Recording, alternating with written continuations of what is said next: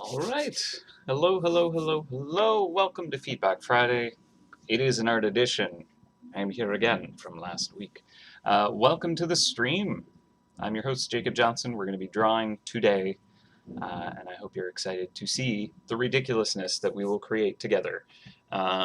So, in case anyone here wasn't a part of the stream last week, we had created a vending machine of sorts to go in the SuperBrie Factory for the upcoming birthday event for MouseHunt.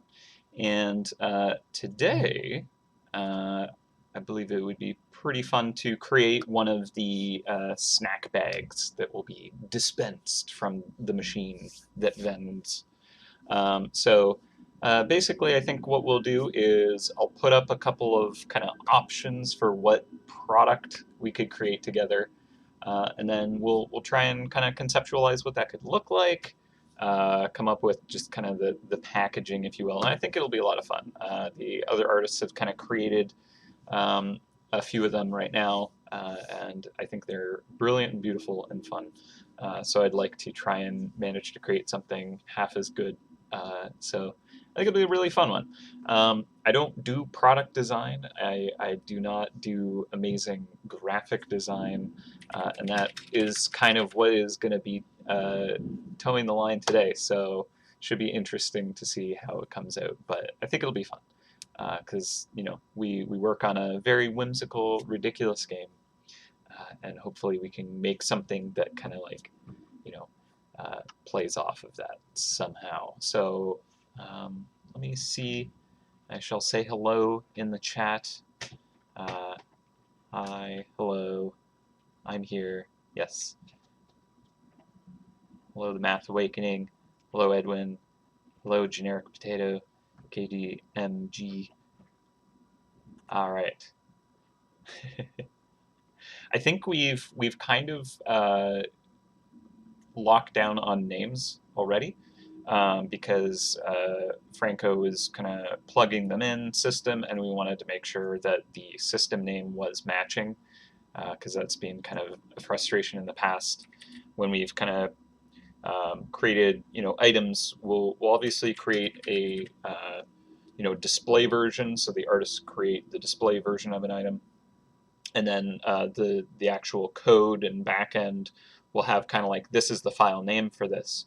And for the most part, the art file name is not incredibly important. What we choose to save a file as, it gets uploaded by the dev side, and they can turn it into whatever they want.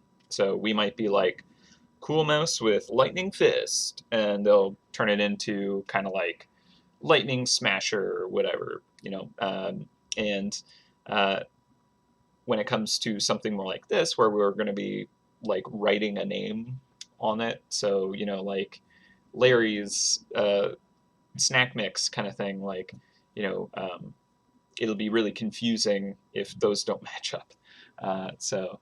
And also, since we're creating these right now, it's good for us to actually know what they're going to be called, so we can kind of like create them. So we have, and I'll list out.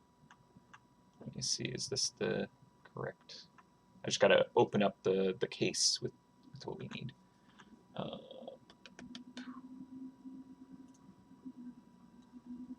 There we go. All right. So, 1, 2, 3. We have 4 that I think we can choose from. So I'll list those off, and maybe we should create a little kind of like voting thing. Straw poll, that's the one, a poll, to kind of decide what we would like to create today. So we have Tribal Crunch, we have Sandy Burt Bites to match the Camembert from the Living Gardens. We have the Hollow Heights Party Pack, a good variety of cheese within. And we have Riftios. So the list again: Tribal Crunch, Sandy Burt Bites, Hollow Heights Party Pack, and Riftios. So we should maybe make like a straw poll or something like that, see what people want. I think we'll only do one of them today, but I'm going to let you guys kind of choose what you would like to see created. Also, I think my chat is frozen. Let me reload that. About chat. There we go. Yeah, we're probably only doing one today. I have some other things I might want to get through before the end of the day, and I'm not totally certain how long this will take. I'd like to spend enough time that we really enjoy it, so I'm going to suspect it's going to take most of the day. Normally items will be like 3 hours, half day, whatever, but just to be on the safe side, I'm just going to say one today. All right, so let's see. Straw poll, is it?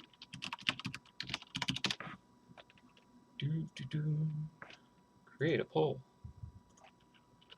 What? Machine.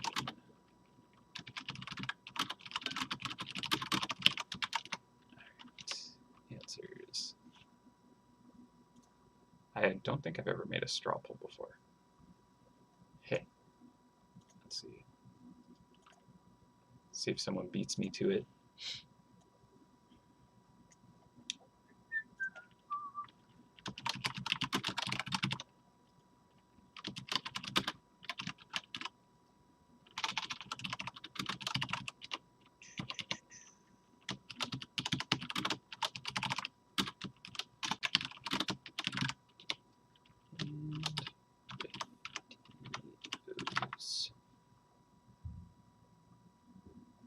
Okay, create poll.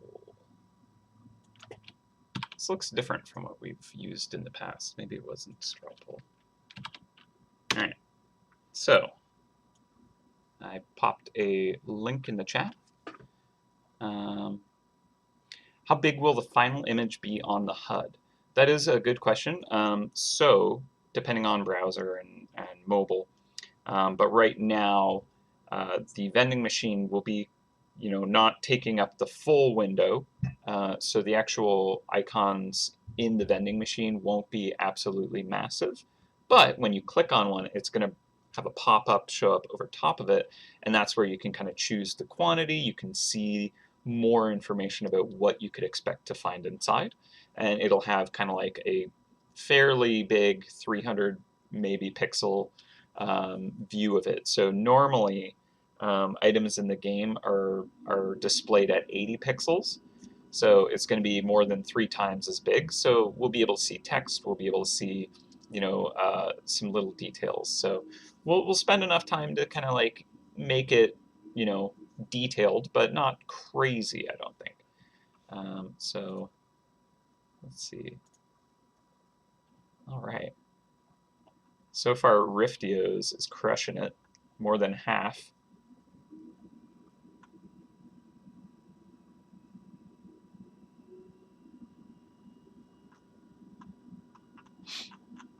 Do I have to keep updating this one? Yes, I have to. Oh, auto refresh. There we go. Nice. All right. We'll let that run for another, like, I'd say 2 minutes. Otherwise, how's everyone doing? How are the mouse hunters? Just lost my chat window. There it is. What's new? All right.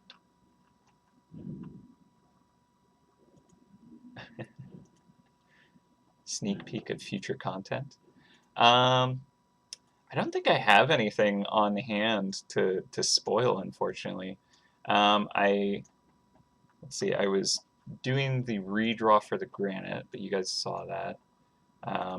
Working on concept stuff, but I don't have anything to show for that, so I can't. But yeah. definitely some exciting stuff that I've been a part of discussing. So looking forward to that, but I don't know well enough kind of like how things are kind of set up in terms of kind of like this is for sure a direction. A lot of like good discussion over kind of like yes, this seems like a cool direction. So I'm excited to share stuff in the hopefully near future. But yeah, so no spoilers today, unfortunately. Yeah, slogging that Oran glass. Me too. Me too. Yeah, I have not reached the Richard tier yet. Let's see.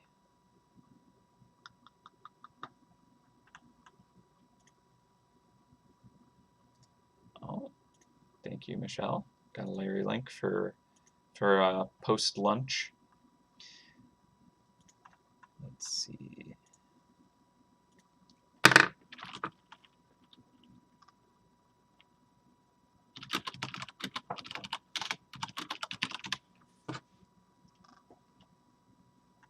Sorry, I got a message about a Google Drive file that I need to give someone access to. So just one moment.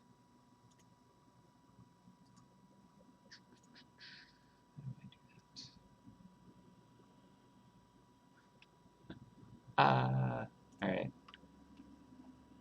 Okay, got it.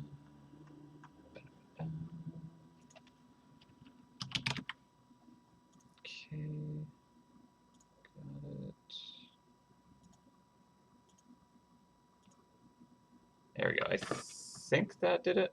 All right. Sorry. It's probably been about 2 minutes. Probably been one more. Good enough. All right. Well, Riftio's handily takes it. We have double the votes of the next highest, which actually is kind of where I was feeling for these anyways. The Hollow Heights Party Pack was my next kind of, ooh, that one could be a lot of fun to illustrate. So Riftio's it is. We're gonna kind of come up with some kind of packaging for that, which will be fun. I am today going to jump back into Clip Studio Paint. That is something that I'm trying to learn, and one of the reasons why I want to do that today, I'm just going to move my camera out of the way so you can see this cool thing. I mentioned this before, but there's this feature that came with the latest update to it where you can record time-lapse. So I think I just enabled that now. Record time-lapse. It's going. So now basically every brush stroke I make and little edit, it'll actually kind of like save that to a history, and basically at the end I can just export that as a video. So something I'm going to try and do for cool stuff that will be a lot of fun to watch come together, like mice and stuff like that. Just as an experiment, I did do a time-lapse video of the kind of vending machine when we were working on it on stream, just to test it. And it does only allow you to output kind of like a certain kind of rate. So I think you can output like up to a minute. I'm not sure if it goes longer, if there's ways to make it do that. But either way, I'm really excited about that kind of feature. Because yeah, I think it'd be really nice to actually be able to record my paintings in a way that does not melt computers and just consume all of my hard drive in its entirety. So that's exciting. All right, so let me kind of show you what this file is that I have set up here. So this is kind of like the cubby of the vending machine that I kind of set up. And this is just basically the placeholder for when we create the item. Here's just kind of like, the glass kind of like layer in front. As a quick example, this isn't a completed product, but here's kind of like, a sample that Liz threw together for Larry's starter mix. So it's basically kind of the vending machine kind of bag that you would get if you're kind of like wanting,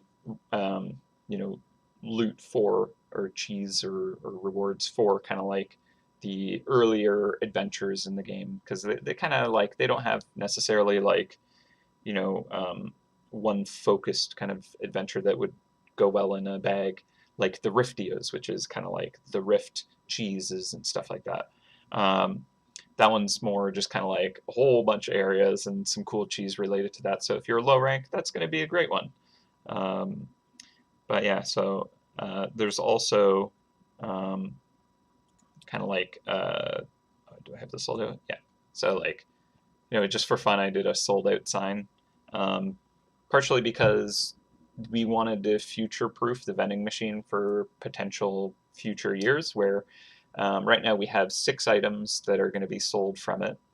But I figured that, oh, what if we change our mind before the event starts? So like during QA, we might kind of like realize, oh, we should have a bag that's dedicated this way.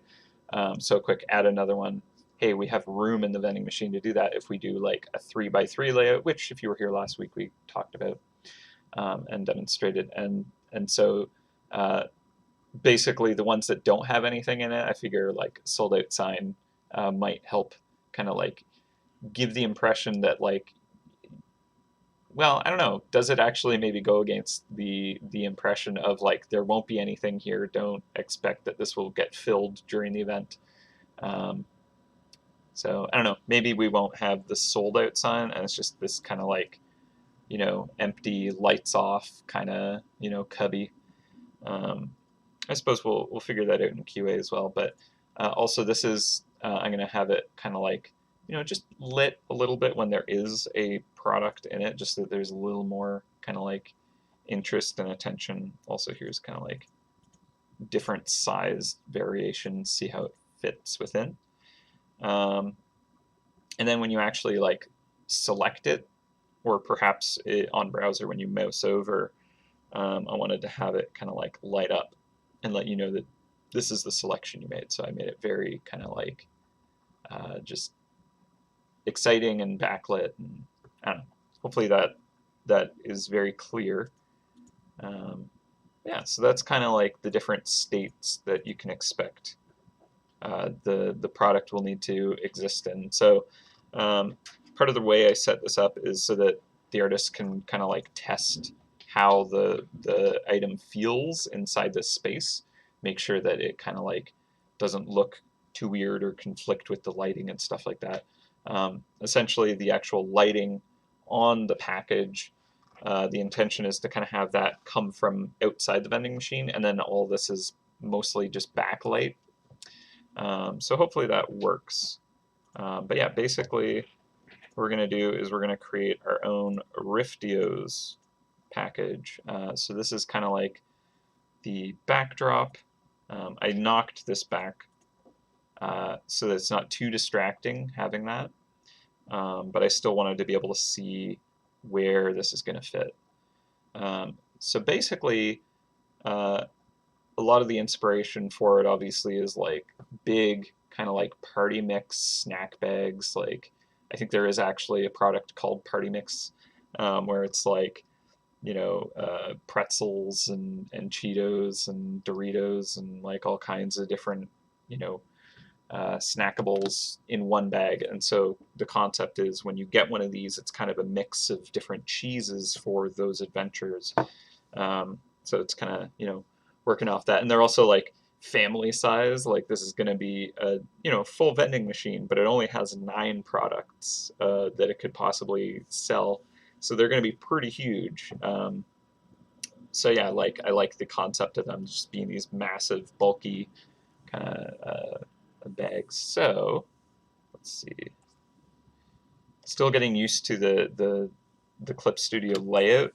It's very different from Photoshop, which because I tried to do Clip Studio during stream last week, it worked, but it has its challenges, and it was a wonderful experiment during stream, but it also did kind of like make it a little harder for me for doing certain layout stuff.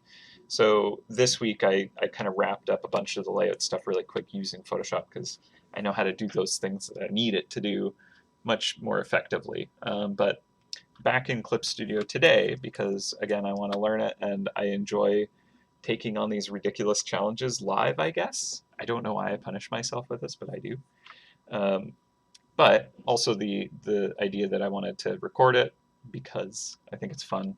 And yeah, I just need more practice. And this isn't actually kind of like UI layout. Like, it'll have a little bit of graphic design, but it's also nice to experiment where it's not as kind of like, ooh, I got to get every single pixel perfect, right? Because that was kind of a bit of an obsession last week. So I don't want that to kind of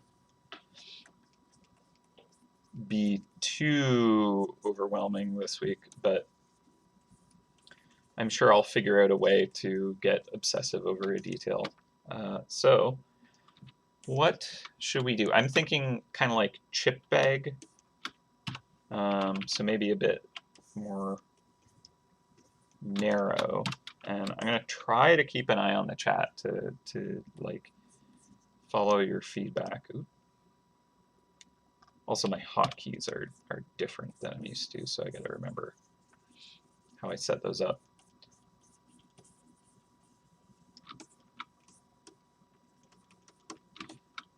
But if we want to, like, instead of just, you know, chip bag, figure out a different way to kind of get this concept across, I am completely open to trying different designs, because I think for the most part the other ones are similar vein. So it'd be neat if we can figure out a different route that will kind of work. Like Riftios, to me, does actually sound like more of a cereal, right?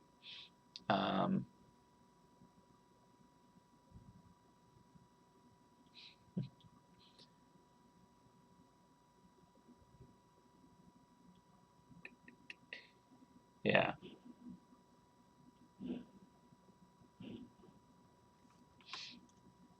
Okay, okay.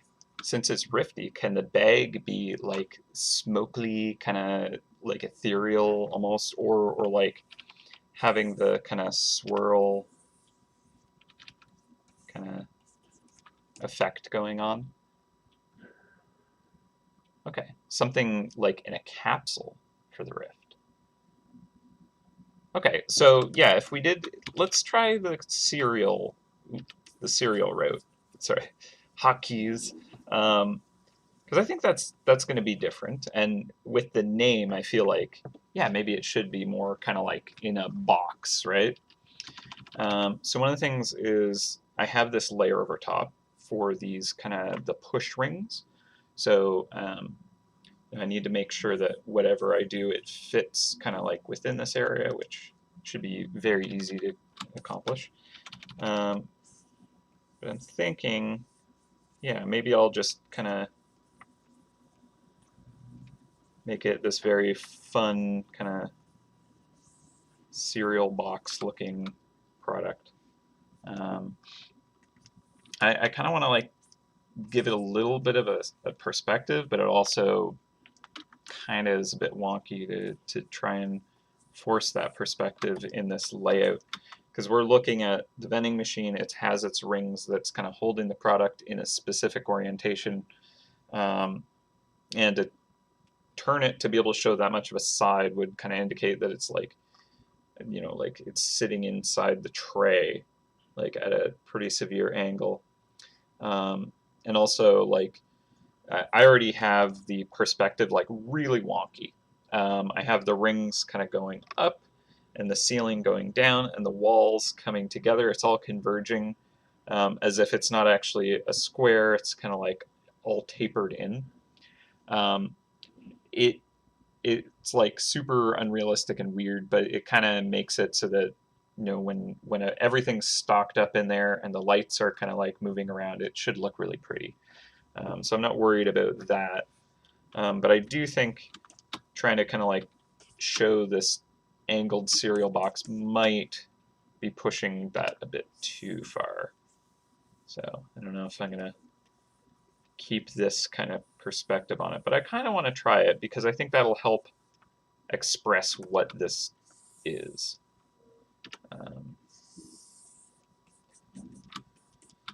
So maybe not seeing the top side of it. That would imply that it's leaning forward, which it could be. I mean, it could even have just like the top of it popped open, so you can see the cereal box flaps, which might actually be another kind of strong indicator of what it is. But then it's also like, oh no, why would I want to buy that? It's already being opened. It's not good to purchase. Do not consume if seal is tapered with. Let's see. Keep hitting the wrong button. I should swap that hotkey because I'm going to keep doing that. All right. Yeah, so seeing the top of it is really funky, especially when we see the bottom of the ceiling here. So I am just going to change that perspective at least. The side one still doesn't actually make sense, but I kind of want it to be there just so that I can get away with showing how much of a cereal box it is. Like I could have kind of like those, like, you know, barcode. Well, I guess I could put a barcode elsewhere or something like that. And all the other ones are going to be like chip bags probably, or something similar. So yeah, let's see.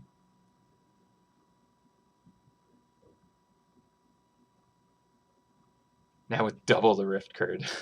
Yeah, exactly. It needs slogans and stuff. That'd be fun.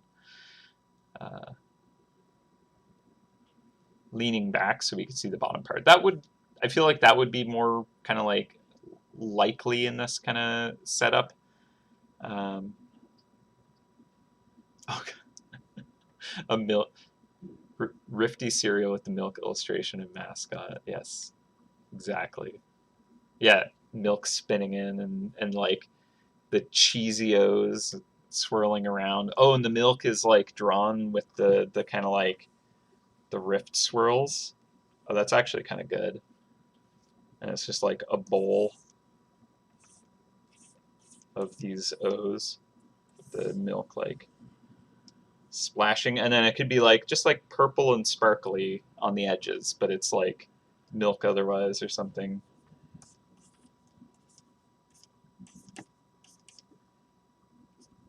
What is it? Rifty. Gotta get the, yeah. So it'd be like spelled like that. I don't know what kind of font we would want in the end.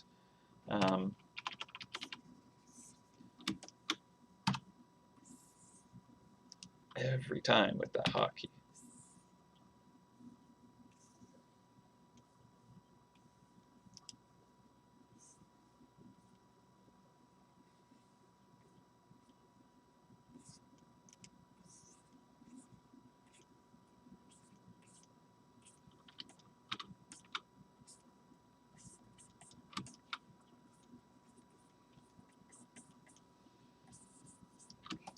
Could be like, it's out of this world or something like that. I don't know. I'm not a slogan person. What do I work for? A massive passive RPG? Let's see.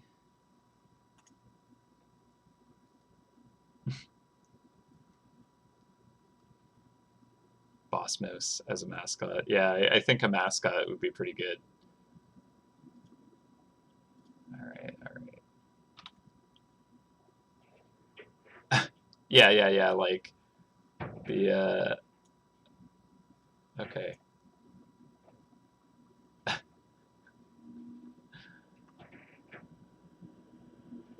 Cereal box damaged by mouse eating a hole in the box. Yeah, like that. It's true. It could be like otherworldly where it's like not actually this like fully ethereal box or like fully material box. It could be like, you know, right at the edges, just kind of like a bit hazy.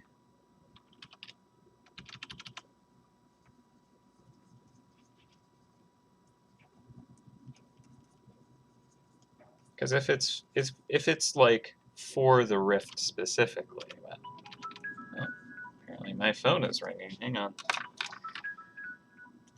We'll be right back.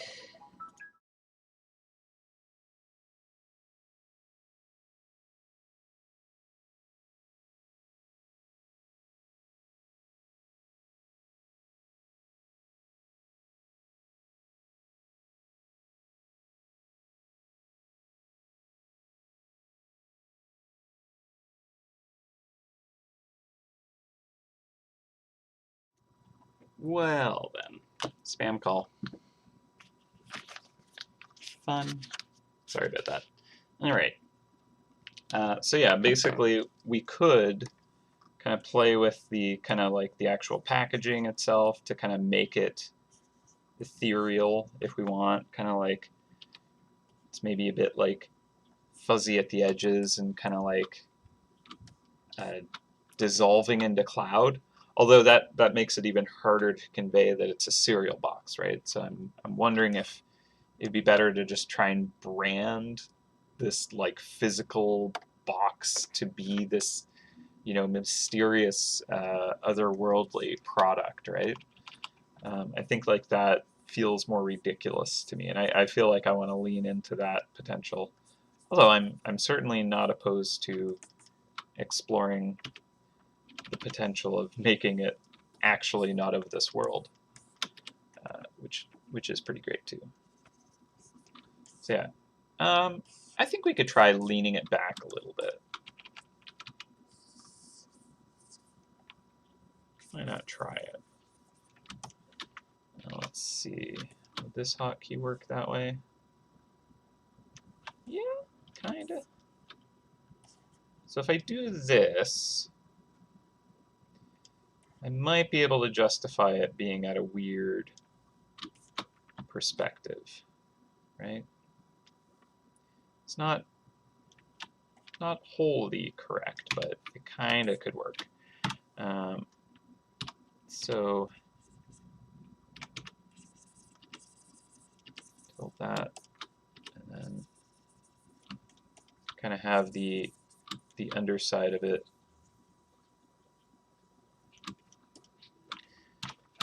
a little more visible there. So I think that does say cereal box to me at least. Although, yeah, I don't know. Like it's really kind of like at an angle. Although that might be more interesting if everything's kind of, you know, similarly placed. It's a lot less interesting looking. Sure, let's just go with this. Okay, so I'm thinking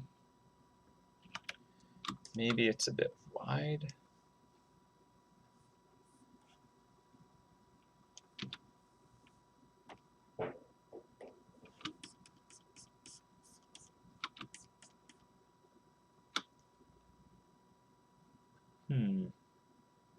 Yeah, I agree. I think the sharp lines will help let the person know what it is I'm trying to convey with it.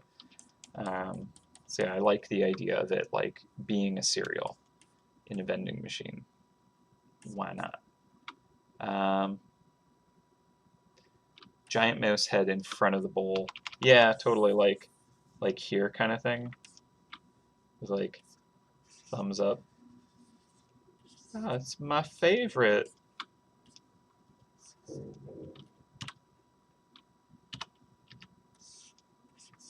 I endorse this.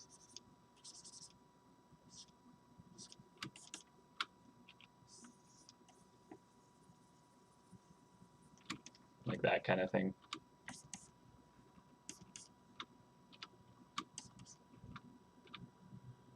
Oh, behind Riftio's in the upper left, I see. Okay. Let's see how to do that. Actually, I should probably look at like branding, packaging, instead of just kind of making it up on the fly. Um,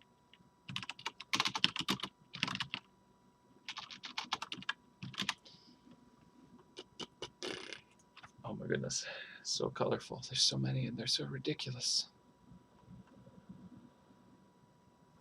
Okay, there's a lot of them where the bowl is like at the bottom and front, and then there's a character like in the middle, and then the text center above.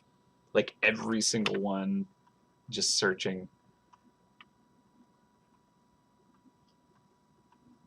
It's like a rule. All right. These are insane. Wild. All right. All right. You know, because like I want it to reflect what is out there, so that when you look at it, you know what I'm trying to get across, right? So I think I'll try and capture that feeling. All right.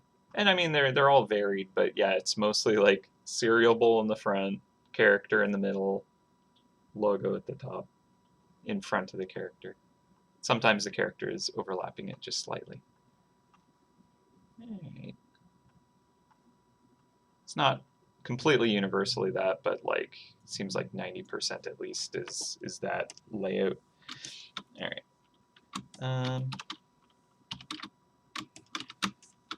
So this probably needs to go more centered, and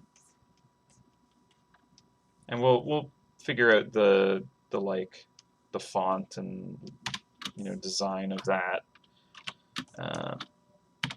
But yeah, like the character should be like looking at it like, whoa, kind of, oh man, I'm so excited to eat this, can't wait, something like that. And then I think the font, I want it to almost have kind of like the rift kind of cloud haze around it. Maybe it's sitting on top of rift clouds. I don't know. We'll figure that out. Yeah. All right. So what rift character do we want on the packaging? Let's see. So I think some people were saying like the acolyte and the brawny. Yeah, that one's pretty fun. Let's see.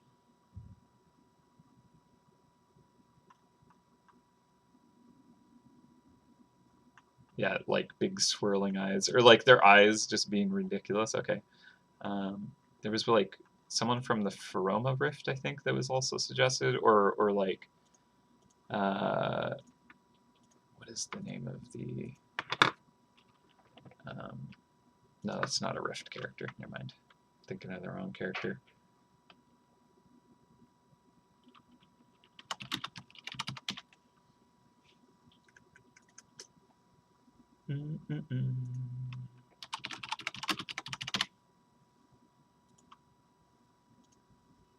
Let me look at my Rift collection.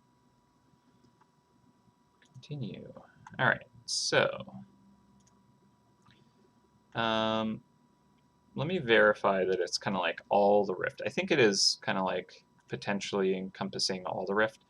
Let's see, so yeah, we have some Feroma Rift stuff. We have Resonator, Polluted, Runic, Rumble, Onyx. Yeah, okay. Magical String Cheese. Yeah, so it's kind of a broad range. So let me look.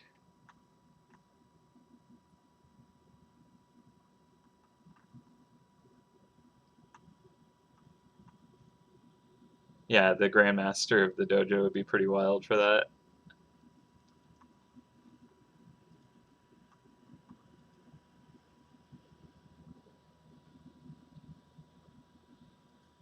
The Chronomaster. Yeah, the absolute acolyte. Let's see. Yeah, the monstrous Black Widow. Maybe for their Halloween packaging, they would do that. I don't know if it would be the best in terms of their sales strategy to have this terrifying spider monster as their brand. I like it though. Yeah, that's true. The Terrified Adventurer would actually be pretty cute for the Riftios. Yeah, I like it.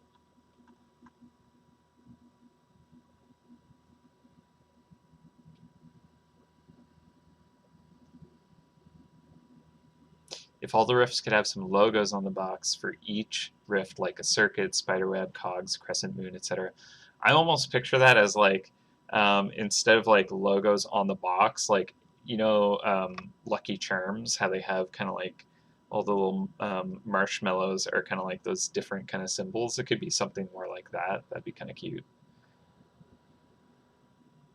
Yeah, there we go. Cereal shapes are represented by each area. Yeah, that'd be fun.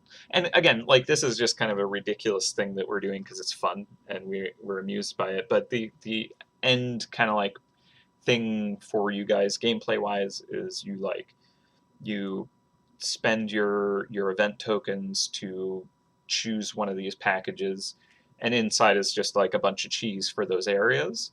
Um, because it's the cheese factory basically. So we want the rewards to kind of like live in that space, but we're making it so it's a lot less random than we had other years where you could get like a whole range of every cheese that was kind of cool, but like it was so random most of the time you'd be like, I don't care about doing that adventure, but like at least now you could be like, yeah, I'm doing rift stuff. I'm cool with getting a variety of rift things. um, Plus, with it being a little more narrow, we can kind of almost ensure that you always get a little bit of something you'll want.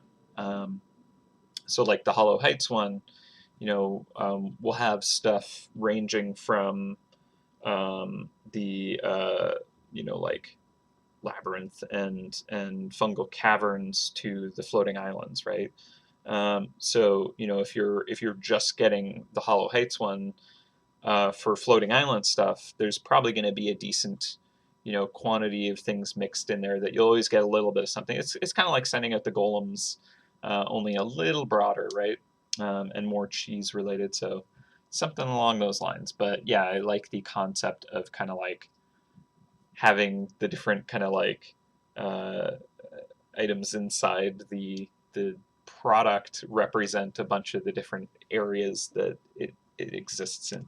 And the beautiful thing about like the Riftios one is if it just has Rift clouds, it's like, oh, it's Rift, easy. The other ones like the Hollow Heights, I would have probably made it more kind of like this part of the branding is like the clouds, and there's islands floating up there to represent, cool, the floating islands is part of that concept. And then you would see kind of like the mountains of Machu Picchu maybe along the sides, and like in the center it might be kind of like the labyrinth and the fungal caverns kind of like maybe in the bottom left corner or something like that, to basically kind of like show the whole range of kind of like the adventure, whereas Rift is just like, does it have swirly clouds? Nice, it covers it. So it's easy here. We can kind of do anything we want with it. Whereas the other ones are a little more kind of like they got to be a certain design to kind of like say more specifically what it is. I really love the one that Maxine shared with us yesterday, or the team rather. I don't want to spoil it. I want you guys to see it, but it's very good. The kind of theming is super strong and fun. So uh, I enjoyed a lot. But yeah, that's kind of, we just want to have a lot of fun with these. Even though you're just getting in-game cheese, the product we're selling it doesn't relate. Like we're not actually, it's not cereal that's going to be in here, right? I guess that's what I was trying to get at the end. But very long-winded. I think it's okay to draw it as a weird cereal, even though that's not actually what you get.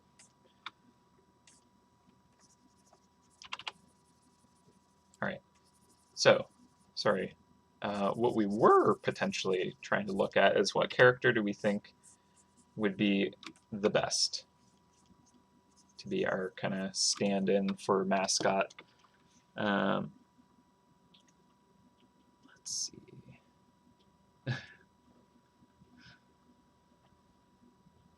Now with one real mouse trap inside every box. Goliath field mouse. The Rift Tiger is very cool. Oh, I see what you're doing there. I like it. That's fun. It's fantastic. Um, yeah, exactly. Honestly, I think they're all going to be a lot of fun. Yeah, I like the Timid Explorer. Or is it Timid Adventure? What's the proper name? Terrified Adventure. Timid Explorer is a different one. Similar names. Timid Explorer kind of works because it's like, I want to go on an adventure. And that kind of like feels like the thing that you would want to sell to someone looking at it like, ooh, eating this is an adventure. Although I don't know if they like are like super Rift icon. Like I feel like the Terrified Adventurer is a little more kind of like a notable character from a Rift area, whereas the Timid Explorer, I could almost see that character being anywhere. Whereas just because of the mechanics around the Terrified Adventurer, it's like, okay, I know that's part of the gauntlet. But a different character altogether, like the Grandmaster, the Dojo, might kind of stand out as more of a Rift character, or let's see, or like, yeah, like the Chronomaster, Absolute Acolyte, or something. I don't know. I don't know if any of them are like super duper Rift character from that set. Let's see. Let's take a look at the Rift Walkers. The Rift Walkers might kind of scream that even more. Like the Brawny Mouse, for example, has kind of like those swirls in its fur, or like the Rift Guardian, Mighty Mole Mouse. Or yeah, the Goliath Field Mouse.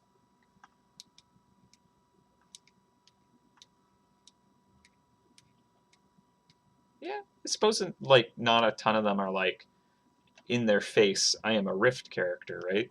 It's the backdrop. It's kind of like the like super amped up alternate version of a mouse that kind of already exists that kind of like speaks to that. Yeah, and like the tiger one actually does kind of convey that, although it's less of kind of yeah. Let's see. There's so many characters. Yeah, purple swirls. Like I think the box itself is going to say it. I think it'd just be kind of like what character would be really fun to put on here, right? Is the goal.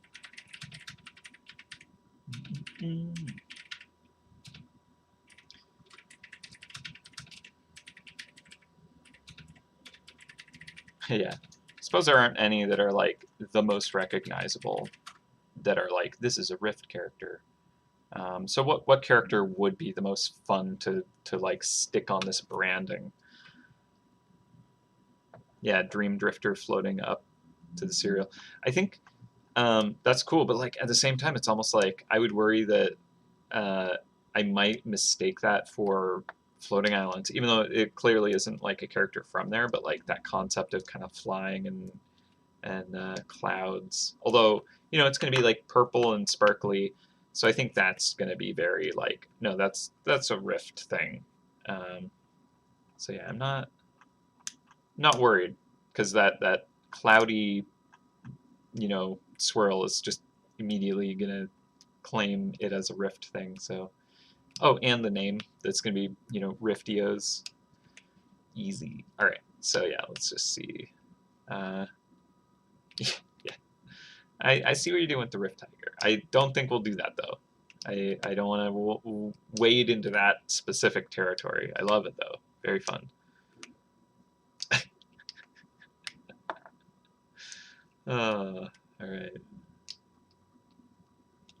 Terrified Adventure, tasting a bit of the cereal and going, whoa, yeah, that's fun. That's fun. I enjoy the Terrified Adventurer as a character too. I think they're just adorable, and yeah. So then, yeah, we would like do kind of like a cartoon version of them. Like the great thing about the characters is it's already kind of got that like excited cereal face going, but like instead of it being terrified looking, it's more like this is delicious kind of direction. So let me grab that character. Gauntlet.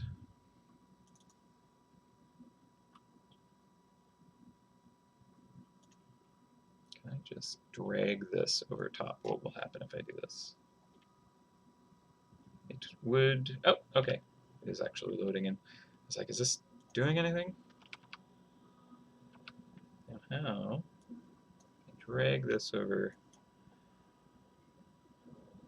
Does this work? Can I just drop it in this file? Maybe not. Okay, it doesn't work with like Photoshop in that sense.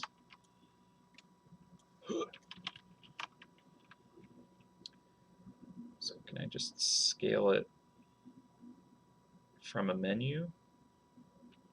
Apparently I might need to grab the bars.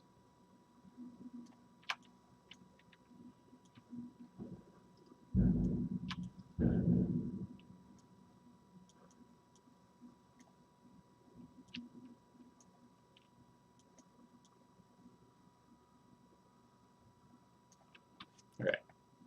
So something maybe like that. And like it could be holding a spoon or something.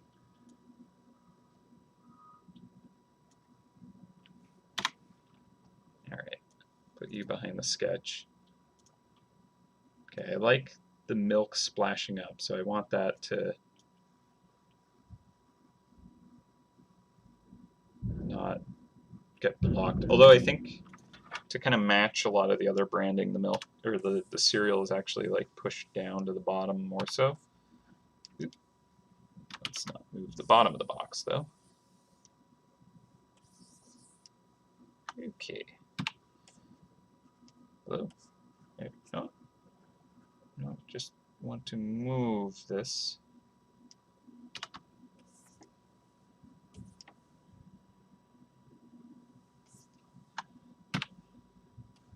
Yes, there we go.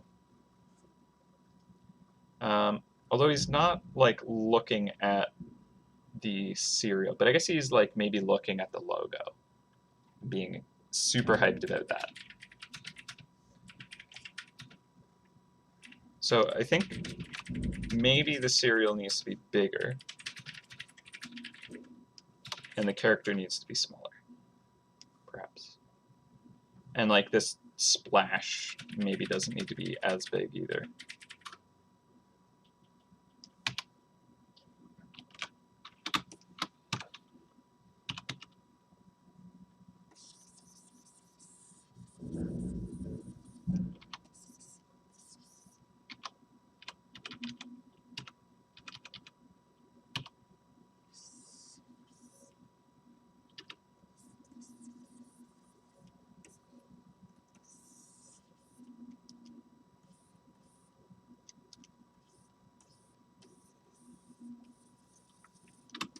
All right.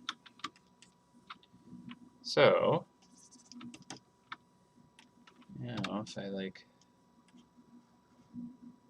move them here, maybe more like in the center of it, because I kind of like this kind of the way the collar or the cloak sits on him. It's kind of good. And then yeah, I'll move the splash, I think. All right, so what we can do now is create like a clipping mask. Oop, didn't mean to duplicate him. And I should, yeah, okay, it works this way. I should be able to just kind of like erase away, but without destroying that information in case I need to like move the character and bring back some of those details. I'm not actually deleting any of this. Okay, so we'll have the milk kind of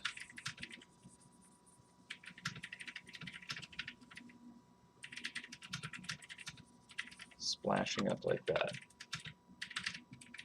Whoa! And then unlinking that. Now I should be able to move it around without moving. Again, this is me kind of like trying to figure out how to mask to layer. That does do that. Okay. That makes the selection. I'm trying to figure out how to use this program how I want.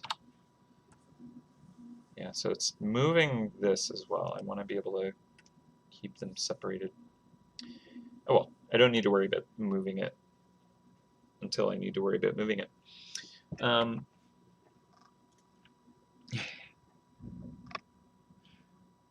Mustachios or Larios. Yes. All right.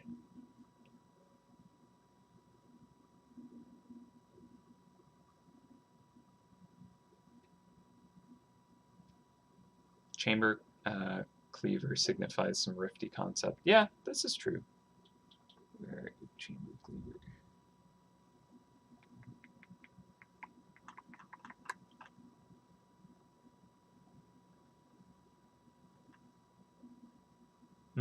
Yeah, with the actual portals that it creates.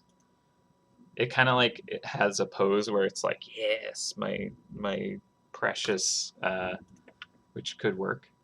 It's a little more kind of like nefarious, but I suppose there are mascots that are kind of like tricksy, trying to steal the delicious snack food from the children and must be stopped by having the children eat it in front of them and make them cry.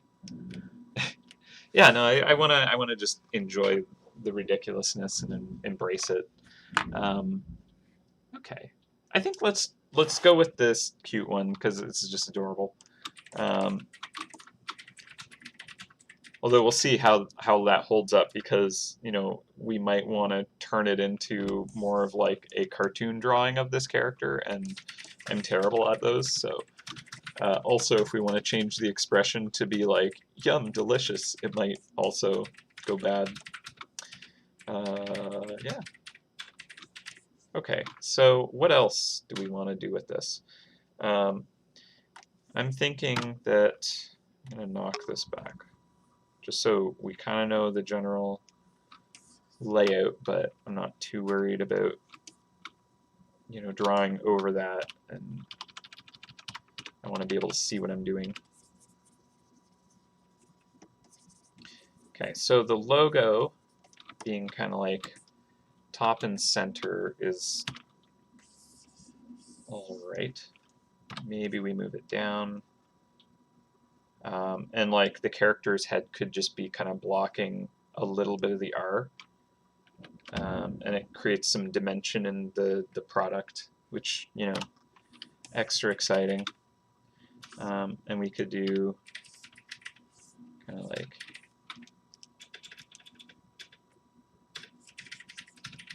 the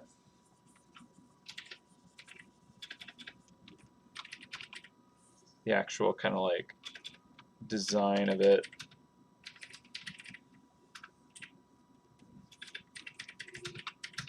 Like, I think we want to embrace the clouds, right? To kind of like make sure that at a glance you're like, those are rift clouds. So,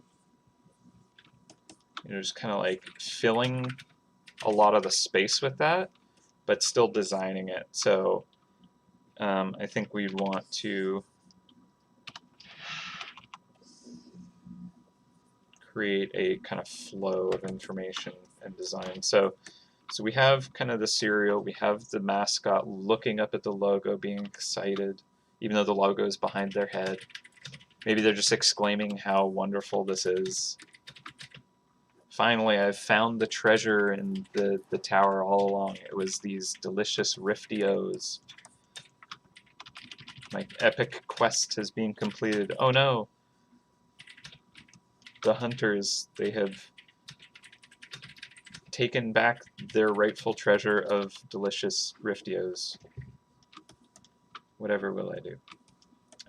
So something like that. I don't know what kind of font we want to go with. Something playful, I think, for this kind of design would be good. Yeah, it's just the character is just overwhelmed by the awesome flavors. This like milk is just like just fire hosing into the bowl here. Kind of like that. MouseHunt font. Yeah, we could do that. We kind of use like Trajan for that kind of like the MouseHunt logo. So it's very kind of like strong and sturdy and like movie title feel, right? So I don't know if it works for a cereal so much, but we could. Sparkle in the eyes. Oh yeah, totally. Yeah. Yeah, definitely. Let's just kind of throw a new layer on top of this. Just kind of like. This is just to remind me that I want to kind of like add like wow. That's very creepy looking. Perfect.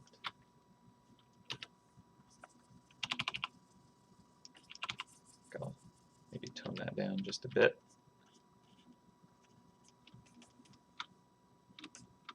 I don't know how to do good, cute sparkles. That looks terrifying. Bad. Okay. I don't know what I'm doing for that. Twinkle. Nope. I might have had it for a moment, but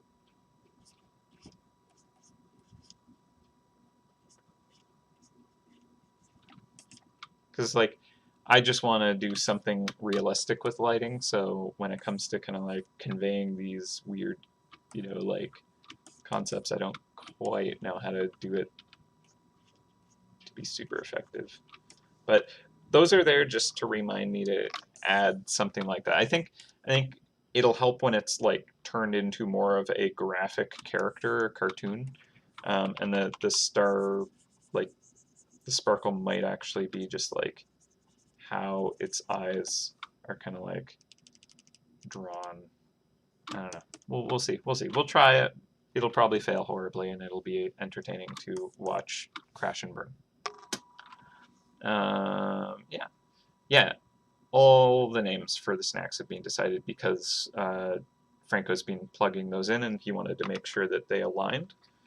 But I mean, I kind of almost wanted to like spend a day just coming up with ridiculous names, but also the people that were kind of like on call for doing that were all people who are like, if it's good enough, I'm good to move on and just like focus on the art. I'm the kind of person when it comes to like thinking of like wording something, the copy of like the page banners for the marketing stuff. It's like I can do that, but it's going to take me like half an hour to write one sentence because I'll keep, thinking of a different way to say it and rethinking and overthinking and just get caught in a loop.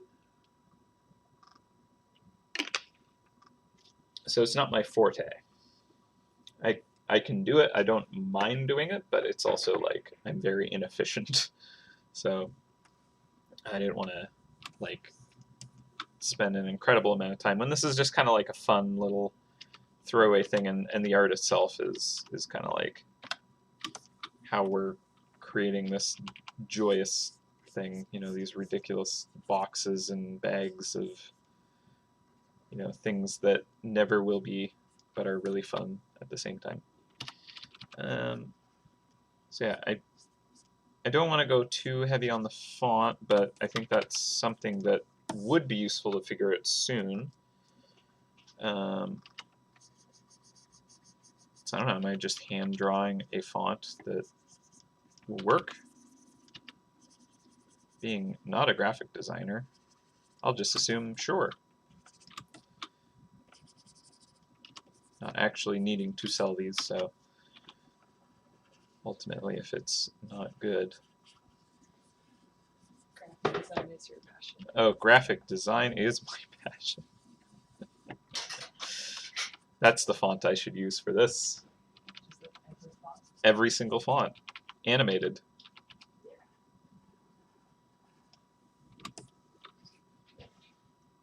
If you guys like it, then I've done my job successfully. That's how I see it. So I'm going to move this font onto its own layer, just so that I can kind of experiment with the background and not have to worry so much about messing up that beautiful font that I've just created. Font looks fine. All right, done. Not the eyes, not the eyes. The teeth shine. Just make everything shine. Just a glistening boy. I hate that. All right. So I'm thinking kind of like having the, actually I'll just do a new layer to show this. So we have kind of like the cereal bowl stream of milk at an angle. We have this cloud at an angle. We have the face kind of breaking out of that. Right, so if we had the clouds go behind the head and then open up here, that creates some nice depth. And then the clouds should come out in front of the cereal here, kind of hugging it, pushing it towards the adventurer.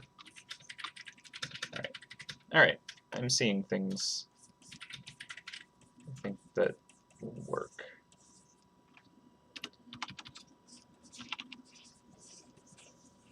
All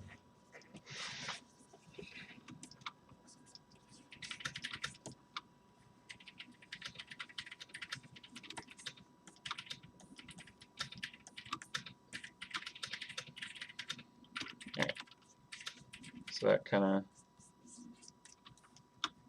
goes along the bottom. Perfect. I'm gonna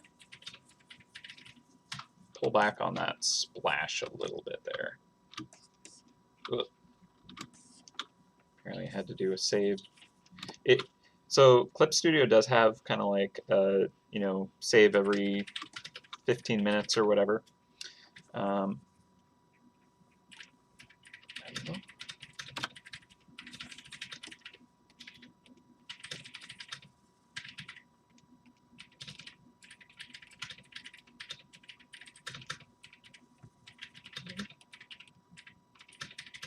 Did this not actually?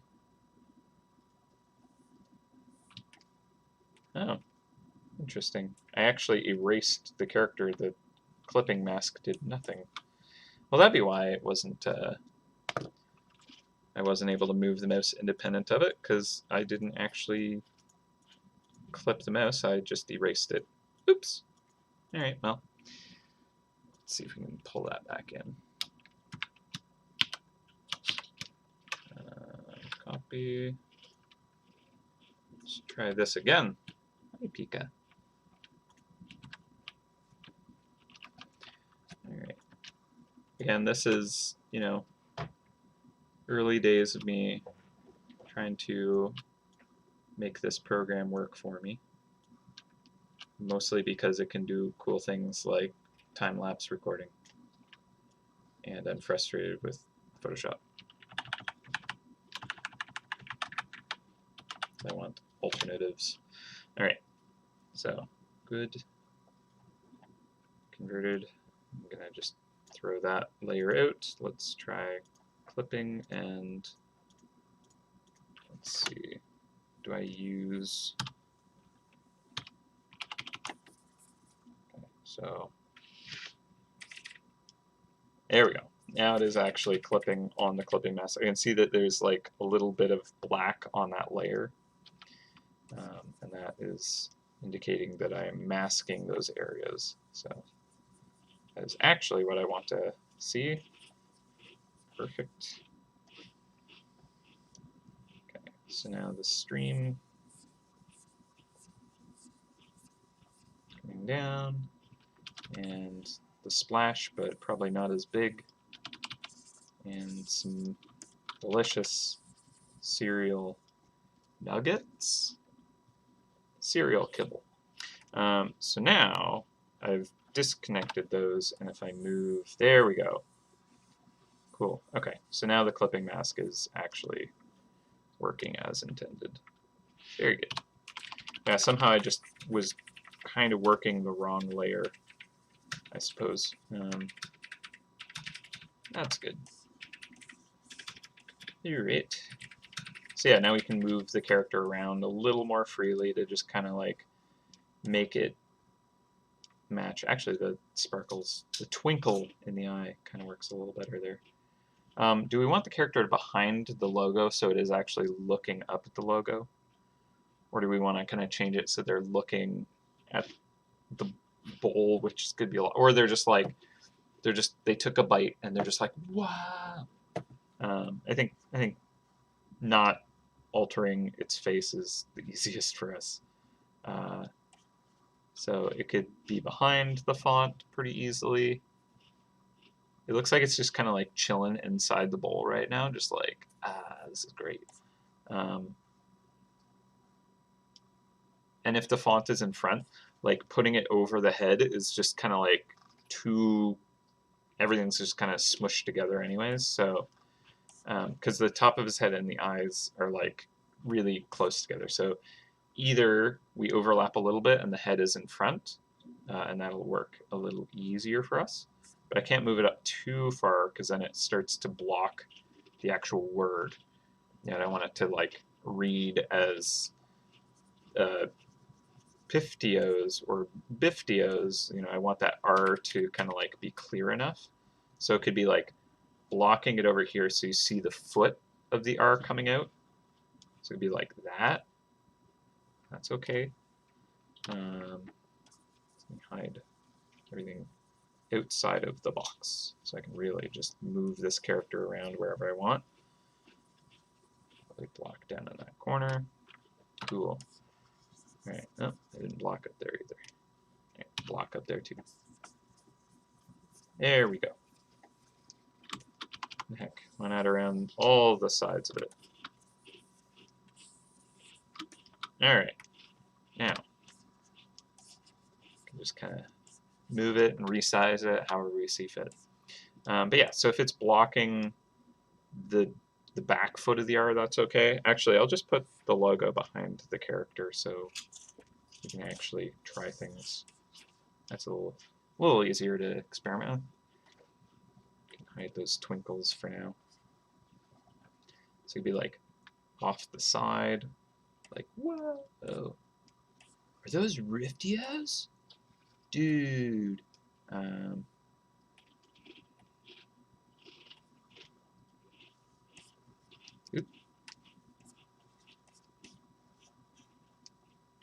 sweet Sunny D. Could also be like over on this side. Could flip it too. That might actually be good for this angle over here. Let's see. Can I just, yeah, I can do that. His face is kind of, his jaw is just like a little like off to the side.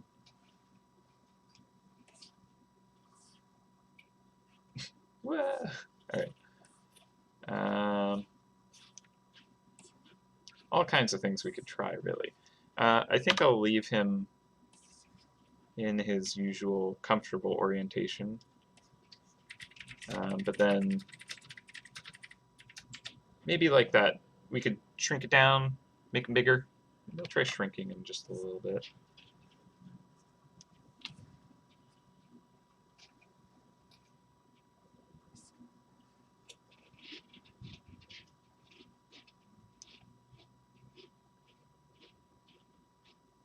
Again, it just looks like he's inside the cereal bowl at that point.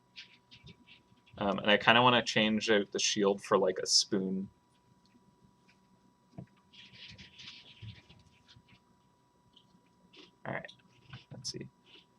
pop art aesthetic, yeah.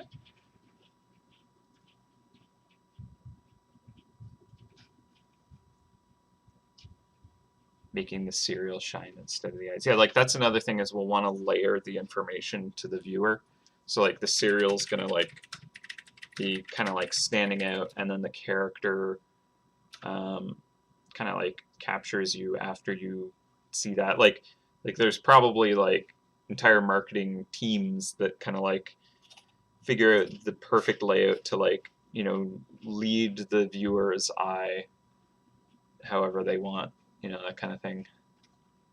Yeah, redrawing them in a cartoony style is going to be, oh boy, it's not something I'm good at, so bear with me on that. I think something like this is kind of where it even started, but I actually think it works. We're kind of like, interacting with the logo a little bit. I think I'll make the logo kind of expand a bit more on the right side, because right now it kind of pinches inward. Kind of like that, which maybe isn't bad, but I want it to kind of at least, expand out instead of just shrinking, right? The O's should be like a big deal for it. So I don't know if this has transform tools available that can do this, but let's see if just kind of pulling these anchor points can do that. Okay, so that's actually not bad.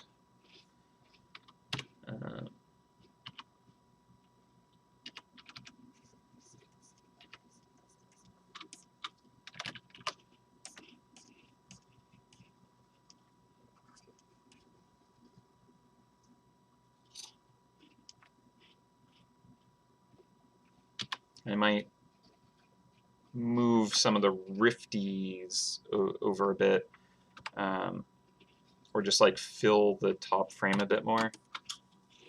I don't know.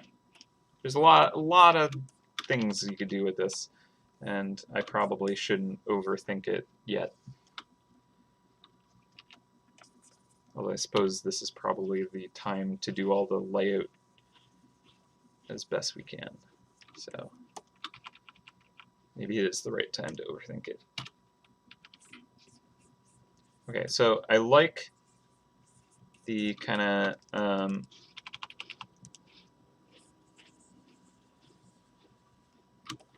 the composition potential of the clouds. Oop. And kind of like filling in space and kind of directing things. So let me actually like block in some color to kind of try and convey this more effectively. So I'm going to do a new layer. I'm going to grab this color and we'll just go into a purple.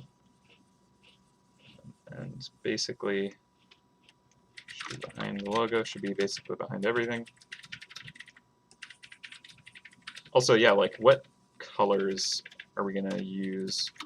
Because I think cereals are almost always like super bright, very, very like trying to grab the attention of a kid, right?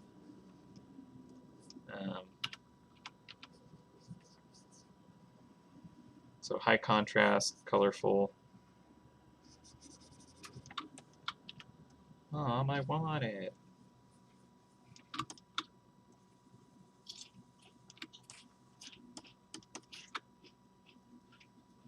There's swirls in every bite.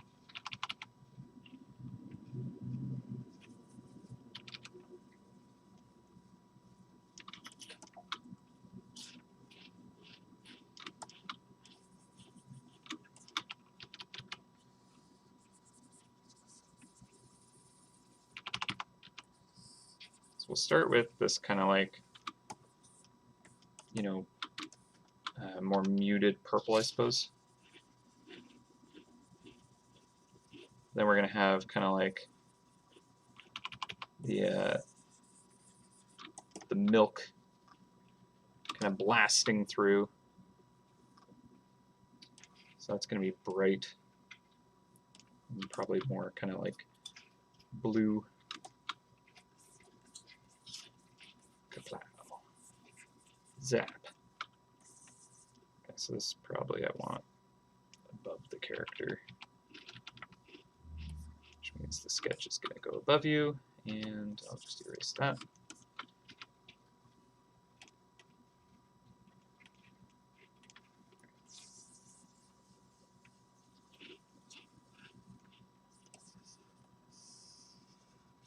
So we'll start with kind of like a blue tint to this milk. And what's interesting is there's what is it called? There's this like phenomenon that happens with light where when the particle size is like very specific, and you actually get this with milk specifically, at certain angles, it actually kind of like blue shifts a little bit. Not in the kind of like space term of blue shifting, but just the way that the light kind of like gets absorbed and reflected, it causes the longer wavelengths to kind of get trapped, something like that. But yeah, so like milk specifically at kind of like certain densities can kind of get a blue hue because it's like translucent enough. It's kind of the right particle size, stuff like that. At least that's what I believe happens. Same thing can happen with smoke, actually. Certain kind of like fires can produce the right density of particles that, like, at the edges of smoke, you get this kind of blue. I think it's like tilde, or I don't remember. It's a thing that I learned from another artist. Can't back it up though, so oops. Or like Radel scattering, Tyndall effect. That's it. Okay, so it is. Okay, I wasn't confident in the name, but I thought it was that. It might be the Tyndall effect. Yeah. Is that the same thing where? No, it's probably not. But basically, the sky being blue is because the particle, the way that the light kind of reflects off of the atmosphere at like 90 degrees because of the wavelength. So okay, I'm not going to even attempt to explain this. Makes sense in my head, but yeah, effectively, certain light can escape. Something like that. Yeah, it's loosely like just the loosest part of the concept is in my head, and it allows me to kind of like add a little bit of a blue hue to milk. Sure. Good justification, Jacob. No, but it's a thing that can happen. But then, yeah, so where it's kind of more dense, I'm going to just go more kind of gray and even warm. So let's see if this feels like milk when I do this. Not that I want it to ultimately be milk in the end. This is going to potentially look gross and weird. It's probably better to go more white.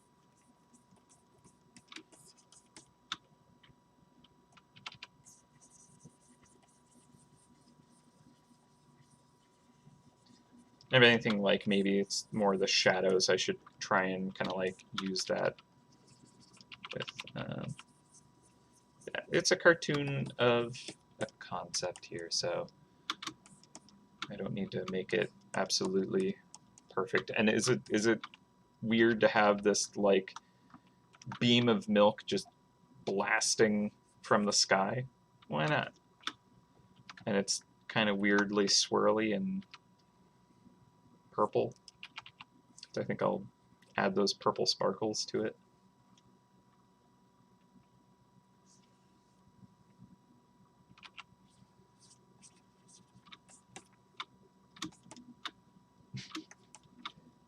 Riftios, yeah.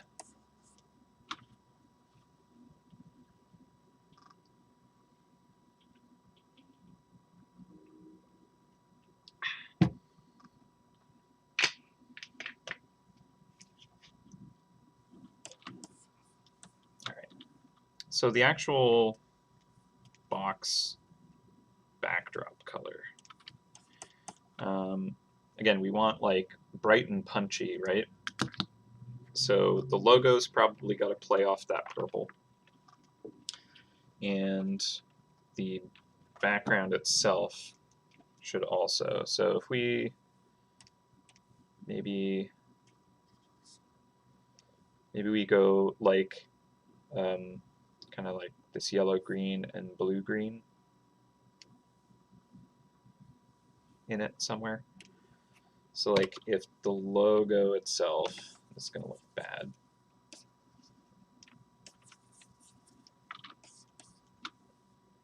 Maybe more of the yellow for the logo. I'm just kind of like going with split complementary colors to see what that would do. And then the backdrop itself being this kind of like bright green that Joker colors. Eh. It'll make your eyes bleed. Yeah, this is a lot. Alright, so not that. Hello? Oh, right. Wrong hotkey. Okay.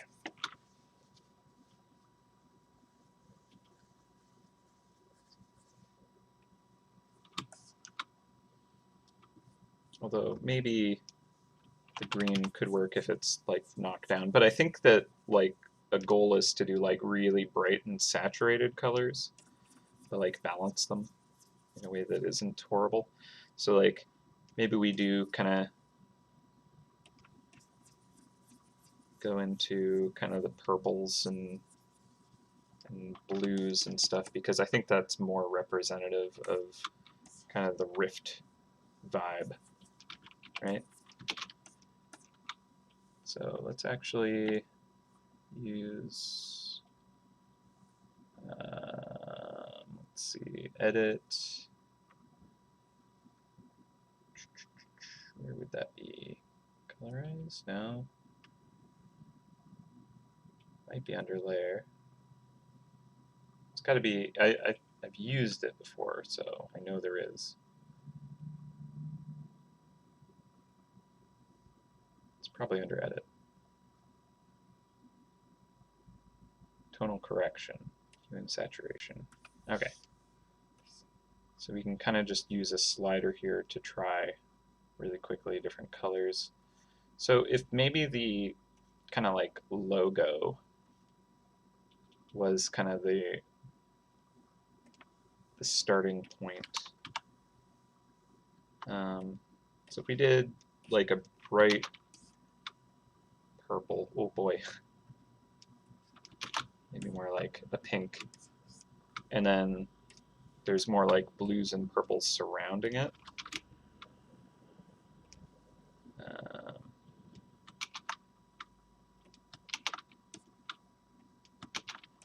That's maybe feeling a little more Rift.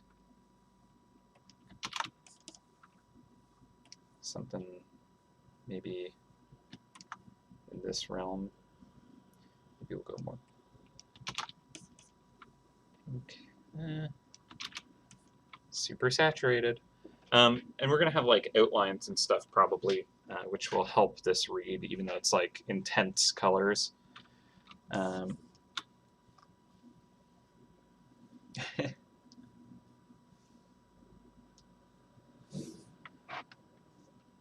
Red Bull for the main arm. Could be, yeah. Let's see, I might as well just do a layer for the bowl.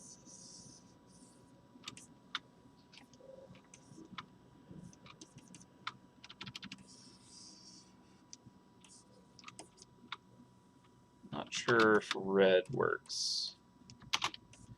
I almost want to maybe like go like yellow or something. Or the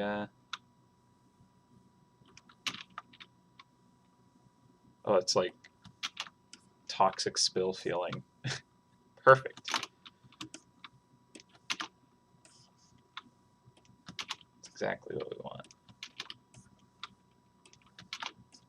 Eat your bowl of sludge.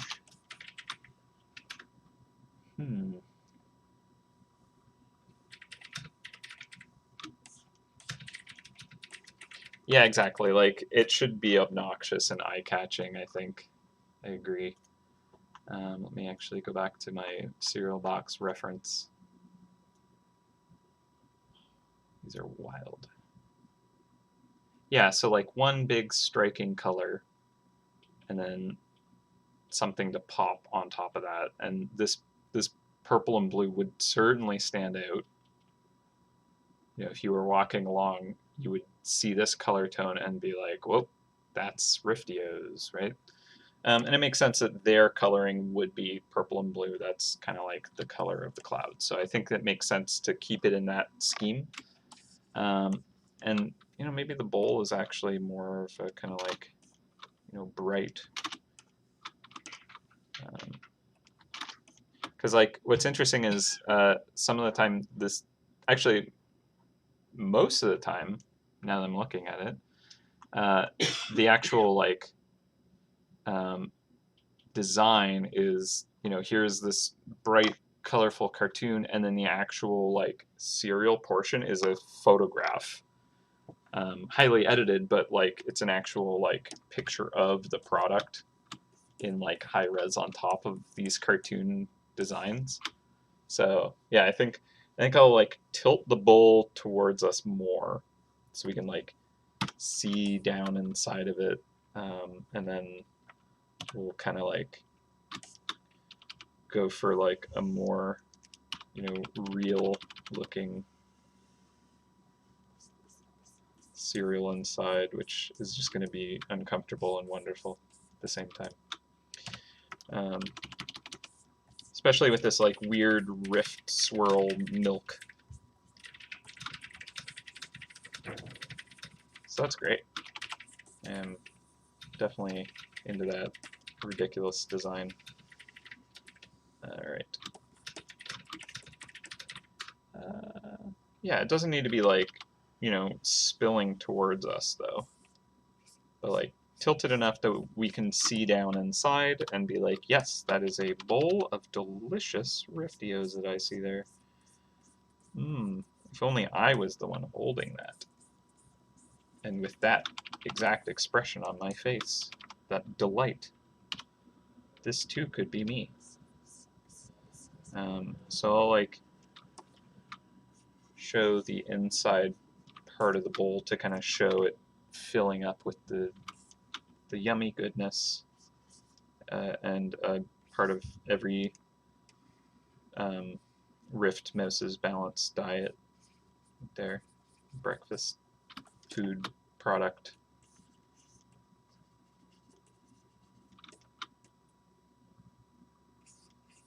So yeah, I don't know if we want to like go into the whole, you know, create different marshmallow designs or whatever for each of the different kind of rifts. That might be a lot to do, but could be interesting.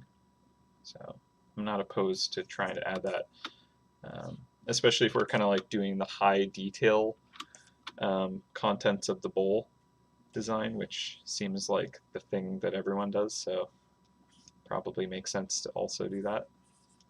For now, I'm just gonna fill it with O's.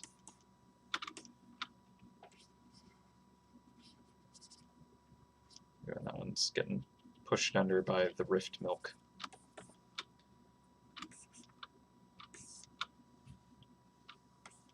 I don't know about it like just gushing out the side anymore. Maybe that's a bit much.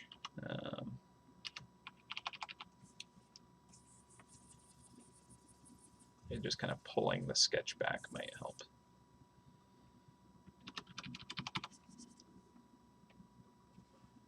Full of gushy goodness.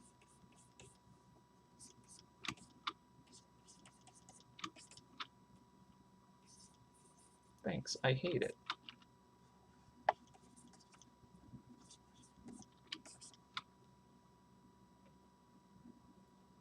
The brie string cereal. Oh yeah, like it's not actually milk, it's just like liquefied cheese, just like pouring into it.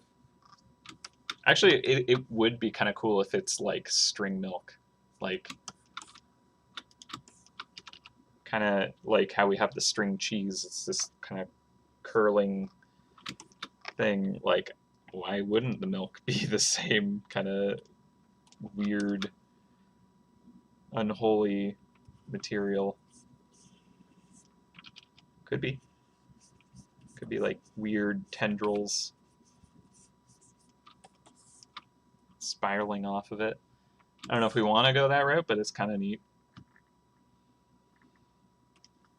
That hotkey is the one that I want.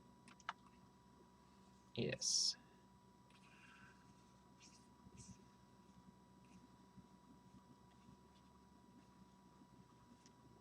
Yeah, I don't know if this is quite right for it, but let's explore. Okay.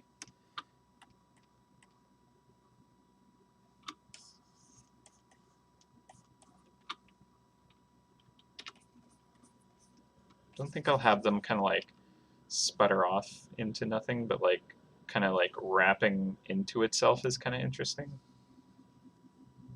These like beams and tendrils snaking down into the delicious muck. Yum. So I'll go with that. It does look more Rift-like with this weirdness. Am I more uncomfortable looking at it? Absolutely.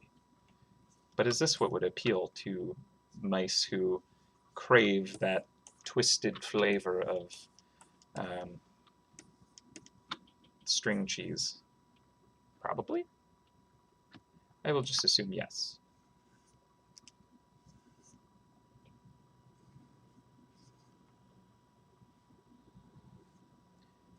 Grab a carton of fresh string milk today.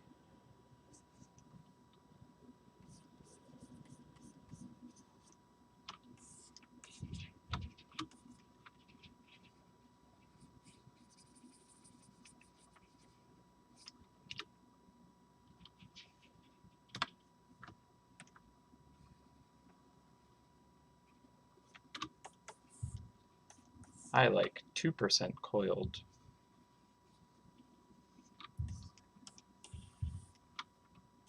And it could be just kind of like the swirls in the milk. Of course, I think the actual O's are going to cover over most of this, but why not?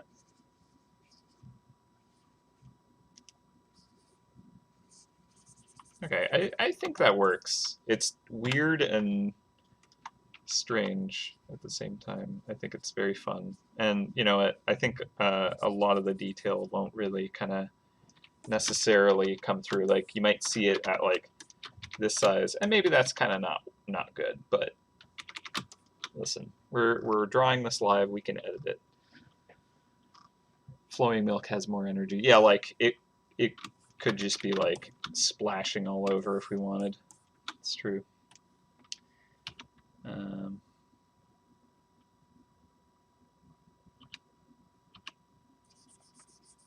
Bring the shield back there. Although I kind of want to like draw the. Should I just put you behind? No, you're in front for a reason. Okay. Yeah, I'm gonna want to like draw him holding a spoon, I think, instead of the shield. Yeah. All right. All right.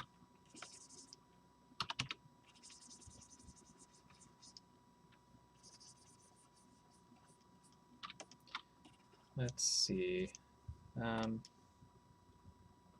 So I think the swirls like on these kind of open areas are really going to help sell the Rift portion of it, and like having kind of like almost like a twinkling kind of quality to it. Like the original Rift has a lot of kind of like sparkles almost in the smoke and cloud. So I want to bring that quality into it. And then the logo's got to be like cut out on top of that. It's got to be like, you know, not interacting in a way. stamped on with like an outline kind of thing. It really pops out at you. And then the milk and the cereal are like weirdly uncanny, kind of like realistic. And then the mouse itself, I got to turn into like a little cute cartoon of it. Um, and yeah, I think another thing is like in a lot of these, the milk is just splashing constantly. Like not on all of them, but like a lot of them, there's like the bowl just sitting there and the cereal just sitting there, and it's just like milk gushing out from all the like spots that it can. So I think that's something else to kind of bring into this too. Um, it's a ridiculous design, just kind of overall. Uh, so it's fun.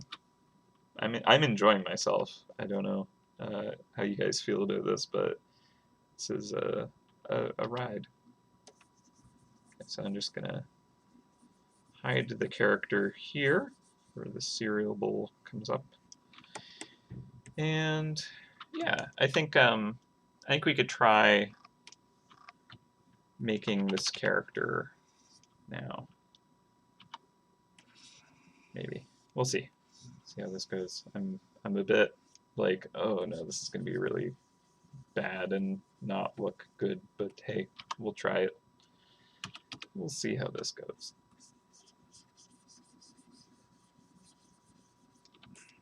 Right. Just extend the bowl to fill that space a bit more. I also want to get rid of this line right here. It's kind of messing with the milk. Get out of here, scribbles.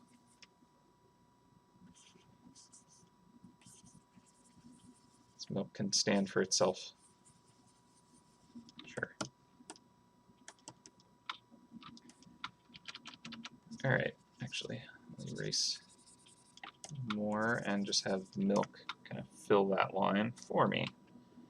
Yes.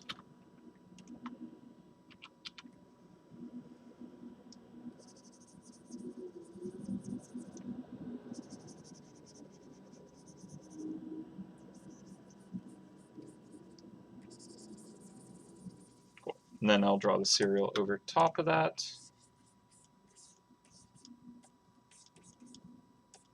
And then I'll add extra splashes from the milk because that's just how they brand things. They.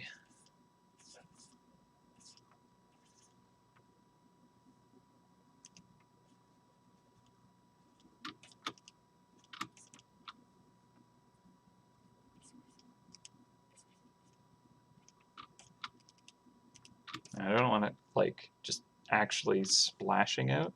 Like it's always just like these weird kind of like tendrils that don't escape, I guess. Maybe.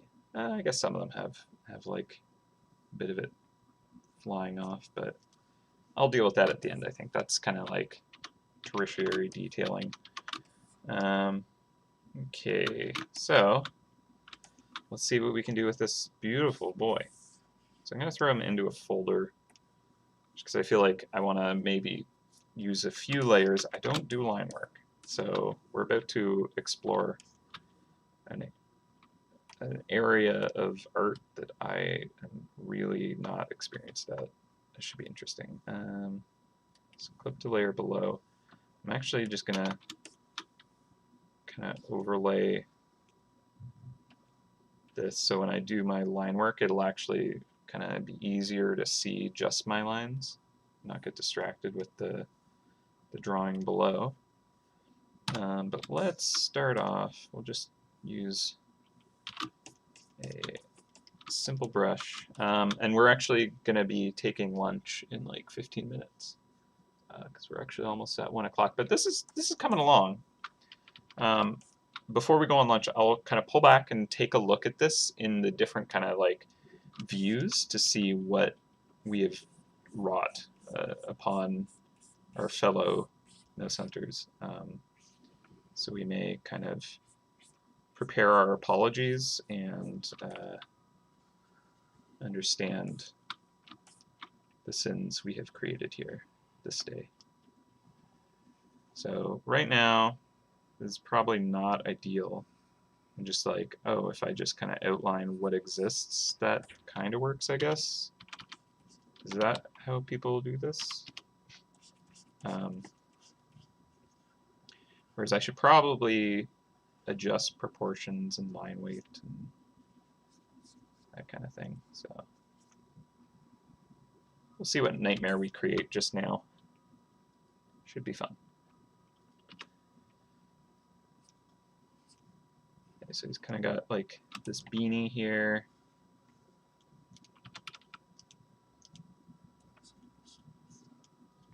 Maybe I should use my smooth accent brush. Get like cleaner line work at least.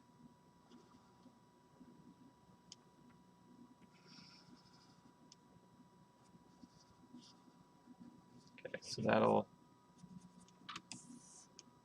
come up there. Yeah, it's way too thick a line there. The outer lines I think can be a bit thicker. But just like a wrinkle might not even need to be drawn in.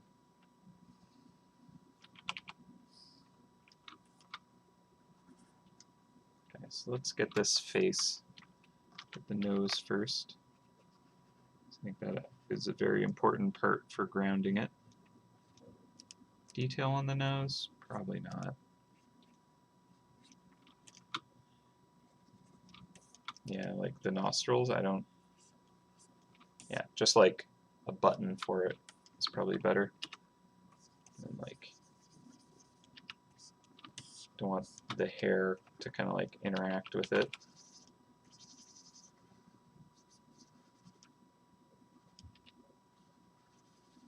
So give it a little more space and shape. So another thing is like I want clean shapes here. So I might kind of round the face just a bit more. Maybe that's too rounded, but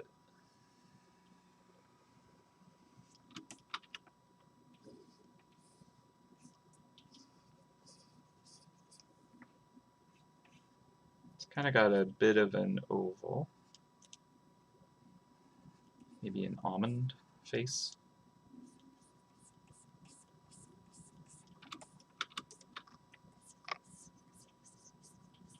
Okay, and then the mouth, I'm probably going to try to give a different expression, but for now, I'm going to just see if I can capture this character.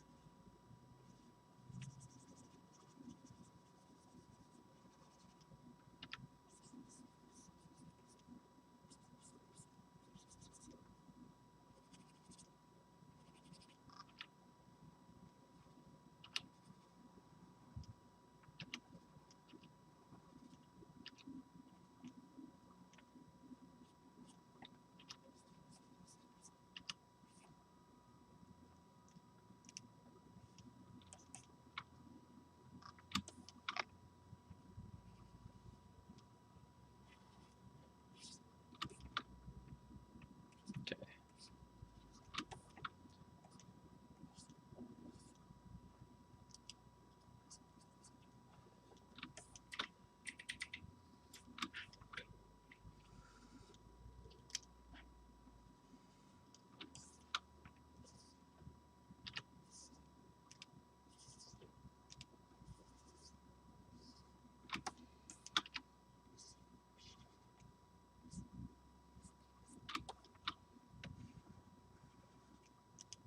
And then this pin, maybe I'll have that overlap the face a little bit here. That'll be like a nice punch of color to help, you know, show this character. Okay, and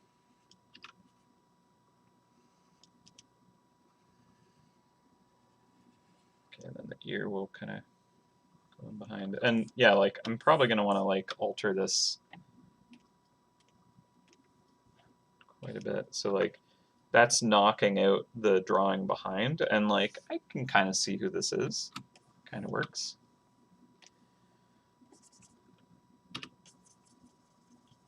But yeah, they look terrified still. So we might want to kind of like avoid the terror and make it delight.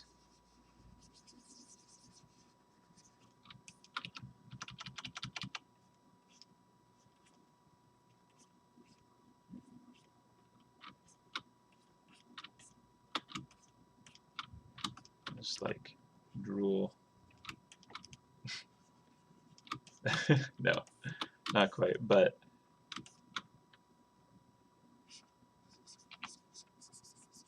if I kind of like bring the cheeks up, right? Something like that, and then kind of move the mouth to be a little more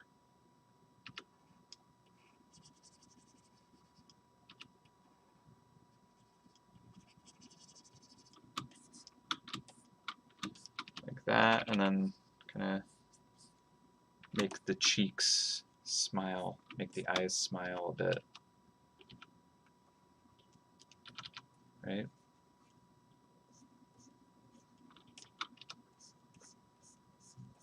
Like, yes, nightmare fuel, totally.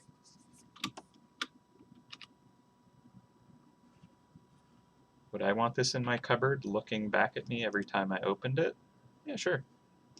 Seems fun.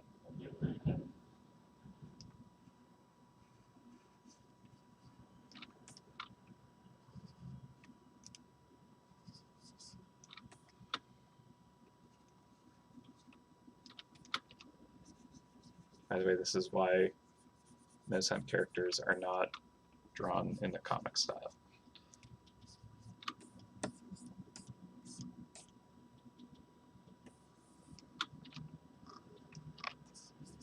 Oh, I just accidentally gave him a mustache for a moment.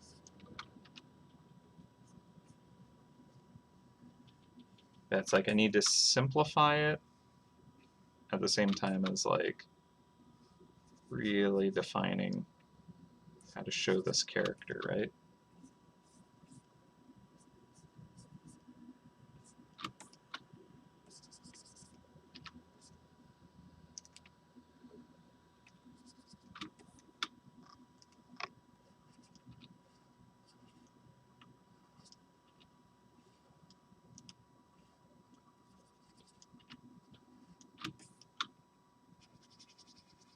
It's tough.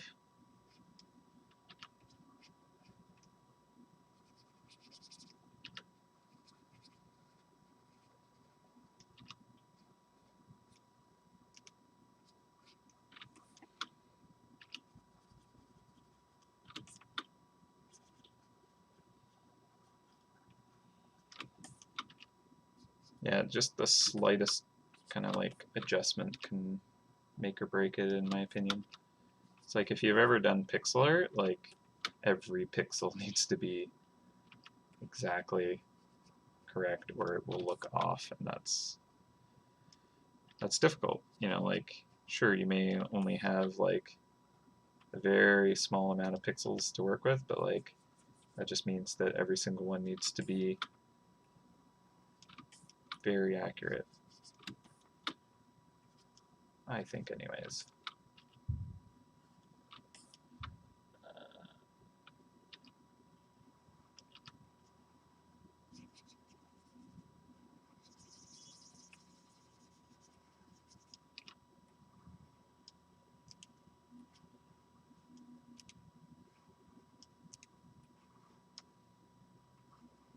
Don't know what's going on with the mouth anymore.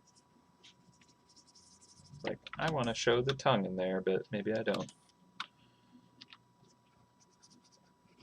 At least not with line work like this.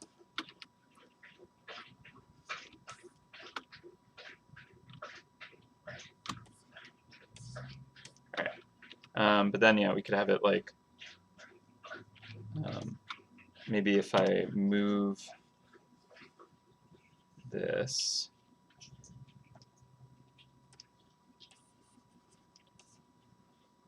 out here, I can have it holding up a spoon ready to dig in.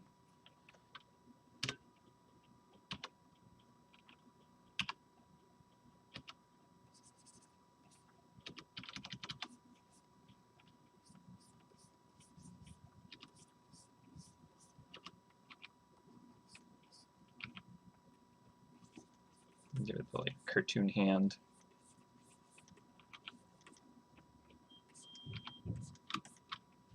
And then the spoon itself is like behind the logo, even though the head is in front of the logo, and it looks like ridiculous, and it's got a swirl. That doesn't look like a spoon.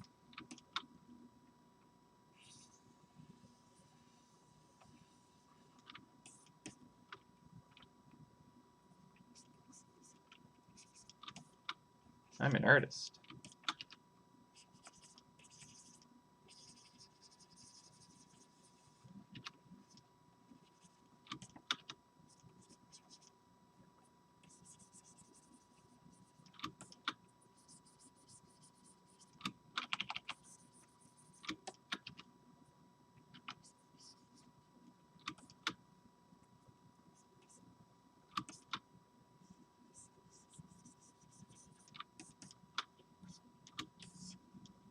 Ugh. Need to widen that. Yeah, so got a nice weird arm thing happening. I think I might move that all out.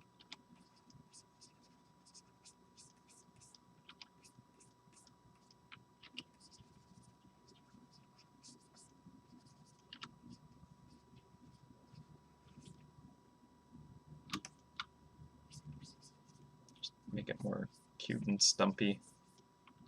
No elbow, just noodle arm.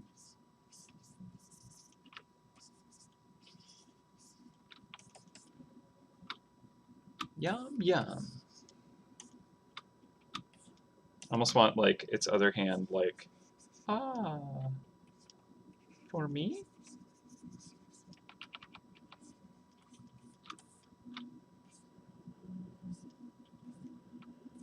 Yeah.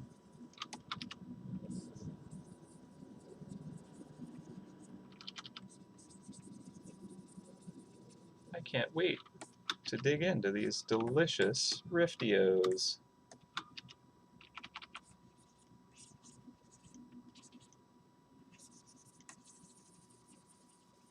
So healthy for me. I'm a growing mouse.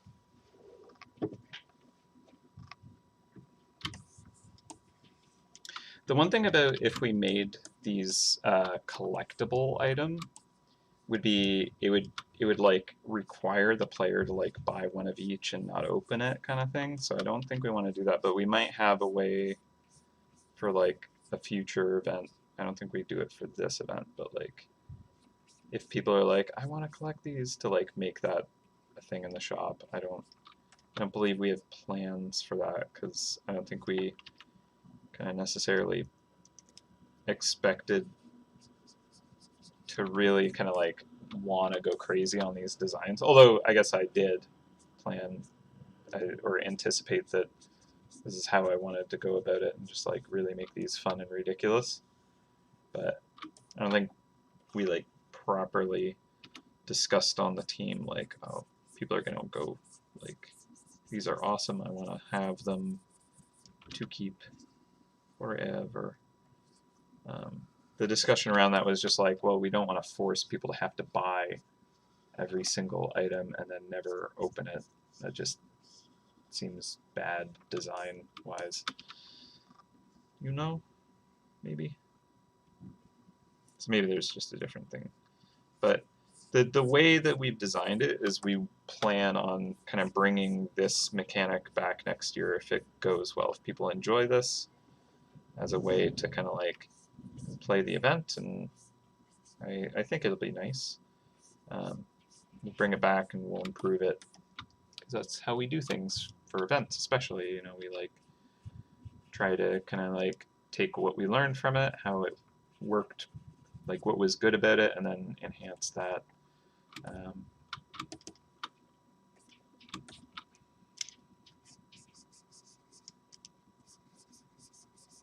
All right. I like this character, actually. It turned out okay. Plus, we've hit lunch time. I'm going to give him this little, like, pack or something like that on his side. Does he have that in the original drawing? I don't know. I feel like he probably has some kind of like hilt or like,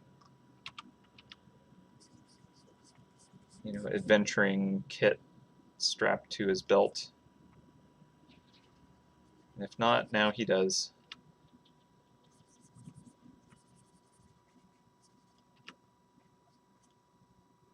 Probably thinking of the terrified adventurer, or the timid explorer, rather.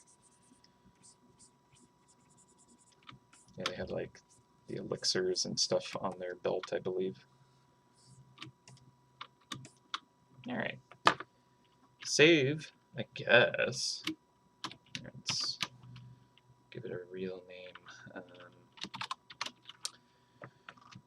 Thrifty Hose saved. All right, cool.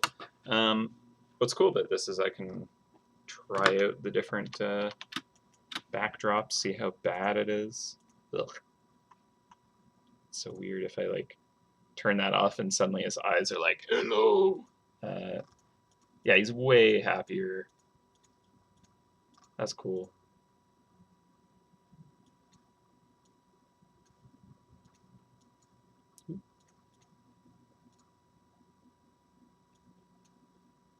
Oh man. Heck yeah. Oh man. Sweet. Yeah, okay. So I'm into it. I still think people will recognize the character. I'm gonna probably like play up the hair and like the hat and just kind of like, you know, make it more cute and cartooned and silly and fun. Um, yeah, the like the name of the vending machine will not have the horrible red dripping. That was just for fun because I was getting tired by the end and just wanted to do something ridiculous like that. So that's definitely not going to stay. So here is kind of like Riftio's inside the vending machine. And then let's see what it looks like when we like select it. So yeah, like I think that the color scheme is okay. You know, like it'll hold up. Um, and I think I might bring more kind of yellow orange into the logo because I think that'll make it like really pop on that purple anyways. So that's probably what, you know, branding executives would do anyways. But yeah, I think that's pretty fun. I'm gonna go on lunch. It'll be an hour. I'm gonna put up a timer so we can see, you know, exactly when I'm gonna return. I'm gonna throw this to the art team, see what they think of it, and get feedback from them. And yeah, we'll return in an hour. So I'll see you then. And I'll also have a Larry link for you all when we come back. So I'll see you in an hour. All right, bye for now.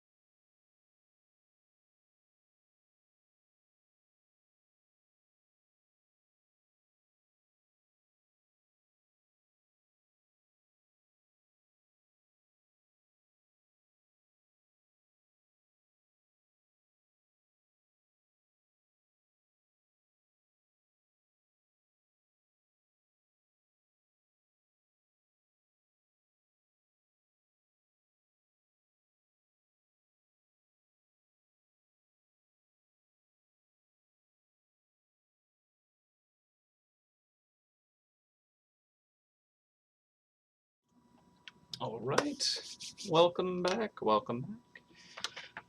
The stream has resumed. Have yourselves a lovely little Larry link. There we go in the chat. Little gift from the knight himself. All right, so where we left off, we had basically kind of, structured out the overall look of the cereal box for Riftios. Kind of did some simple line work of a character for it. I think it could be improved, but it's an okay start. And yeah, just kind of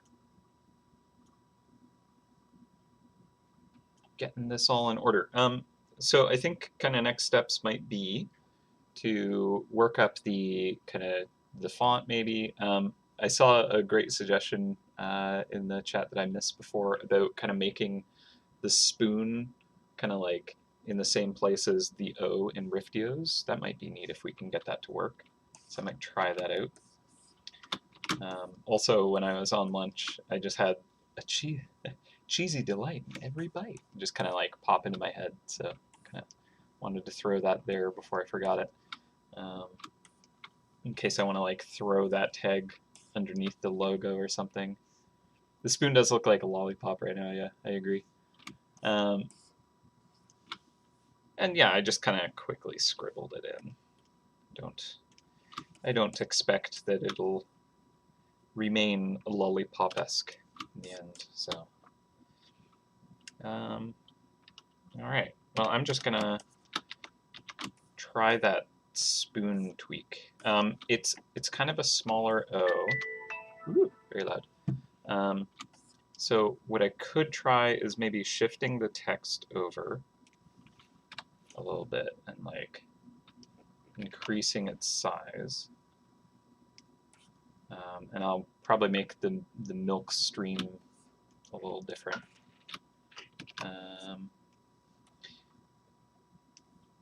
I actually think that if I do that, I'm wondering if the spoon will be able to line up at a useful angle. TBH. Yeah, and the head would kind of be covering the R in a way that might make that difficult to work with. So yeah, maybe I will actually just leave that there and then try just kind of drawing the spoon a bit different. My concern might be that it would get a bit small as well.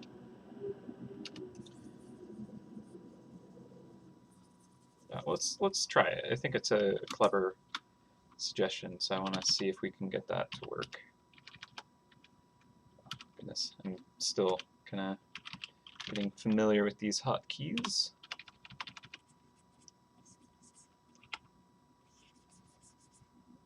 I like the hotkeys, I'm just not used to them. So let's rotate this.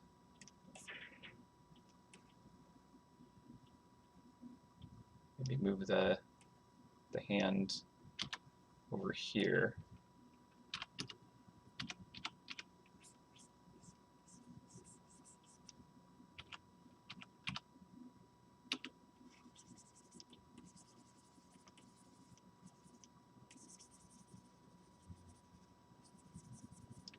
So I made a duplicate of this layer in case I decide to go back to where it was before. It should be quite simple to do. Just hide this layer and go to the old one. All right.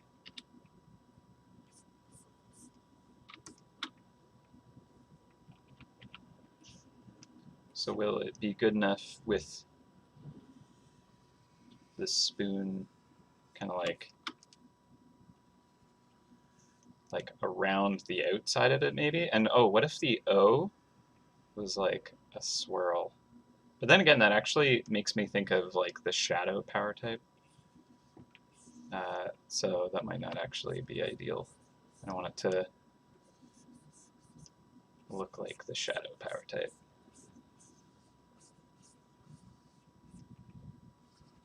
or forgotten is what I'm thinking of. Yeah, shadow is more like the like the star kind of spiral like that, right? And then forgotten is the swirl, and then like rift is more the cloud kind of thing, I think. Pretty sure. I haven't looked at them super recently, but if memory serves.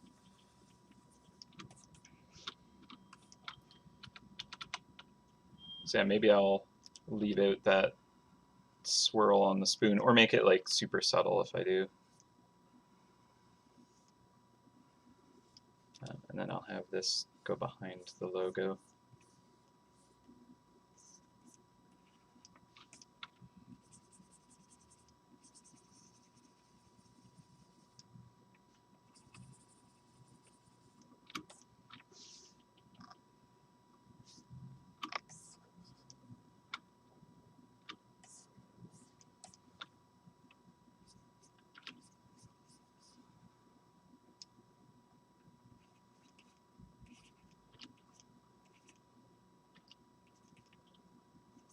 Yeah, and I could, if we wanted to make the spoon the O, I could make the O bigger. That would probably work. But I actually kind of like it scooping the O, perhaps. Like he's like, tee-hee, I'm stealing this. And that's maybe its gimmick. It's like, no, the cereal was in front of you this whole time. You had to go for the most delicious O. The logo. You silly mouse. Or some nonsense like that.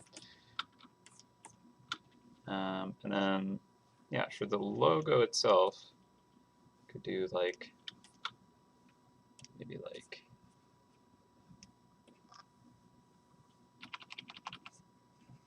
oh, that's a horrible yellow.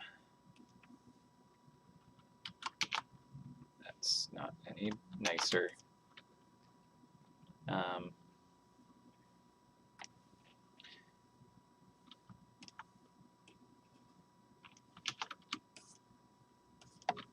Yeah, this isn't gonna work.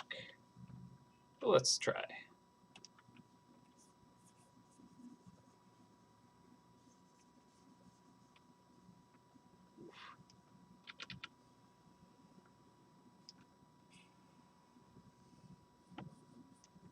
Okay, so this is not the direction for I want that to read. But I just wanted to kind of like toss a outline around it real quick.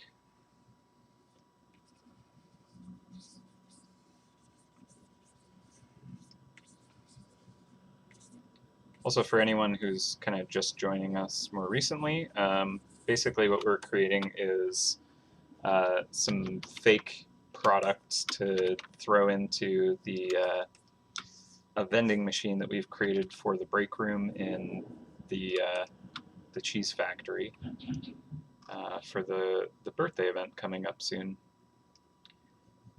Just thought it would be very fun to kind of like just make ridiculous products for this vending machine. I'm enjoying it, so I hope you are as well. But yeah, so this is kind of like Riftio cereal kind of thing that you could find in this vending machine, and when you purchase this, you'd get a variety of Rift adjacent cheeses that you can use in your adventures.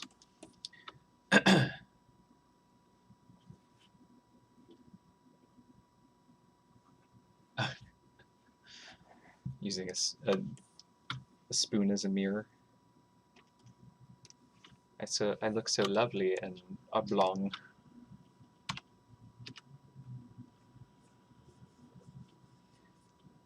Inverted. Beautiful. Alright. So that could work. Easy enough to just kind of like go back to that spoon, but actually I think that that works. I might like make the milk not streaming off from a weird corner. I might just make it kind of just like exploding with magical rift goodness without having to kind of be poured in. So that's also something to consider. Where are you, milk layer? Here you are. I'll duplicate this layer as well, just so we can try it out. All right. And eraser, I'll grab that color. All right, cool. So I can just kind of blast that away. This will also allow me to kind of like show off the spoon hand a little easier, because before I kind of moved it out of the way of the milk. This kind of gives us a little more room, but I could still have kind of like the milk like blasting up like this. Still make it very exciting.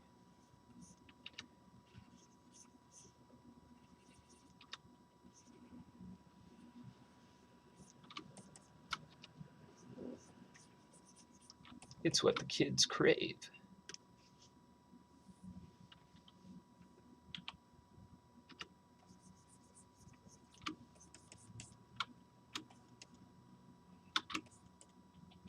And then, you know, we could put something here in the backdrop if we want. Although I think just kind of like really making the smoke, the hazy kind of thick clouds rolling around might be the thing that we want to kind of just show off there.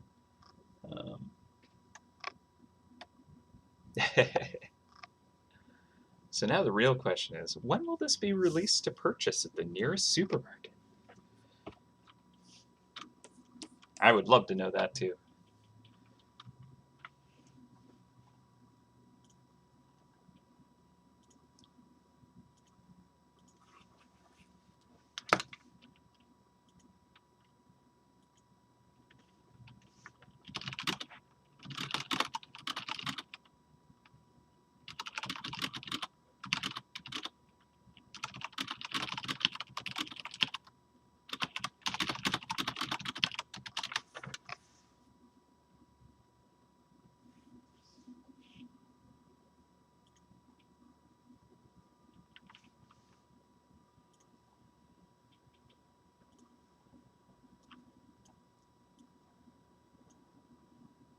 Sorry, just got a message about some assets that might need to pass over real quick.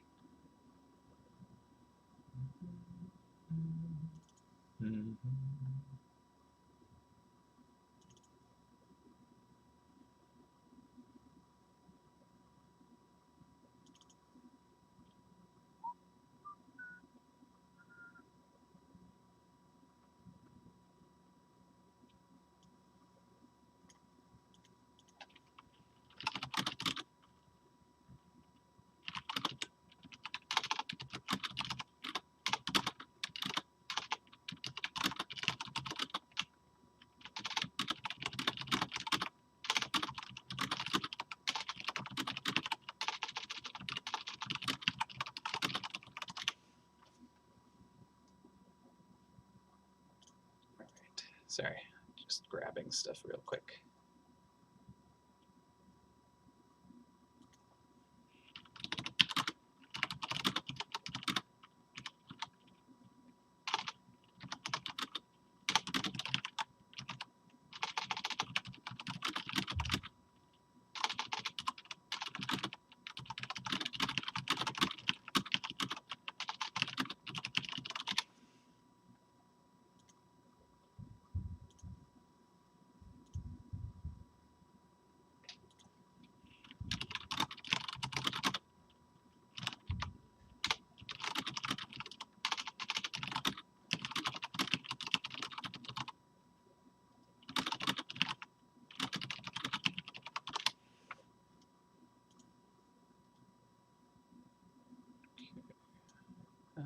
Sorry, I just need to throw a couple other things real quick.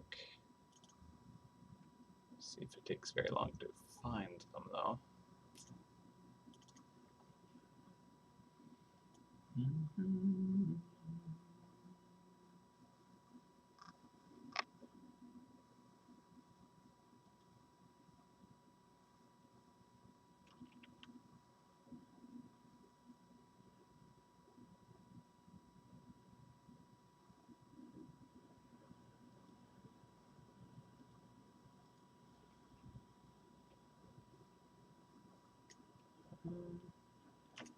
Actually, I have a search program that might help with that. All right.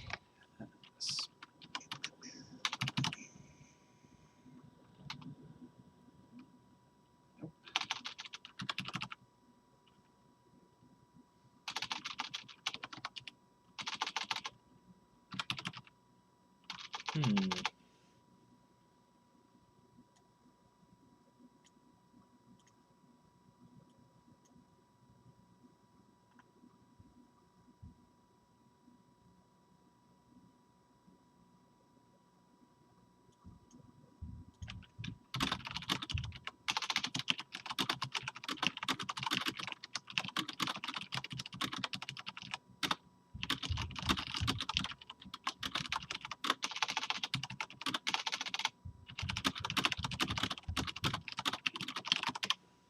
And then one more thing. Let's see. Oh, it should be okay.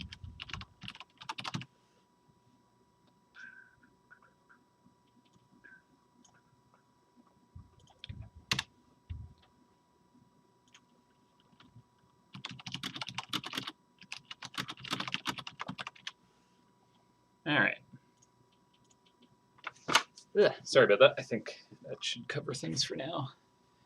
All right, let's go back to this.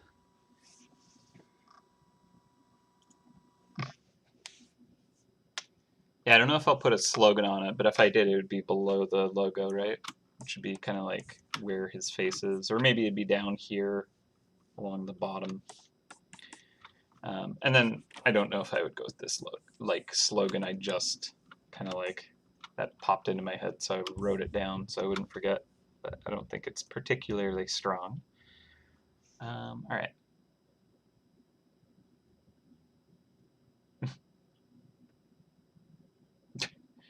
Shift into the rift with a pack of Riftios. Oh, it's great.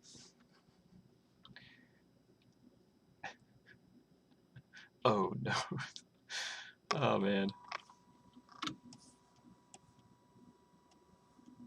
Hello, Fighty. Yeah, what's up with having to sleep, right?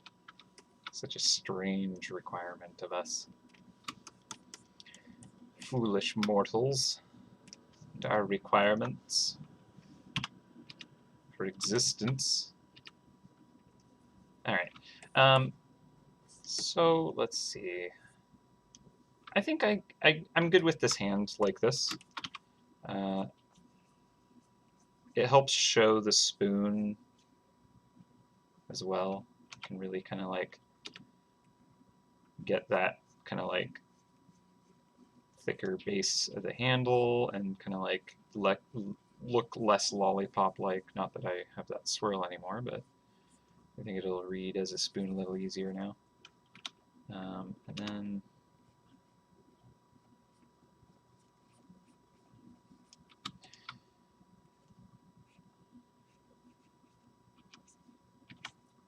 okay, come on.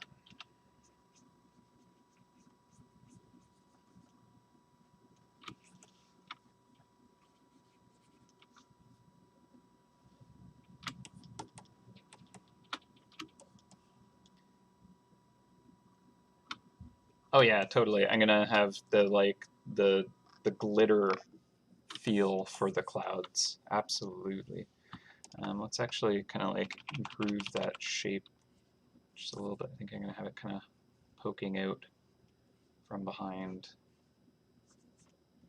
just a little bit more.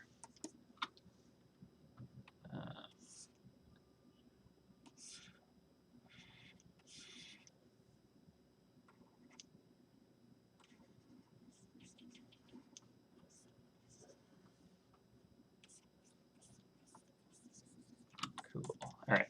I'm still not sold on seeing the sides of the box.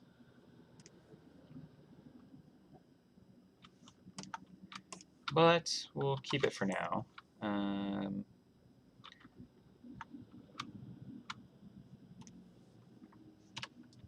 suppose what I should probably want to do is clean up the actual shape of it.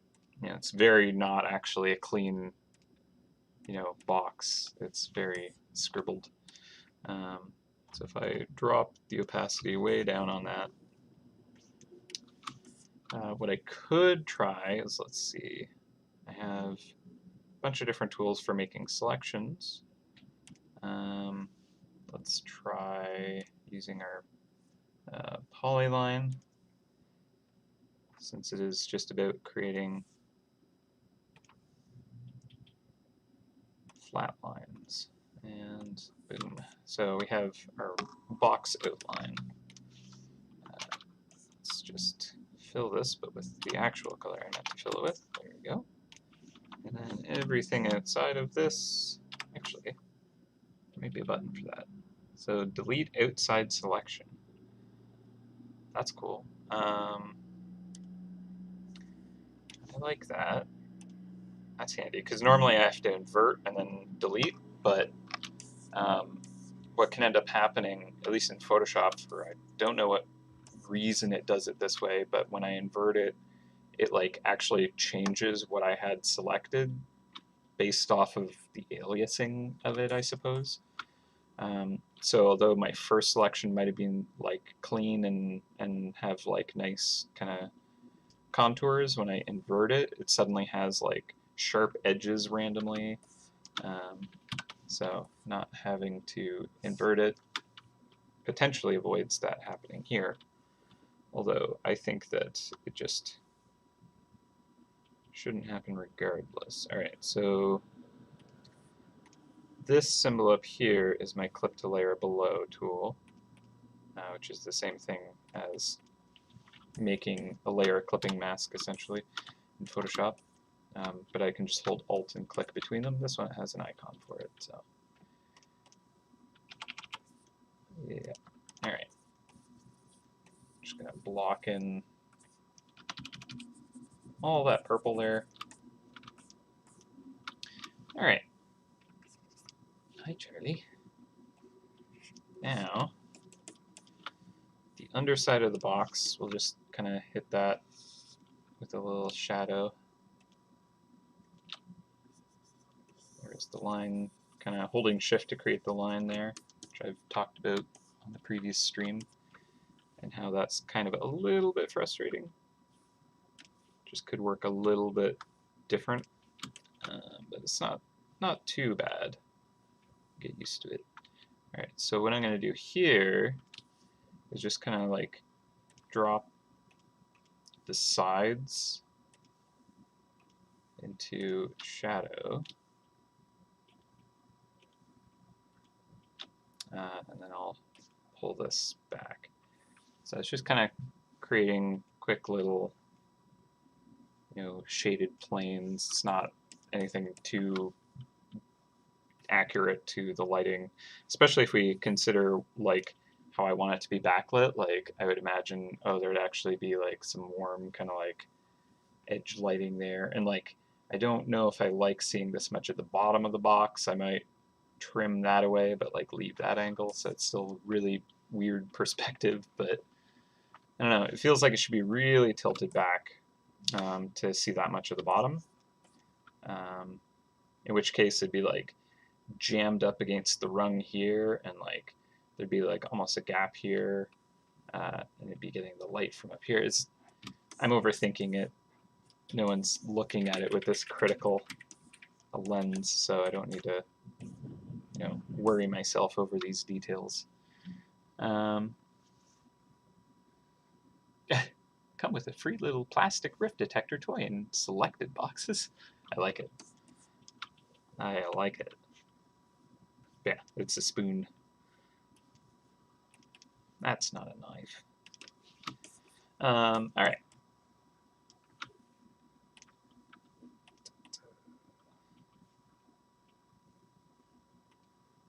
That's what's going on there. Right. Okay. I'll just extend this here.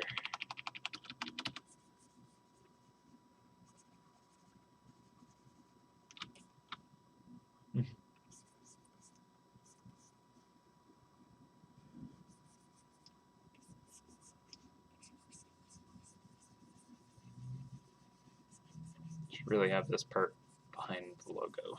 That would probably make it a little easier to work with. Just a smidge. That just means that I can hide this part of the R. Clip that below, and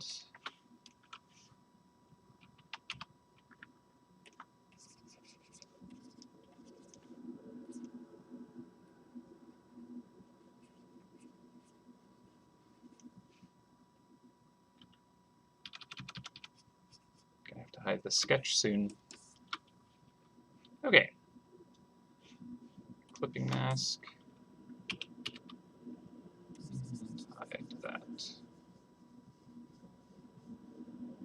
Yeah, I think I'll bring the hat up just a little bit and like make sure those straps are kind of like swinging out or something like that to help create that character beat. It's like popping up with a spoon like, yay, I'm gonna eat it. Or some such. All right.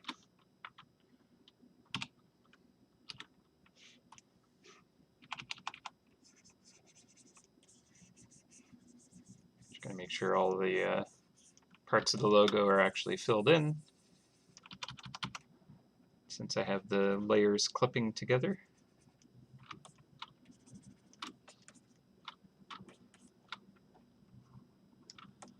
All right.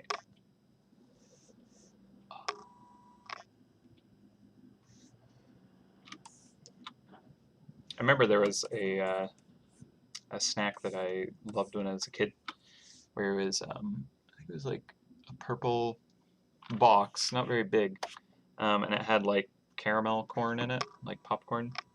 But it always had, or maybe it sometimes had, like a little toy inside, like like a little spider plastic ring jack box or something like that. I don't remember what they were called though. But yeah, I like that concept of kind of like cheap plastic prize in every box kind of thing that kids would totally go for, because I know I did.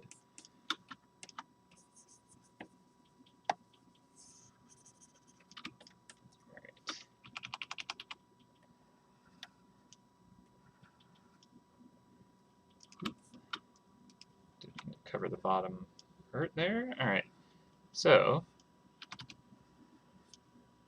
next, I think I'll do these clouds to kind of like give that nice background texture to work with. Jacks, that might be it. And I think there was like a blue or purple elephant on it. I don't remember. I remember like having it a few times, perhaps on like long road trips. Cracker Jack, maybe? Yeah, Cracker Jacks. Yeah, it might be Cracker Jacks. That might be it.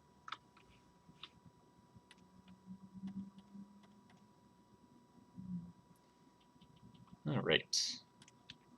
So I'm just going to merge these together. Oh yeah, I didn't set up that hotkey to do the group merge. Merge selected layers.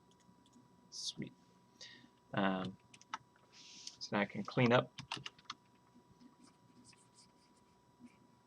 these parts.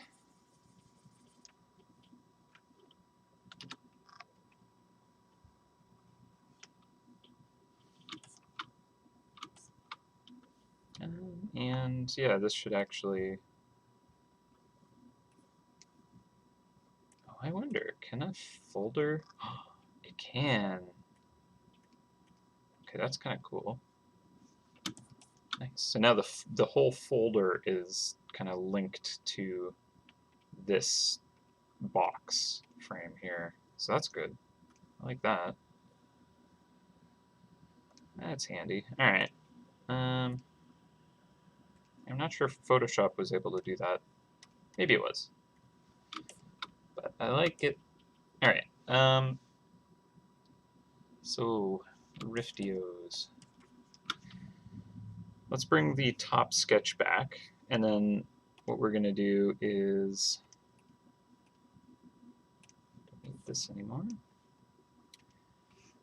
get these swirls to a better place. So let's do a layer on top and pick a brighter, pinker, more color dodged color. And let's see, what would be a good brush for this? I don't have all of my brushes, but I have a lot of them. Nebula might be good. Now, triangles? Too intense. I need to space that out. Particle density. Nope. Let's see.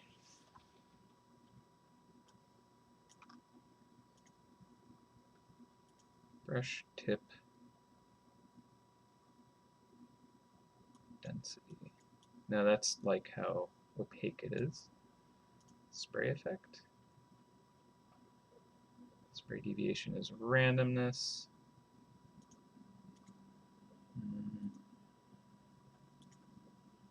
I know I found this setting before.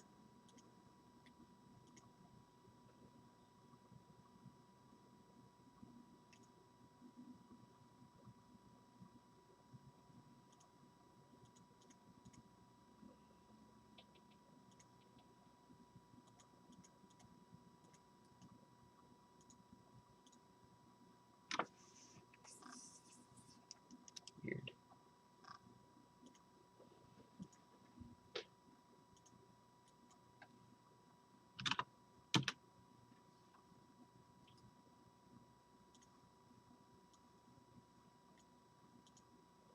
That'll be a stroke.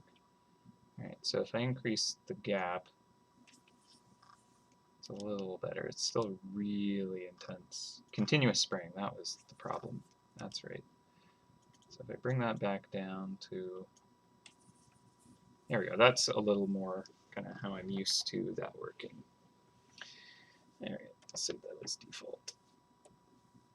Cool. Okay. So what I kind of want to do is like link this layer into that. So one way I could do it is if I make these a folder now,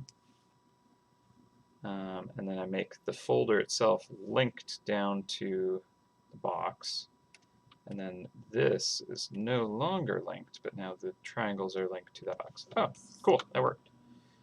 All right, I don't mind that. Okay, so this is very nauseating kind of design right now, but we'll make it a little bit nicer. Let's see, probably use the gentle brush and increase the size, but then turn it into an eraser version. So it's painting in the alpha. So basically I just turned it into a very soft eraser. The sides, I'm just not even going to have this texture visible on the sides, because they'd be turned away from us and kind of like flattening out. So what I do want is like more of a sparkle, like a glitter kind of effect. So maybe like stubble brush. If I like try something stronger. Brush density up, particle size way up. That's too high.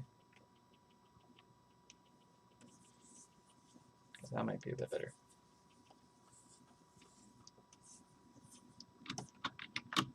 Look at these sugar sparkles. Yum! Okay. So I'm going to pull up some rift clouds from the early days. I feel like those were the kind of clouds that I want to capture with this. Sound the horn, and let's take a look at some rift walkers.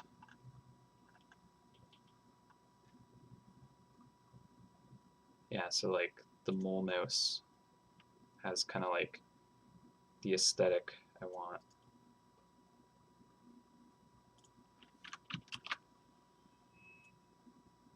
I'll just take a snapshot of that real quick.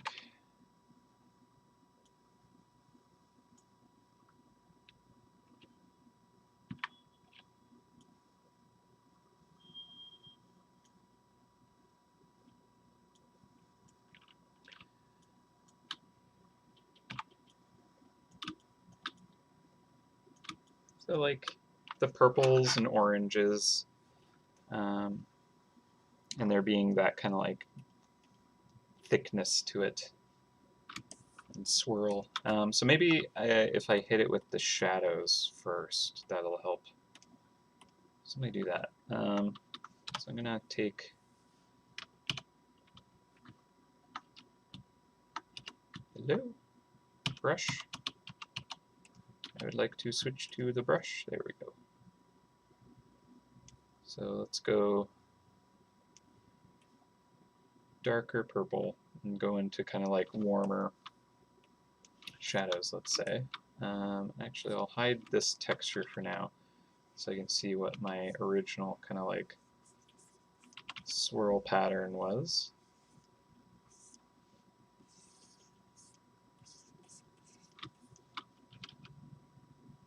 Yeah, and maybe I'll have kind of like some clouds wrapping around the lettering as well. That might be nice.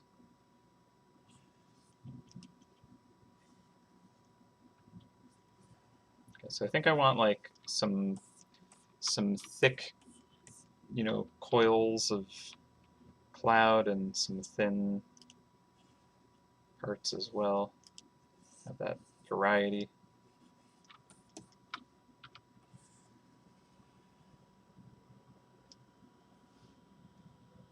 I meant to do this on a layer above. I'll do it on a layer above. Okay. Do this properly. All right.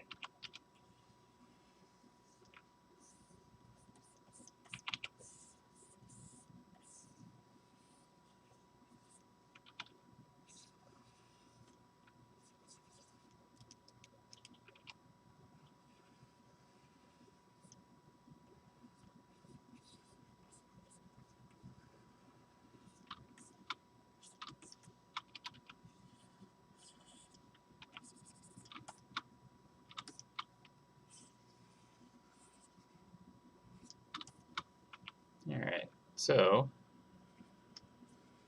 have that kind of like go off the box there.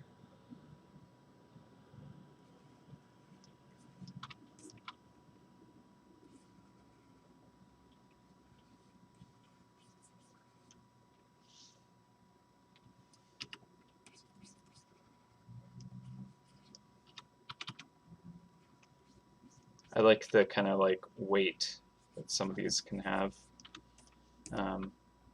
where it's like it starts like a tight spiral and kind of just expands super quick.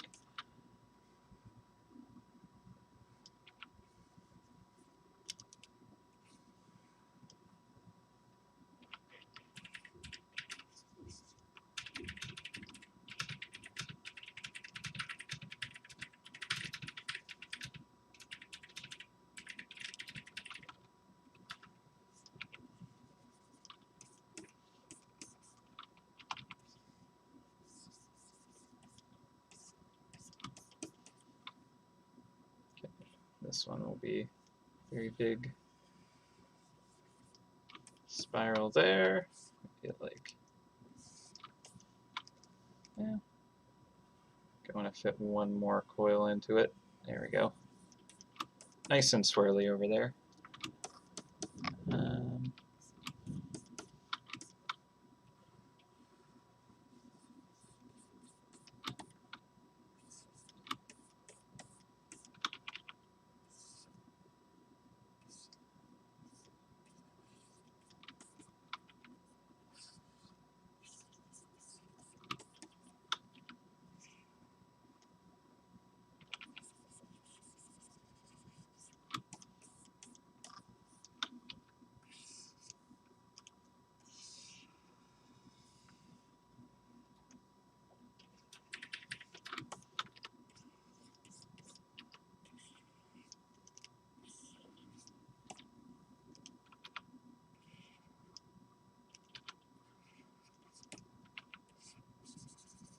All right. So that's seeing some of that swirliness working for me. Okay with that. And cool. All right. So yeah, I want to get like that kind of twinkling glitter dust quality inside of it. Then I think that'll be kind of a good place to move on from. All right. Whew, too warm. All right. So with the way that I handled it for the mole mouse over here, I kind of like had a lot of the light kind of affect this, you know. So I think I'll kind of like give a little bit of that quality to it. I don't want to go as kind of like painterly realistic.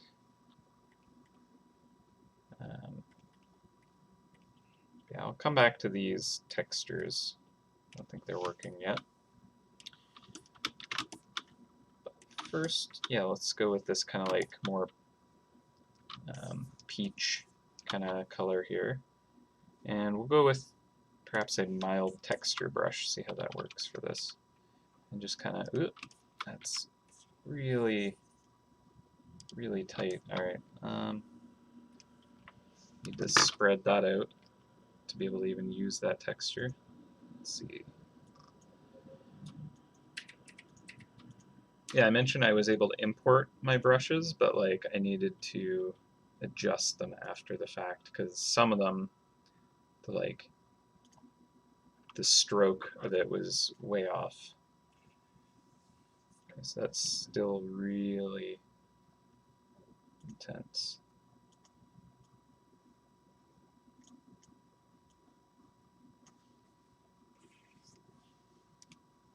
Okay.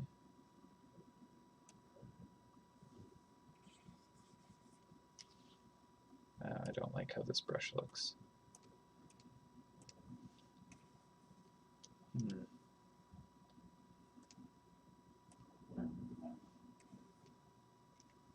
Eh.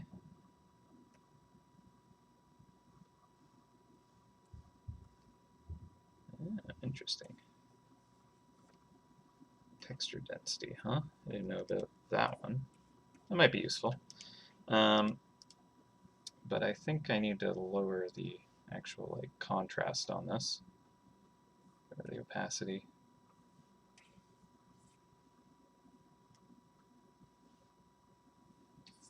Even if I paint like really gently, it's just slamming it down.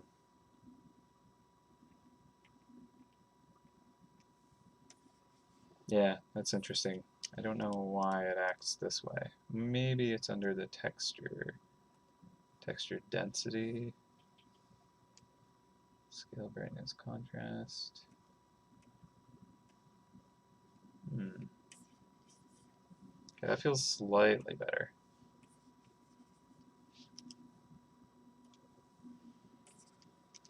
Interesting.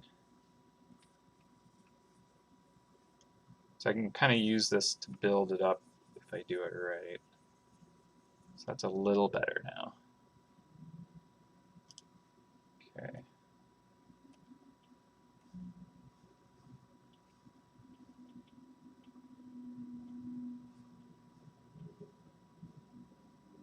Interesting. Where's the mountains texture? I don't remember adding that.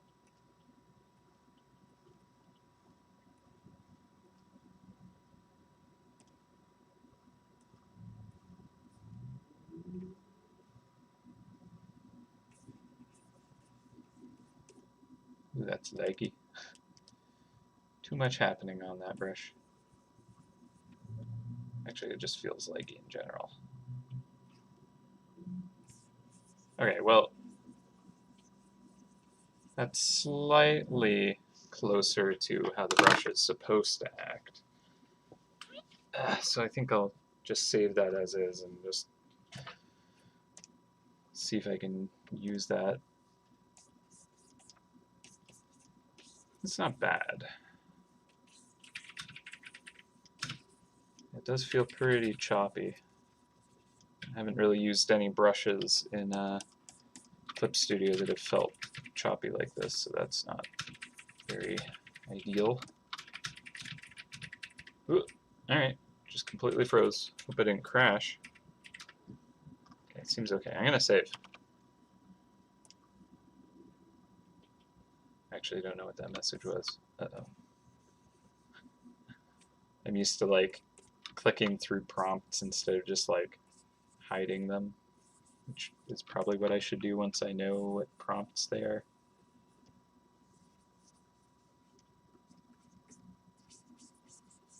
Like maybe one day I'll want to have that knowledge that I should already know anytime I take this action. Don't often get a prompt when I just do a regular save though, so oops. Hope that wasn't anything I need to worry about. Okay, but yeah, I'm thinking, you know, just kind of like a little bit of dimension to these is a nice little thing. It feels like cartoony and fun still, especially since it's still a very kind of graphic looking Wonka-esque design.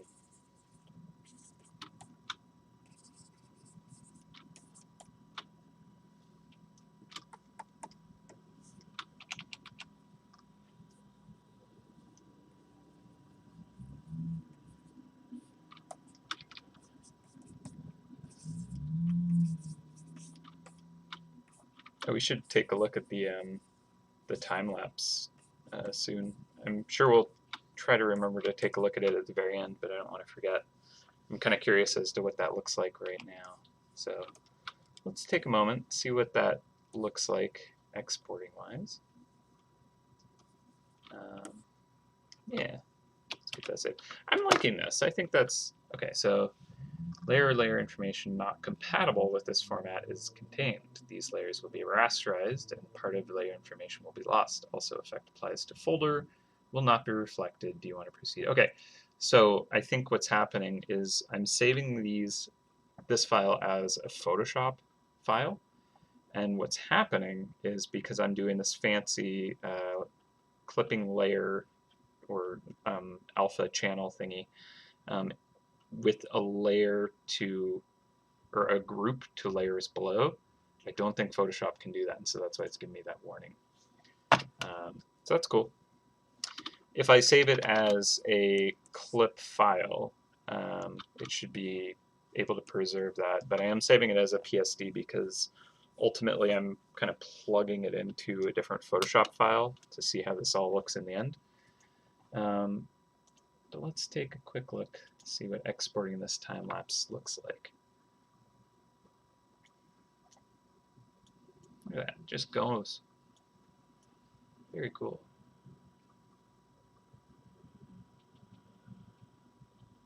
Like it used to be, I would have to like eat up 8 gigs of my hard drive to record a painting video, and then I have to like go through and edit it heavily, like cut out any dead time where I'm like going and making a coffee or like chatting with another developer. Speed it up, encode it, and like probably do that twice over because I was bad at it and inefficient. And yeah, like all kinds of stuff. But this is just like boom. I wish I could choose like what happens when I do all. I feel like it's still just going to be 60 seconds, unless it's like, oh no, it's over. Ooh, okay, all might be the way to go. It just does every single brush stroke. So if I keep going, it might go to like 3 minutes or something. Okay. Awesome. And then yeah, I can choose the resolution, 1280, 1080, 720. That's cool. And choose an aspect ratio as well. Very nice. Very nice. I like that a lot. So yeah, and then all I need to do is just kind of like bring this into an actual, you know, video editing software, add sound or whatever else I'd want to do. But yeah, much, much, much, much, much, much nicer. I love it. Cool. Okay, so yeah, that alone makes me like super excited about using this program more. Because that actually looked really cool. All right, let's see, trying different layer types. So there's one thing that I really like with Photoshop is I can just like go into this menu, choose any of them, and then hit the up and down arrow key and like just kind of walk through the different layer types just to see what they look like. Glow dodge looks okay. Add glow might be okay if I just kind of like knock it back here and there. It was also grouped a little better too, to kind of like see what category of you know, layer whatever brain. Actually, hard mix is kind of neat because it's playing with the shadows a little more. But yeah, they're not totally ordered. Like we have like difference and vivid light, and then linear. Like difference does not feel like it belongs between hard light and vivid light, right? These are like more additive, whereas difference is more about like, you know, creating the opposite color overlay, and this is all like light or color adding, even up to like here with the pin light. And then exclusion is where I would put like difference, because they're both very kind of like playing with kind of like the opposites and kind of like how the colors kind of like, you know, obstruct each other as opposed to add. Yeah. Then we have like darker color, which here's like multiply and darken, which is kind of like also how I imagine that would go together. And then like lighter color seems like it should go with the other additive stuff. So it's just, I suppose I'm just very used to the, you know, operation of Photoshop where it's kind of grouped into like 4 categories. Like, do I have a luminosity one actually? I guess brightness is luminosity in this, so. Okay, color dodge, I was expecting a little more intense colors. Glow dodge is probably the term that I'm looking for though. I like the glow dodge here. Normally I use color dodge in Photoshop and it does this kind of effect. So I'm guessing glow dodge is the thing now. Alright, so I'm going to use a gentle brush, but set it to alpha, so I'm erasing from this layer. I'm on the bespeckled layer, and I think what I'm going to do is I'm going to just kind of like, actually, you know what, I'm going to use my occlusion for start. Same thing, I'm going to use it to erase, but I'm going to erase in the deepest portions of the shadow. Won't look like much right now. But basically I'm kind of cutting into it with a very weird eraser that's like super intense directly in the center and then quickly fades and into nothing. But then kind of gradually is a smooth eraser outside of the center. Yeah, I just want to knock back some of the intensity of the glow in the shaded areas. Let's see. Here. The big.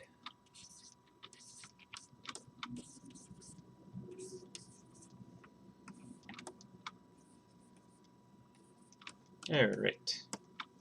Then we can go to the gentle brush, which is basically a big soft brush. But again, I'm just using it to do some erasing, so I can really gently knock it back. And I think for these kind of speckling, I want to have these kind of really only be punched up where it's kind of hitting the light more so.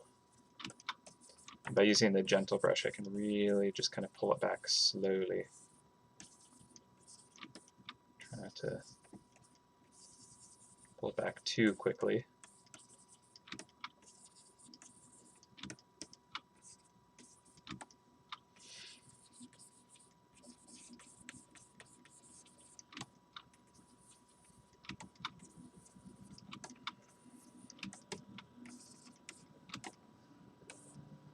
All right, and then, yeah, once I'm done this pass on that, I'm gonna manually add in some speckling to like pump it up where I think it could use it. Because it's placed pretty randomly at the moment. All right, so it's feeling okay.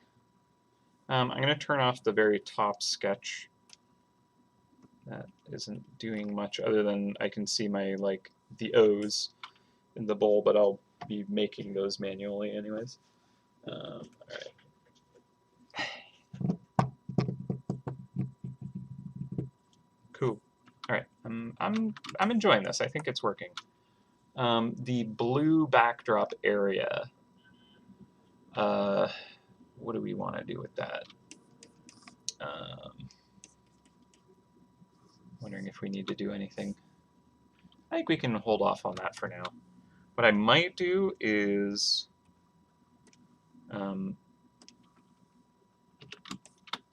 open up just a little of that kind of blue behind the character here to kind of have that feel more kind of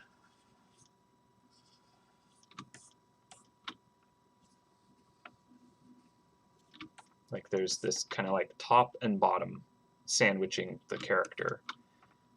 I'll pull that in even more actually. I'll have to change that spiral though. And then actually I'll bring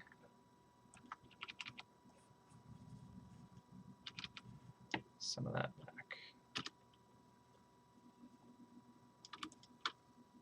Cool. All right. So there's just like a little bit of kind of, yeah, I'm just separating those portions, and maybe I want to do that here too.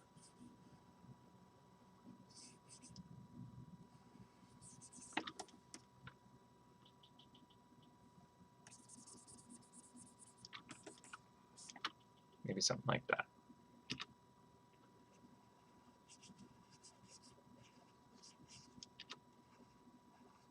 Oh, by the way, I don't think I've done much kind of like media recommendations recently. Sometimes I do this on stream, not exactly frequently, but I have watched a show recently. It's certainly not going to be for most people because it's kind of more the horror, body horror kind of genre, which is certainly not something I normally go for anyways, but there's this Korean show that was really, really good called Sweet Home that Alex and I watched recently, and it's just super entertaining, and the characters are off the chain. Like they're like the embodiment of their archetypes and take it to the next level. And the writing's actually like so good that like it makes you care about every single character, which I appreciated. I thought it was a lot of fun. So there you go.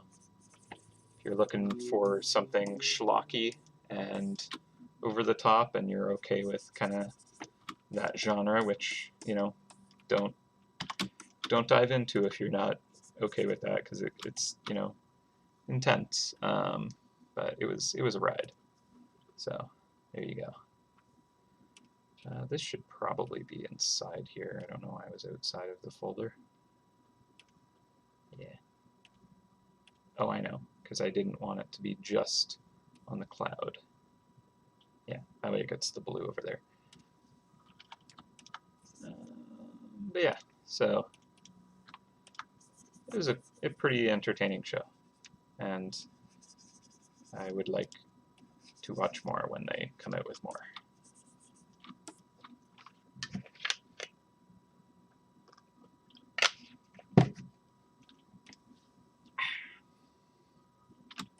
All right. Also, the shadow here on the side of the box is like broken and bad. Like showing it at this weird angle is just like breaking all of the rules for the perspective on this. So I'm still considering kind of like not having it at like this weird tilted angle, just to preserve my own sanity around the design. But again, I think, you know, I'm just going for effect, so I'll leave it for now. All right. I think this is actually shaping up. Okay, so we'll bring the beautiful glitter back, and let's pop a new layer on top for this. And it was the glow dodge, right? Glow dodge? Yeah. And let's go for like just full-on gold. And let's see, try occlusion.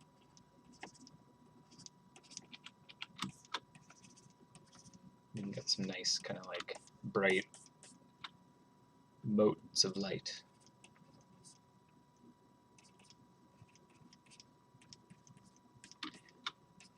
No, we don't need to go like overboard with it, but I feel like this is nice. Okay, I need to change this shape here. Let's hide that. Hide that. This is the one that I need to change. We'll use just the main brush for this. And let's just try erasing to find this.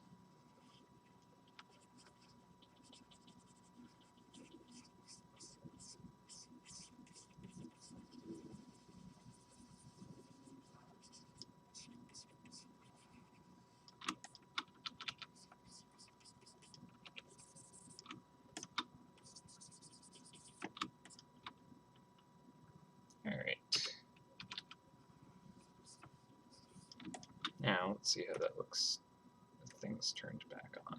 So this needs to change.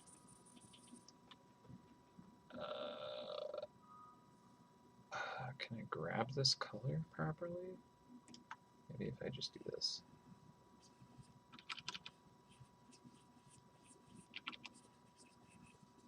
Just kind of like figure out how to replicate what I was doing on this layer before. Because I was using that texture brush, that's right. And it was not quite that color, it was probably more... That's a bit annoying when it does the autosave. Like, I appreciate an autosave, but I didn't really notice it happening with Photoshop, so that's kind of a little bit of a, oh man. Guess maybe it is a little more red. You know, I'll just grab this color.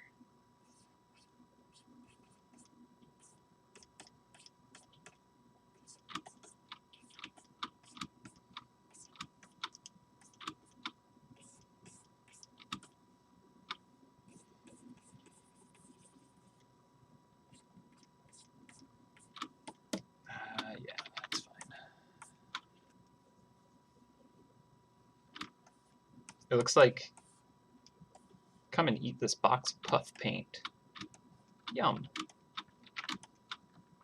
Delicious puff paint. Come and get it.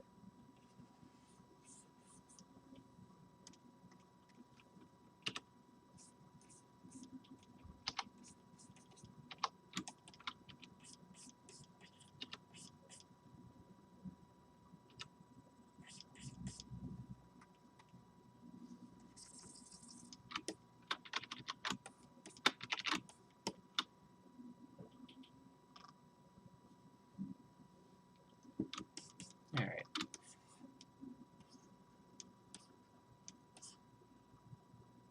I mean, maybe the blue is just some kind of like gradient or some such.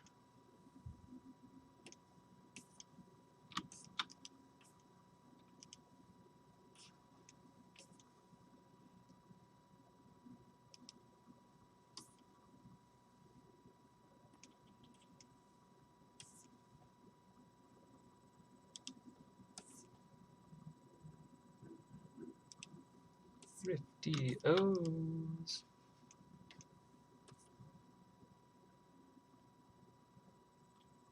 Don't know if that's the color scheme for it, but it's kind of neat. It actually reminds me of the design of the very first Rift back during, what was it, like the 8th or 7th birthday, or maybe before that.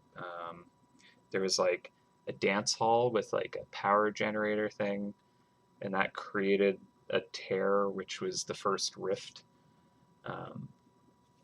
And you had to kind of seal it, and so the design around the header illustration was this kind of like view through the inside of the rift, looking out at kind of like through this tear in the world and seeing kind of like the actual like land of Narnia through this portal kind of hole that you walked through, and then you had to kind of like seal it up.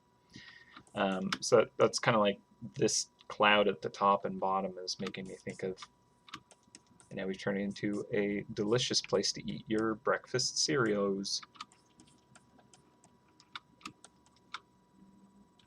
Yeah, so I'm enjoying this. I think this is good. All right, so the logo we can make read a bit stronger. Not too hard to do, but worth it, I think. Oh, that was accidental, but looked kind of cool. Okay, now it's just adding a little bit more punch to some of these swirls.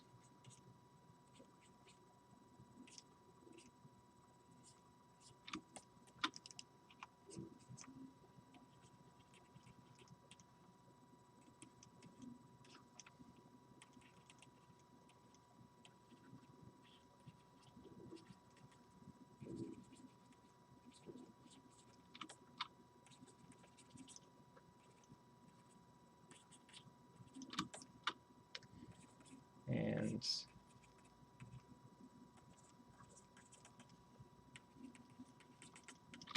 yeah. All right, I think I'm good with that backdrop. It's definitely detailed. I didn't actually expect to make it that kind of three-dimensional quality. I think I actually want the bowl to be like really graphic looking, and then that milk and cereal to be way too like an actual photograph of milk and cereal now, and then the cartoon character. So let's actually work on the character for a bit, because he is kind of pivotal to the design. Also, his color scheme is probably going to, matter. So I should probably make sure that doesn't work horribly.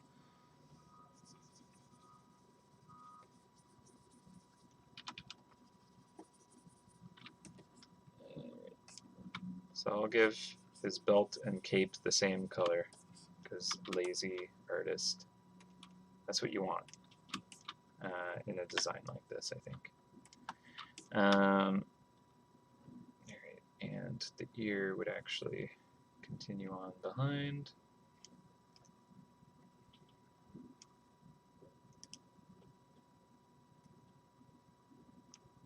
I don't want that to line up with anything, creating a weird artifact.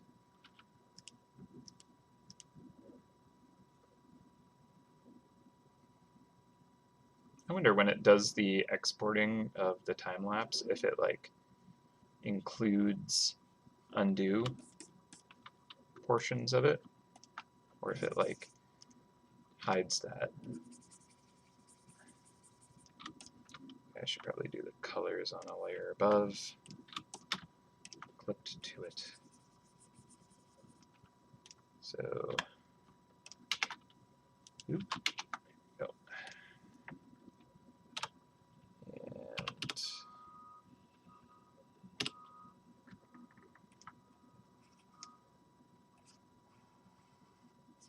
this will just make editing them a little smoother. Need to tweak things.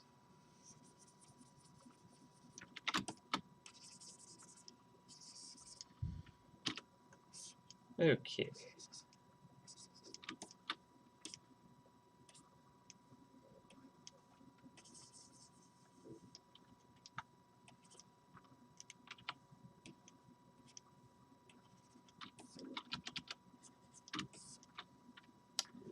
He's kind of got like a nice light orange coat,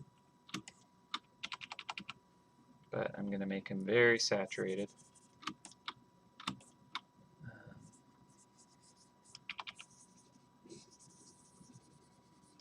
Actually, I should do this on a different layer.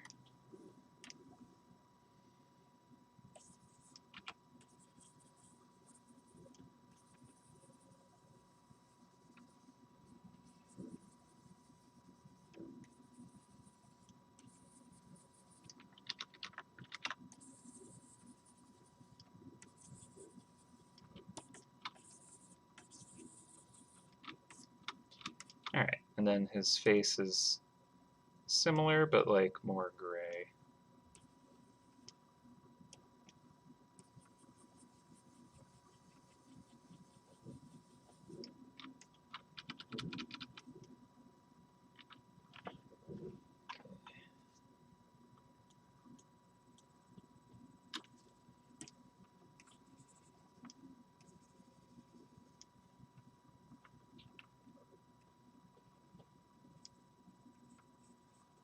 It's got like hamster coloring right now.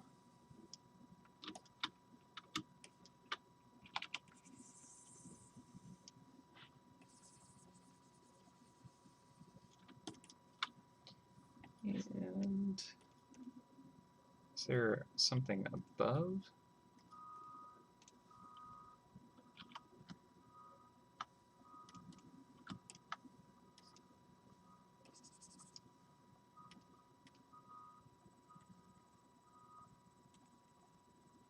What is blocking the arm there?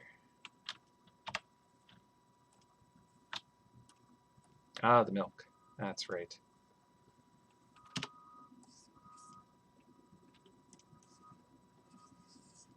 Now let's get rid of that for now. Can add that back if I want it. All right. Yeah. I'll have to fix the colors to make the milk splash more visible. I agree. Okay, so yeah, I think I would probably want him to be more orange, a bit darker.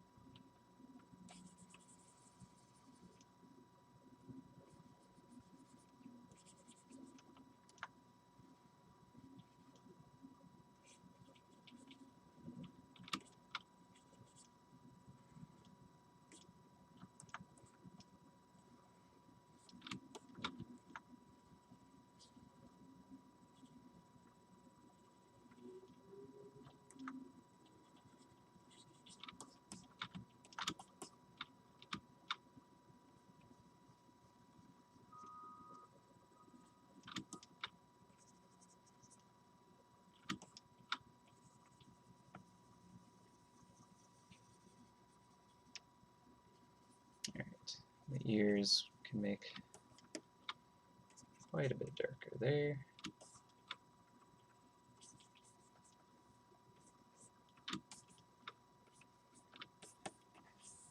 Now, question is, should I just simplify it to like 2 colors, or do we want 3?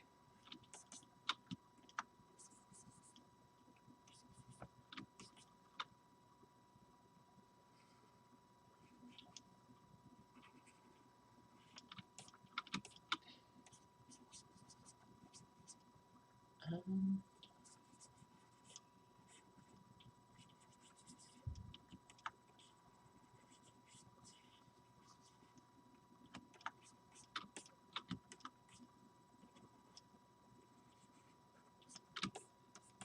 hmm.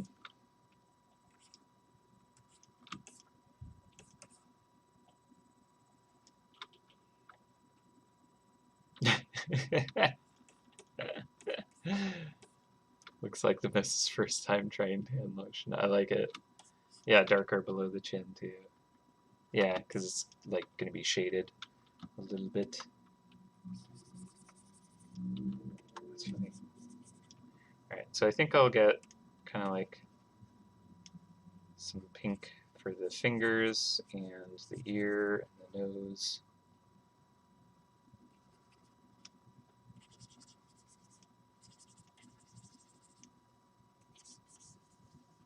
I think we'll go darker than that.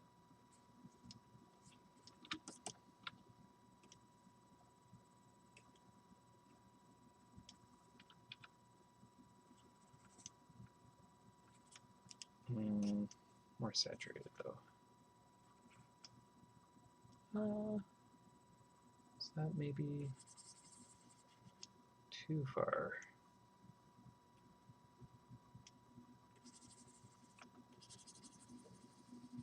That might be okay.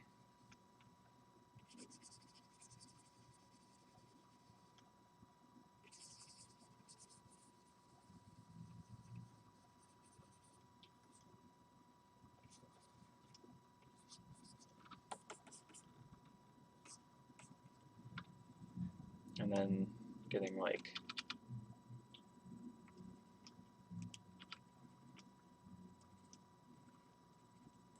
some specular highlight. Maybe.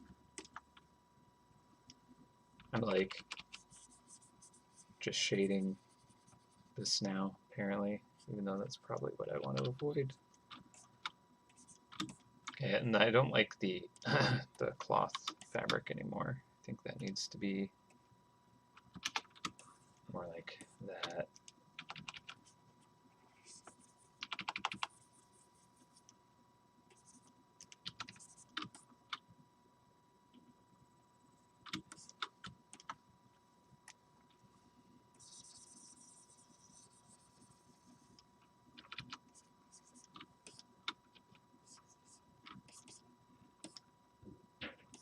Yeah, I think there's maybe too much in the face. Just simplify it a bit.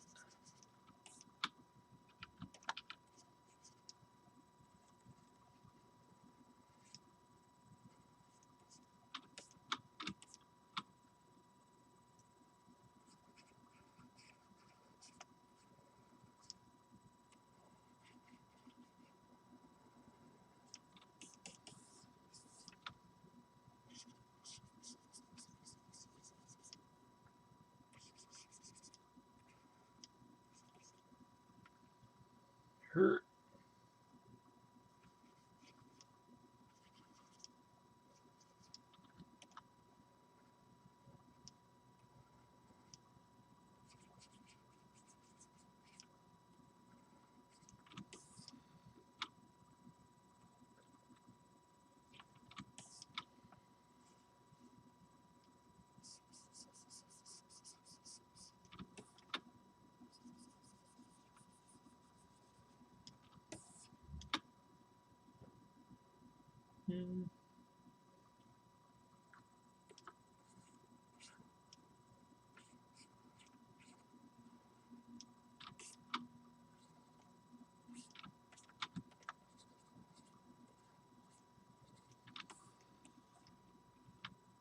Kind of gives it more of a smile with that pattern there.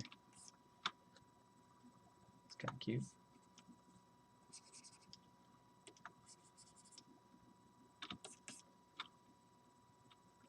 Okay, and then if I just go over top of this with like, I don't know, purple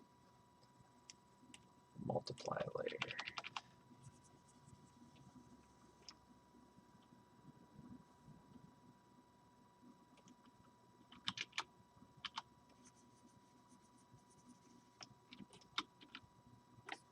actually over top of all of it.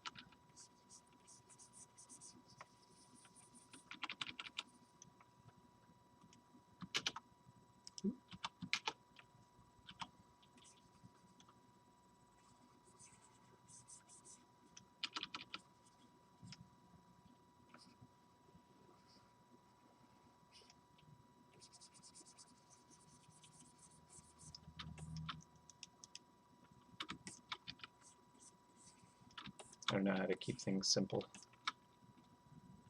It's not something I can do.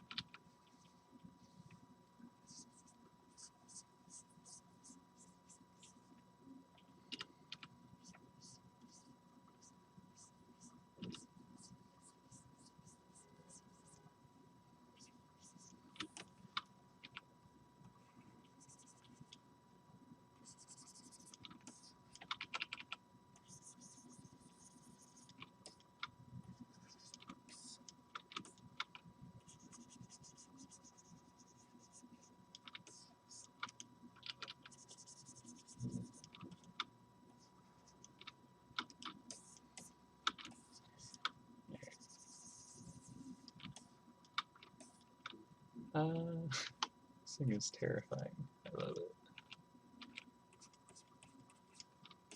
Nah, can't have soft edges.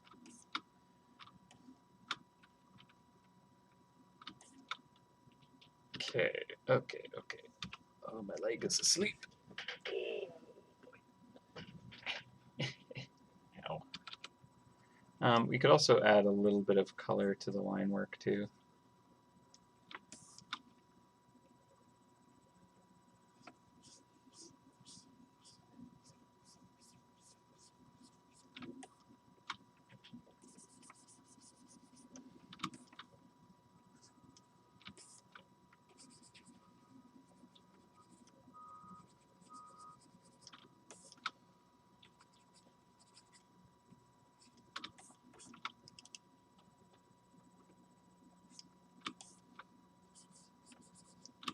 All right.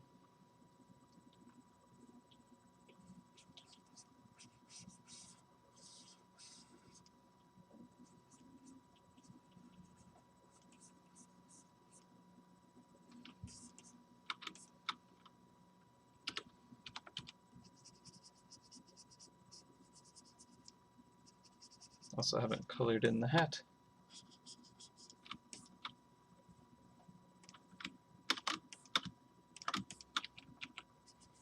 Just use that same red.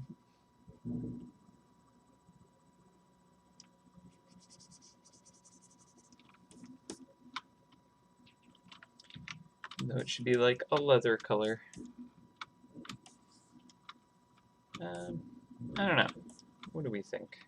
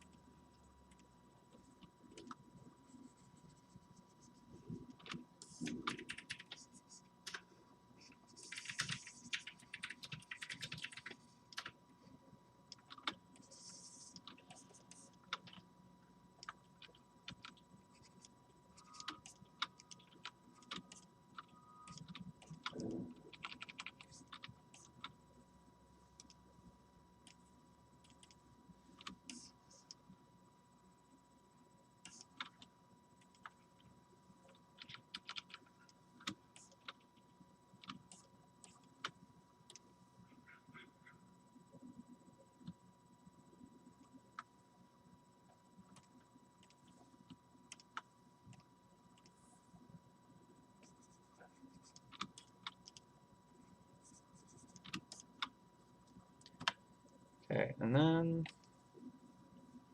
do one more quick layer. So just be white, the eyes. Although, thinking that should actually be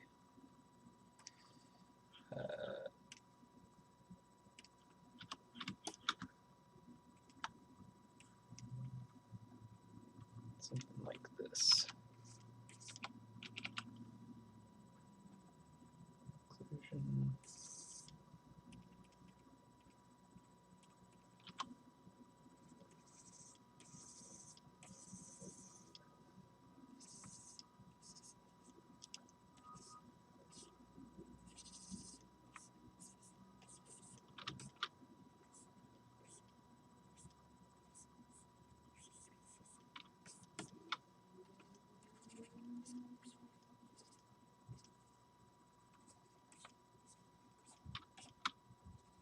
You too can have terrifying glow eyes.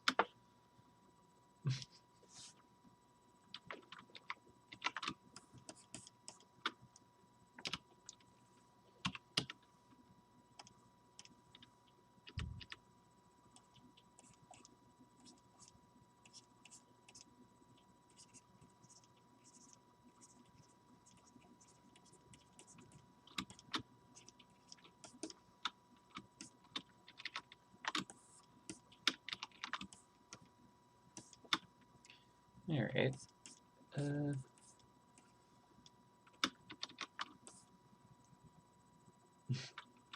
Eyes of Galaxy. Okay, so I guess the spoon could have a layer as well.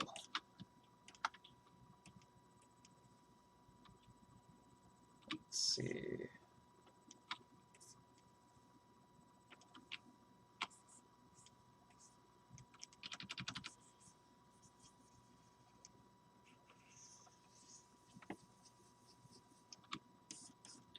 Spoon.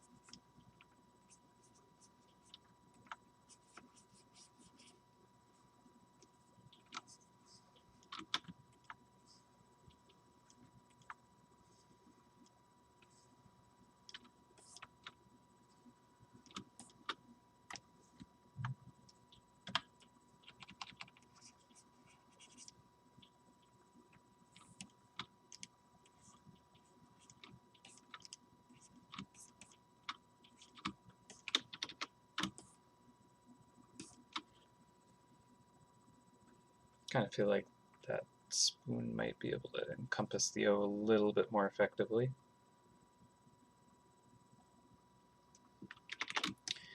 Also, I think maybe I will do a little bit of coloring on the outline. So let's see, maybe just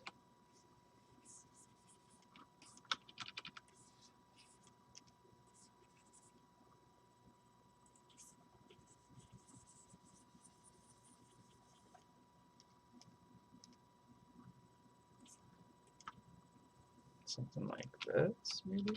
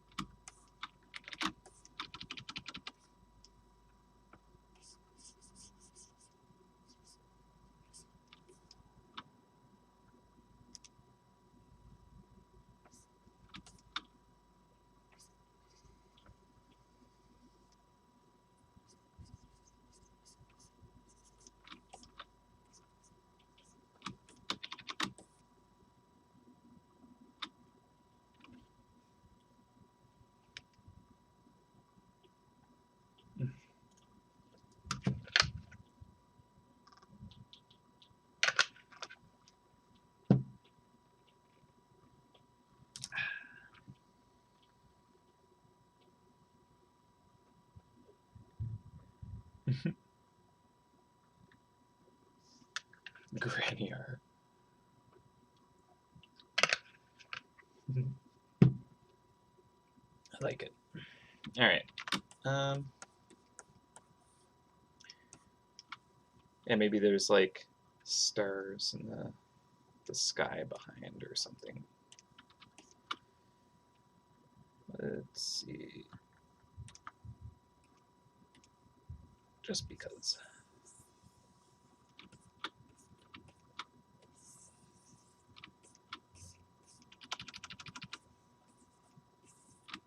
The delicious nighttime cereal.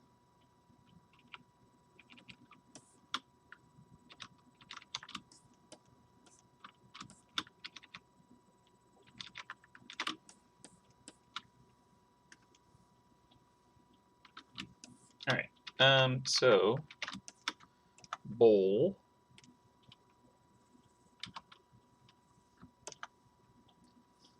Grab that. And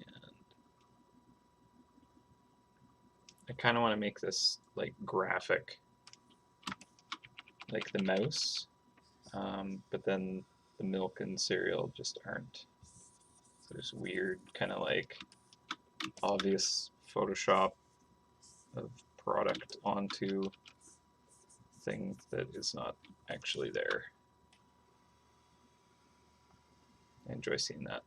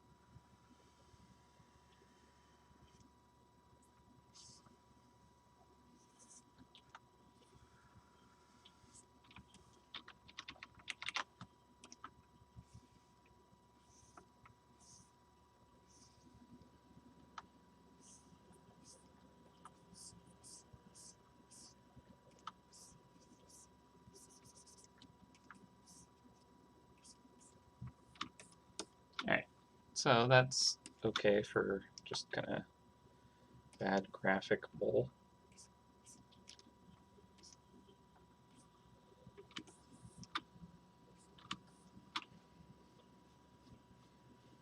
Alright, so now gotta make those Rifty O's. And then I think the text, and then any final cleanup, and I think we're actually pretty much done, unless we want to try and throw the tagline that is like onto it, and maybe clean up the character just a little bit. I want to make the top of his arm pop a bit more.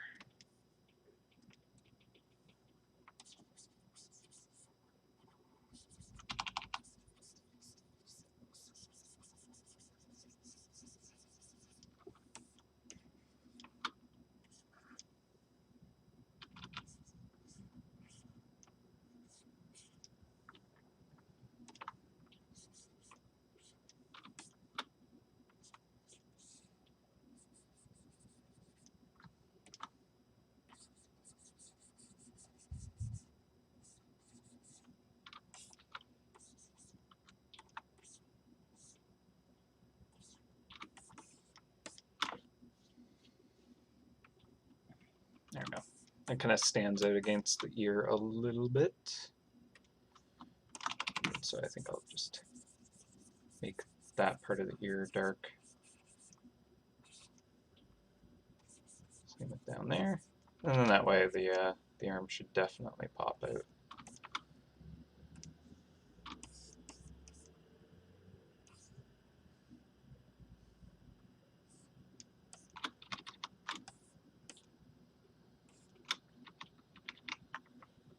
cute. All right. Yes, gotta that delicious the O's, the main thing. That good stuff we're all here for. All right. Let's do a folder for this. Do a new layer, and this is going to be our O's. So let's start with what would be a good, because I kind of want it to still be cheesy, right?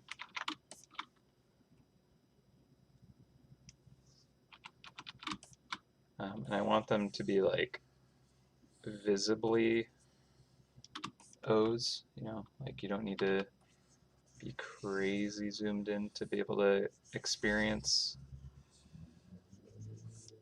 just how delicious these big O's are.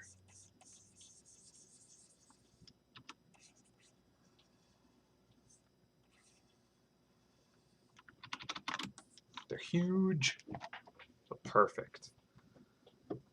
I'm just getting kind of like gooey and soggy, I imagine. Wonderful. All right, so yeah, I think I want to make them like that big, because it's almost disturbing. So let's just duplicate this a little bit.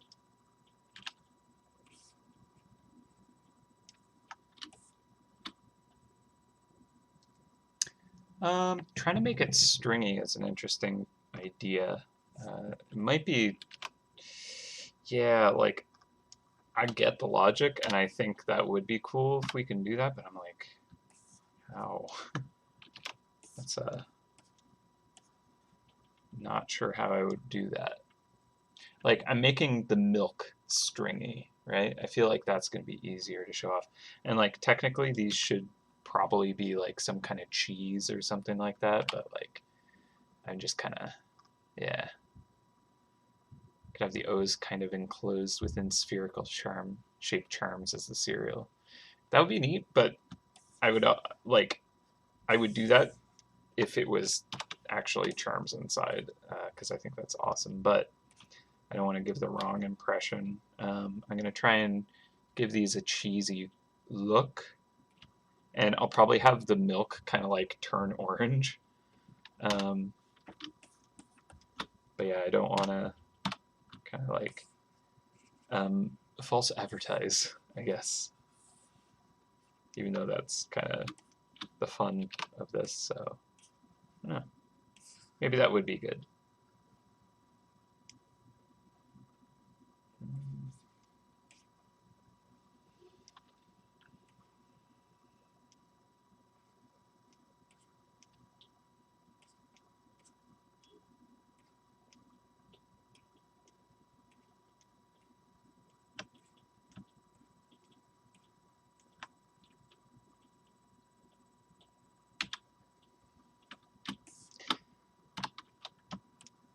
Yeah. No, I don't want to make too much work for myself. Like it's already going to be quite the design to kind of, render all of these delicious Cheezos. But yeah.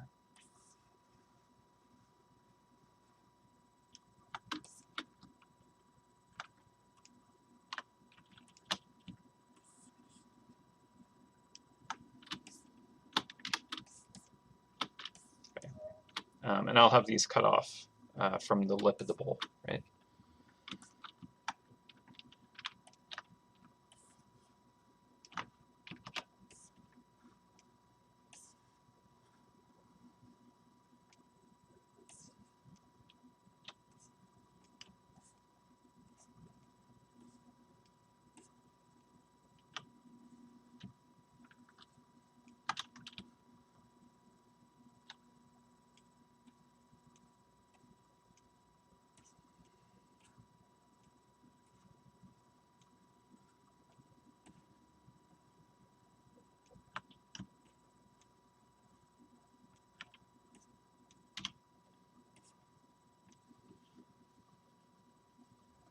Yeah, all right. Get a few on the far side.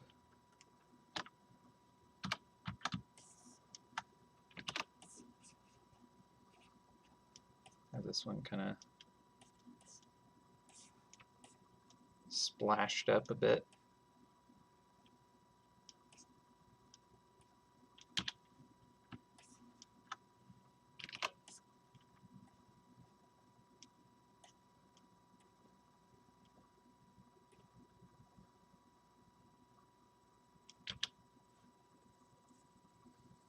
And one more in the center, maybe.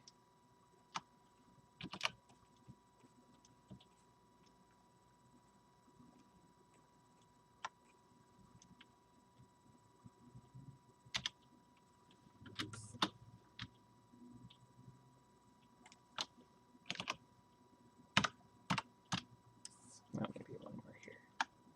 I'll probably just keep adding them, to be honest.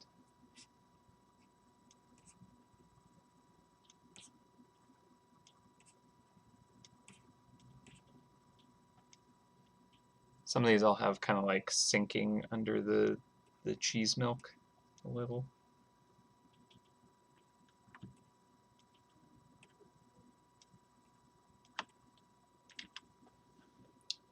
Okay. Now I'm like picturing this kind of orange kind of emanating from the center of the milk, and that is like gross and awesome, and it's like the magic is happening is what the mouse is thinking.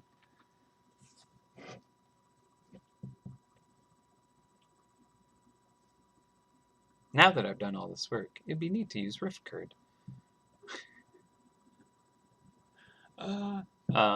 Yeah, let's just do that. All right. So I'm going to merge these all. Pop. Cereal. And now I'm going to actually do some rendering on this.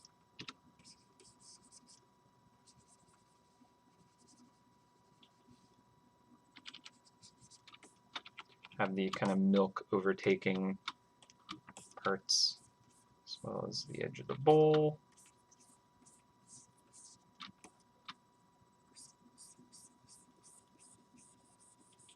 Yeah, we're probably going to need to add more rings. O's, whatever.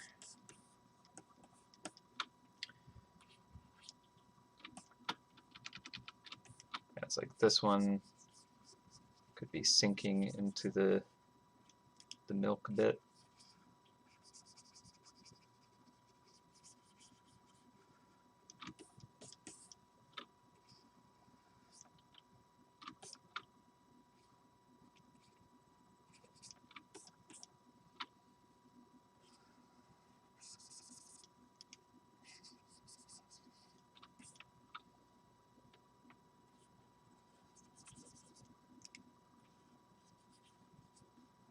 So many of them have just like milk just like splashing between them randomly.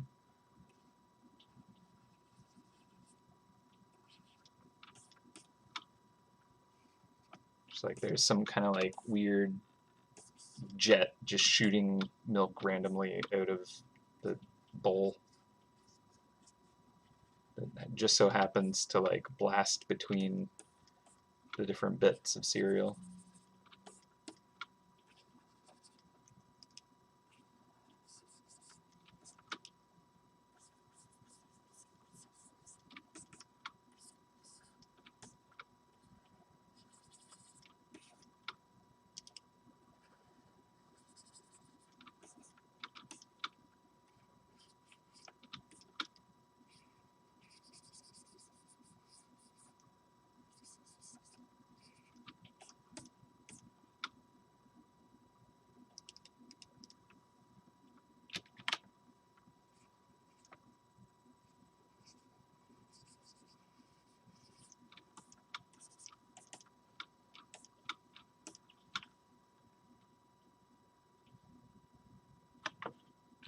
Save.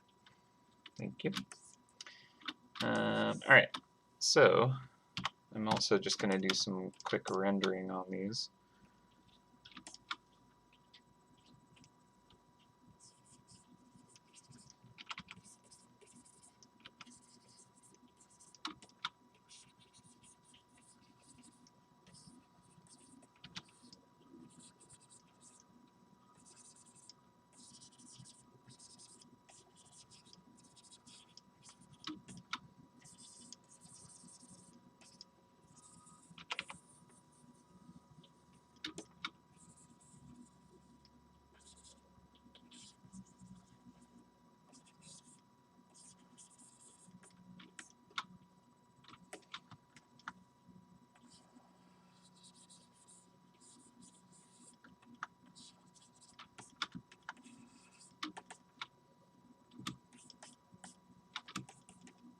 Okay, and we're going to go brighter and cheesier on the tops. And then we're going to like get like a wet glisten on it because yum cheezos.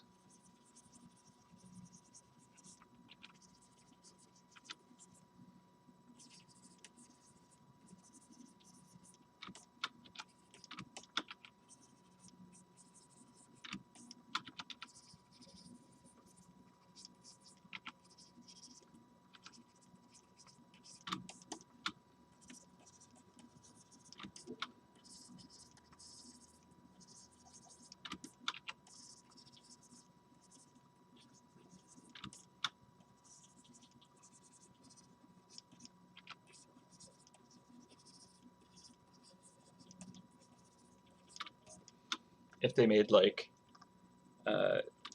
cheese kind of infused animal snacks, like kibble kind of thing, this is kind of how I would imagine it would look. It's just like globs of kind of orange.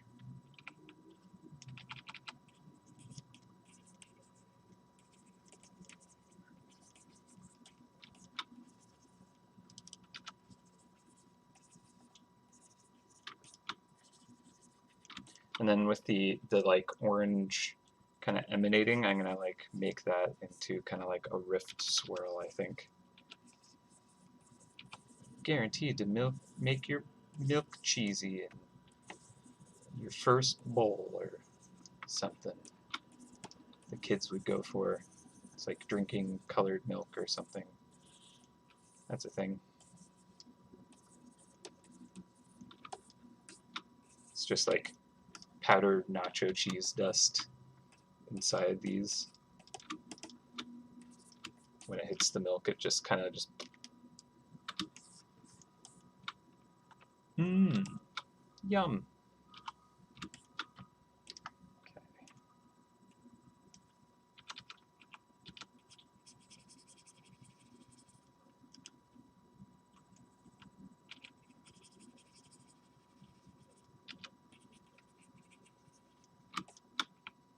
Gotta kind of like get to that over-rendered quality even.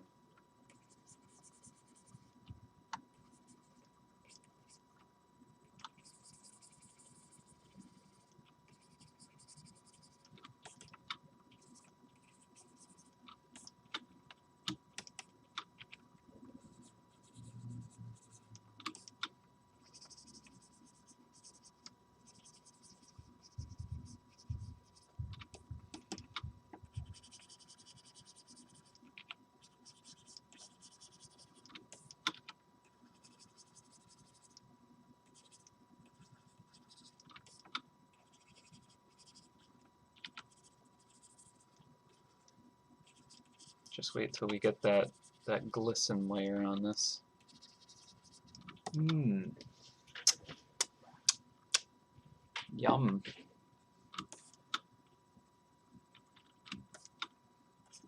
Yeah, I want it to be like way too orange to be cereal at this point, right? Because it's still supposed to be cheese, probably.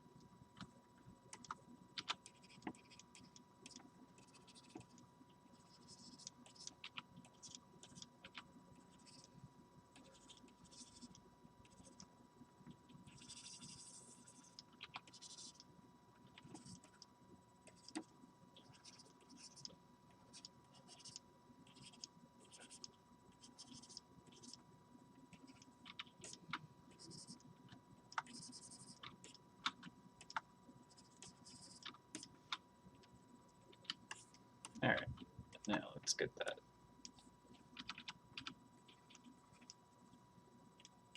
Extra juicy. Maybe like sugar kind of coating.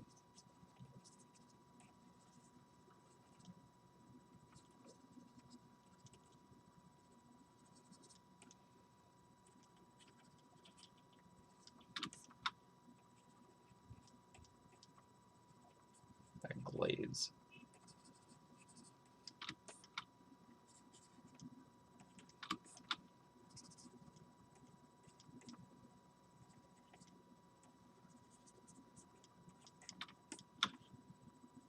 Yummy. Sugar frosted cheese O's. Rift edition.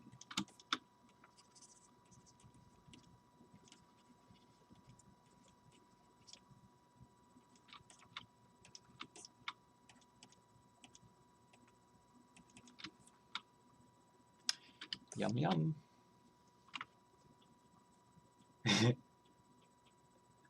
Yeah, this bait is like 100% attraction rate for the Terrified Adventure.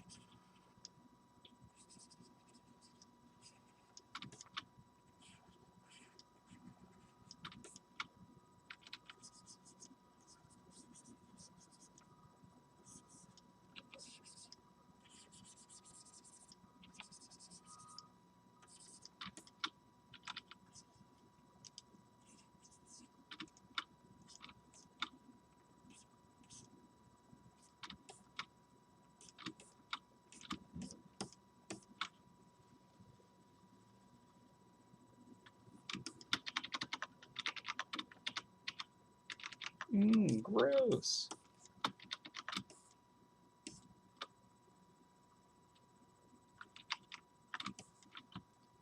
Got like some really bright kind of orange specks on this.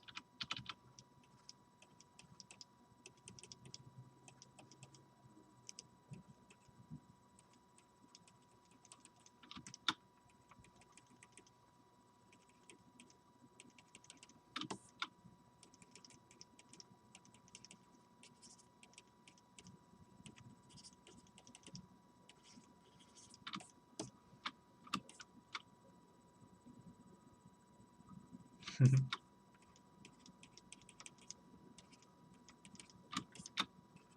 you imagine what the prestige bases would look like if you had a cheese that could do that? Oh boy. Game breaking. Not that it isn't already.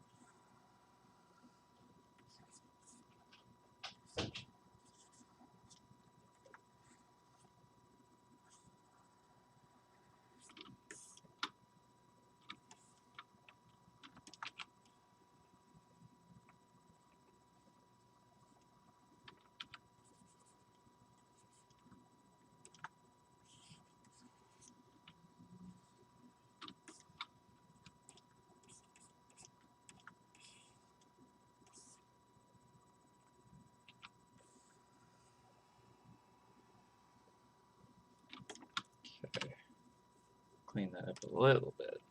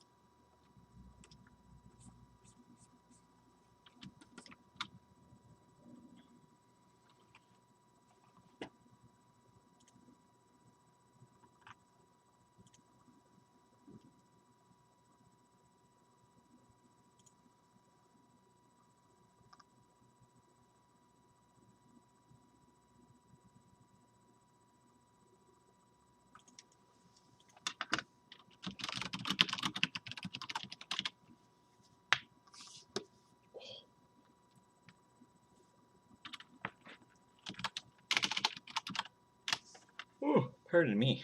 Sorry. I think I'm gonna be wrapping up the stream pretty soon. Actually feeling pretty good about the design now.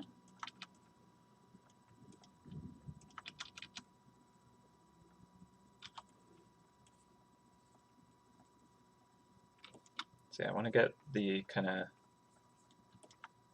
swirl, the stringy cheese milk flowing.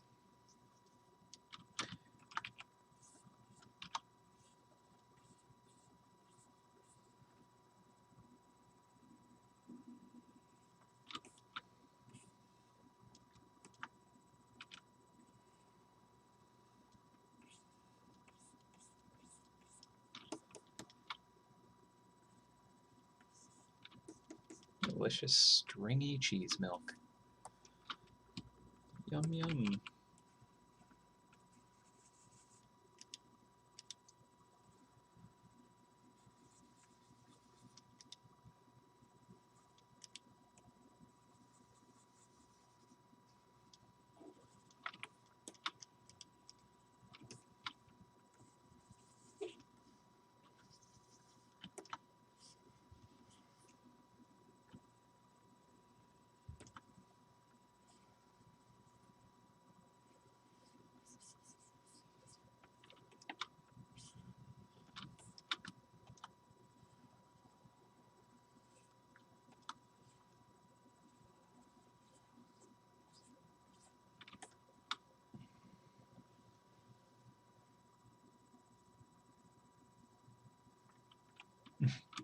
Rift curd must come from somewhere. True enough.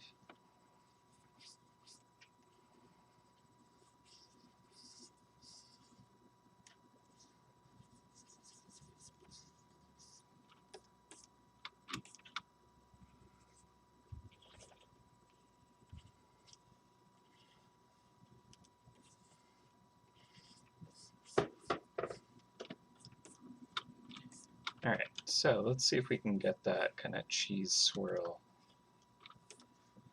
in this. I'll try it on a layer above. We'll see.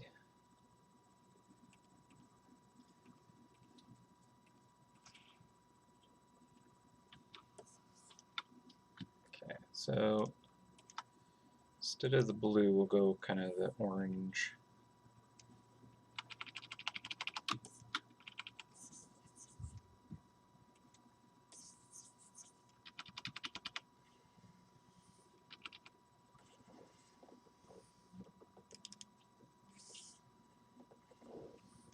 Wondering if I can just kind of make it a like overlay layer or color layer.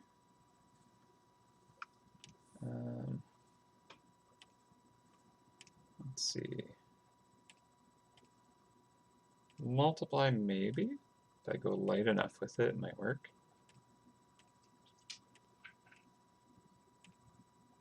Because mainly I want the color to come through, but I want it to interact with the layers below. This is a very slow way to walk through the different kind of layer properties.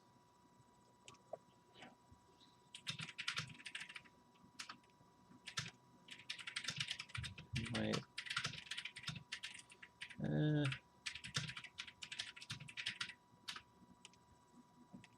honestly, multiply so far is like probably the closest.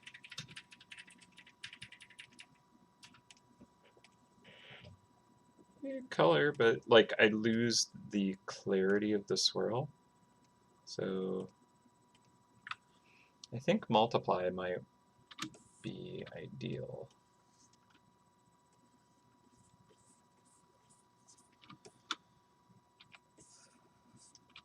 The only concern is if it's actually going to be visible. Because I can kind of see what is happening here. But if I like zoom out,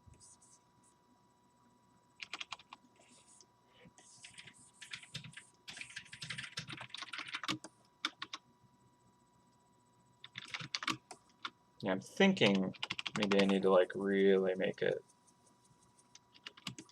really obvious, kind of almost tendrils.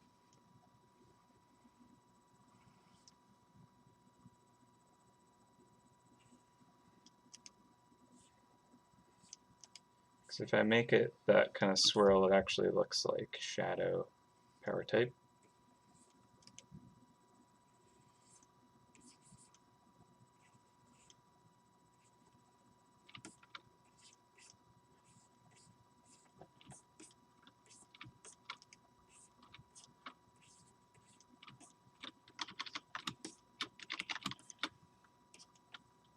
Maybe I just need to go like super cheesy.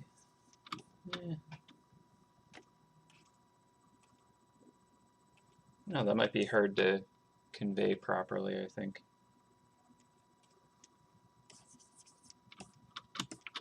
Because it does just kind of blend in the big view of it, it works.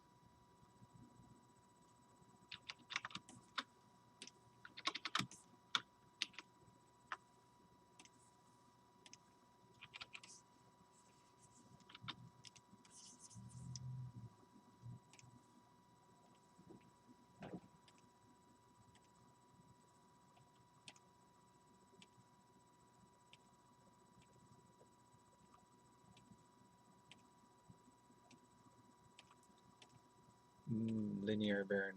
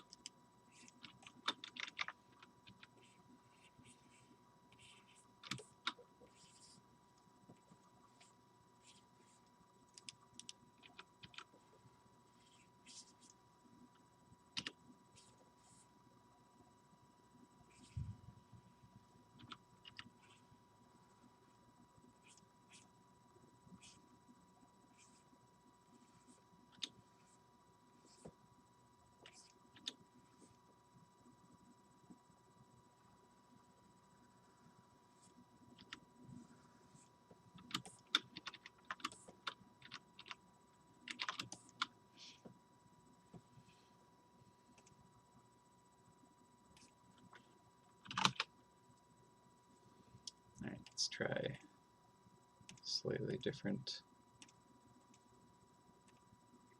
layer types.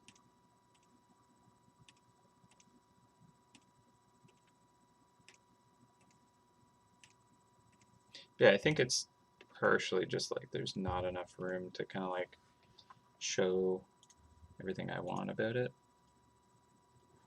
Oh, I can use the mouse wheel to do this. Okay, cool. At least there's a way to scroll through it. Okay, so one showed up. darker color.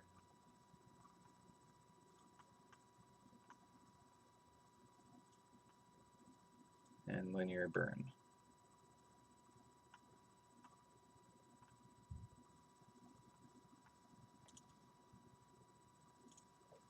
Darker color. I like linear burn. It's just a little more kind of contrast. So I think last thing will be kind of making sure the milk and bowl stand out in front of the character. So I think that I could just kind of like add an outline in front to do that for me. And this is the logo, so this should be a different spot. The eyes, all right.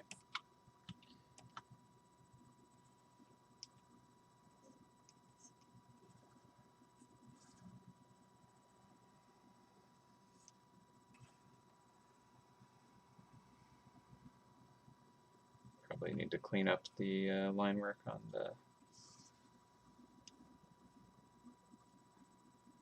Here's the bowl.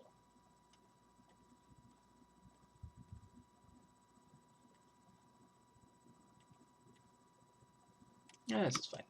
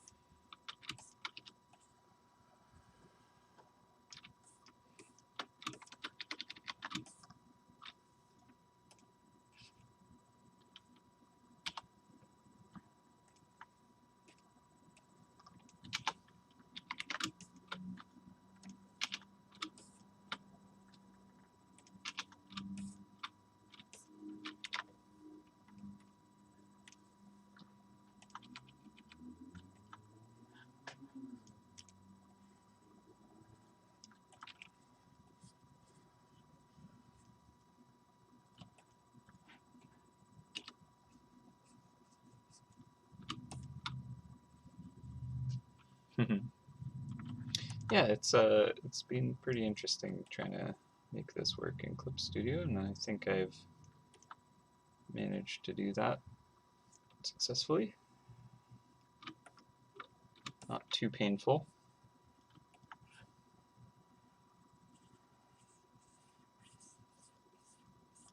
I think every time I've kind of like done a decent amount of work in this, I discover things that I kind of miss about Photoshop and things that I prefer about this setup. So it's interesting to figure out the payoffs between them. I think I'll have just like a little bit more of this outline. Kind of make the milk pop out from the bowl.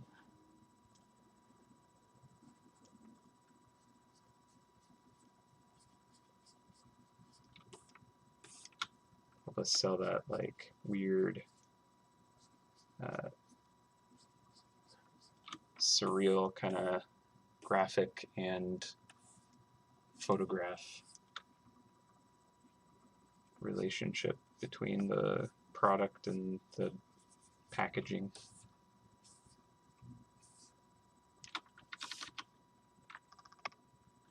Yeah, so like there's no line work, like where the cereal is dissolving into this milk.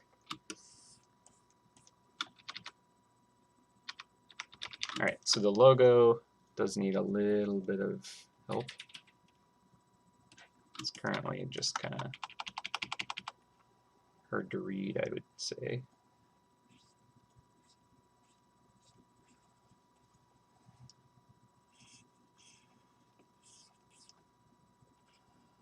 Probably need a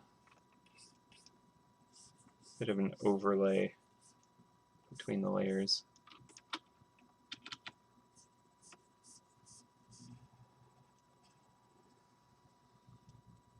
Something to help it read against this bright yellow.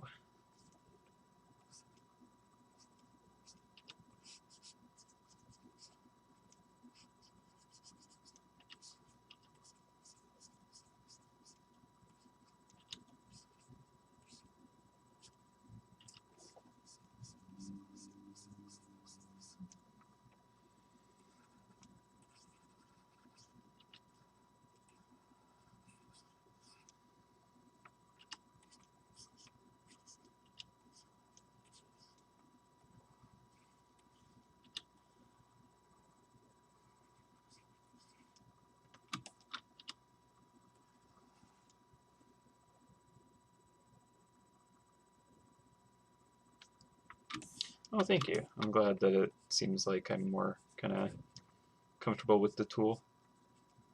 That is good. And I think I am. I think there's a couple of cases where I'm like hitting the wrong hotkeys, and that's just a matter of kind of becoming more familiar with the muscle memory of things, or like tweaking the hotkeys themselves to something that I'm more looking for, I suppose. But yeah, I think the other kind of hurdle to get comfortable with is just knowing what limitations it'll have compared to what I'm used to being able to do. But I feel like I'm figuring those out, and there are alternatives to those. So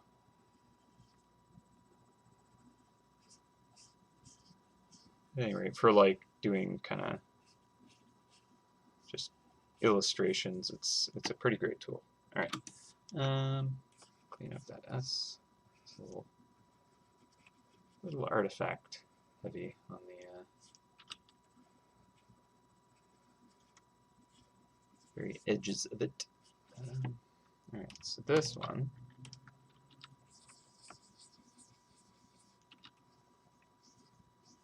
Can just thicken up a couple of the spots here. There's one. And we're doing an autosave, I guess.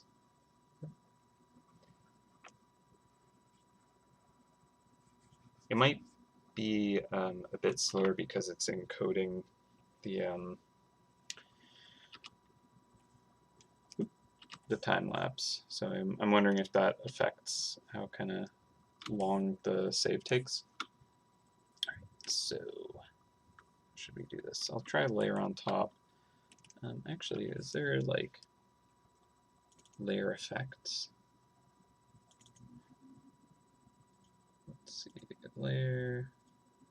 I don't tend to use layer effects anyways, so even if it doesn't have them, I'm not too upset.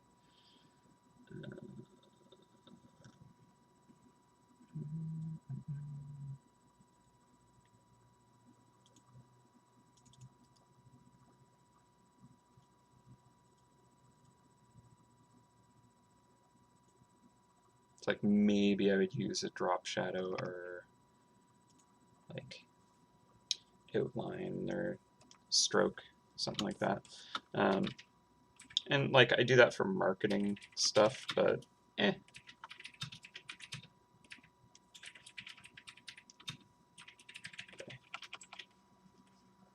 Just gonna do a manual one.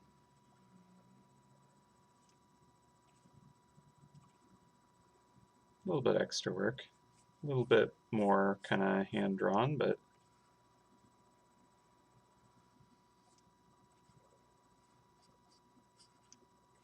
let's see how this looks. Right now it feels very like 70s.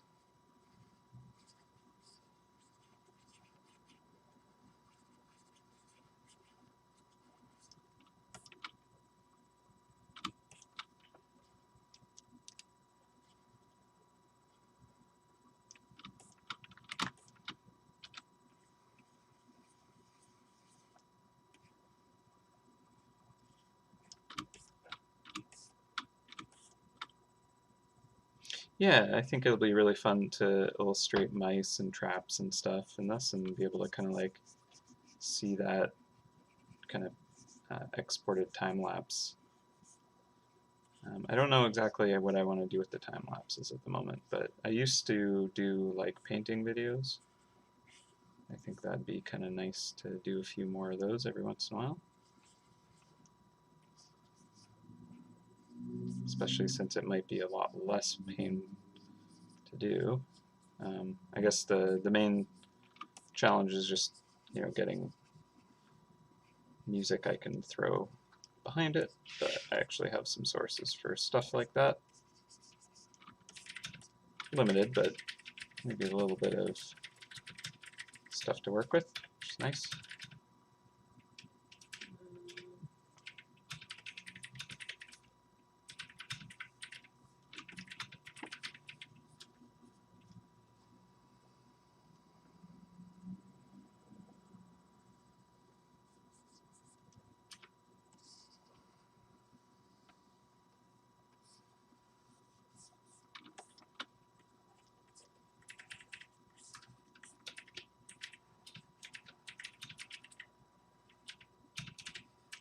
I feel like this should be a bit thicker in a bunch of places, but I didn't kind of like leave the this outer outline to be thick enough to compensate for it, so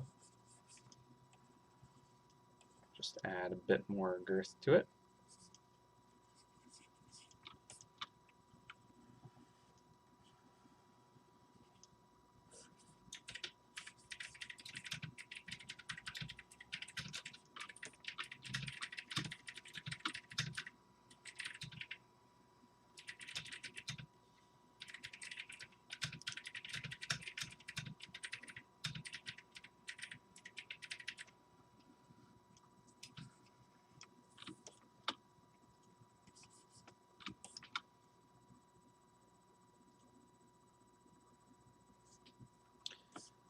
Yeah, I mean, 12 to 13 years is the full length, really. Going to be our 13th birthday real soon. I'm just going to put this out there because this is kind of my personal stance on it, and I know that a lot of the other devs agree with me on this.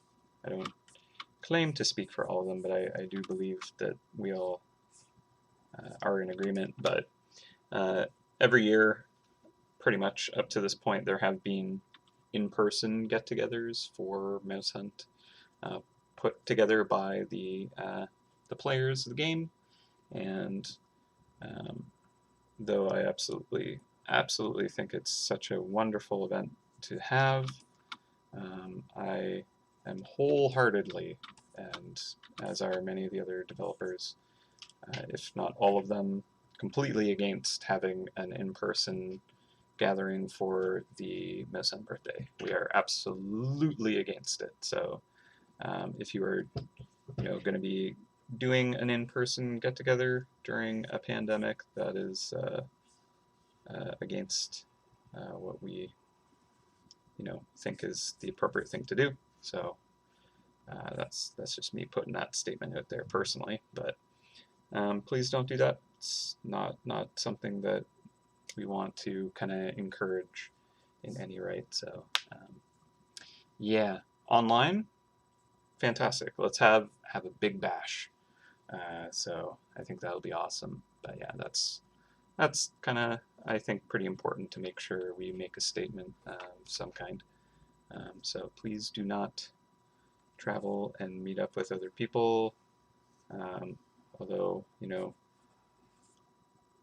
we think that it's important that we have these kind of like nice community relationships, and that that's something that we've been able to do for years. Yeah, just not this year, please. It's too dangerous. Do not want to encourage any more spreading of the virus. So yeah, please. Yeah, I think the outline could be darker. It's going to have trouble reading, I think. So let's do that. I think we could almost go to the kind of level of the character outline. Probably not that far, actually. I don't think it needs to go that far.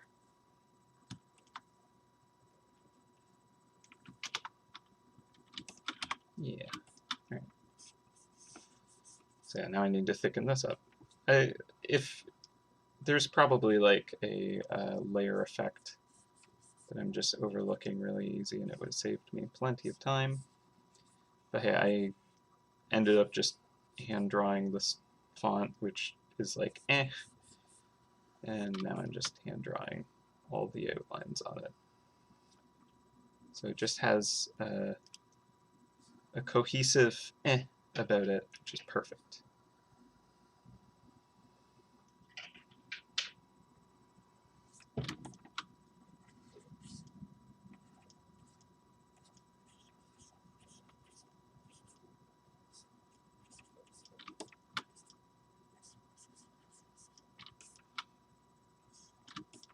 I think one of the goals for kind of like a get together in the future will be when it is safe to travel again, because we didn't get to do one this year. Maybe we can send more developers to the next one that can actually be participated at. That's what we're kind of like saying to each other in team. We're like, oh yeah, well, because we didn't do it this year, hey, that just means we get to send more people next time, right?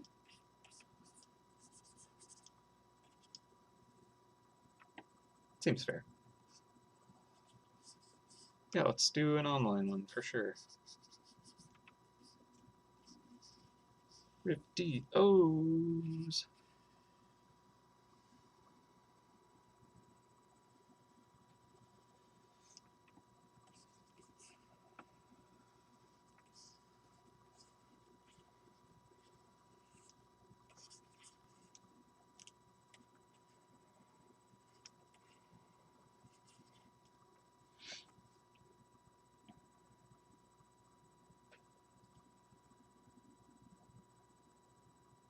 Oh, around the whole outside of it. I see, I see. Yeah, I could try that. Just get to do more hand outlining, which I'm so good at. I guess it's practice.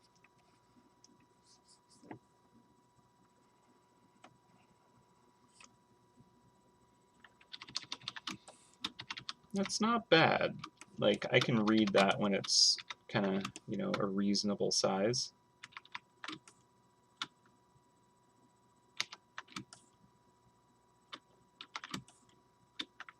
Yeah, let's try just throwing.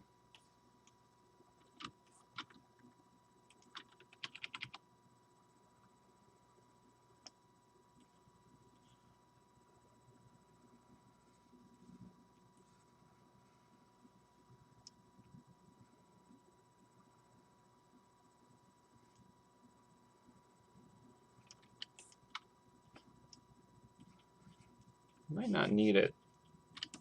Maybe I don't have the right color for it, but it should just be straight black.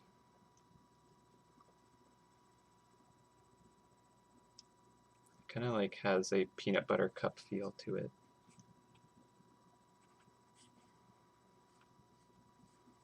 I expect this to taste of cheese and peanut butter. Yum.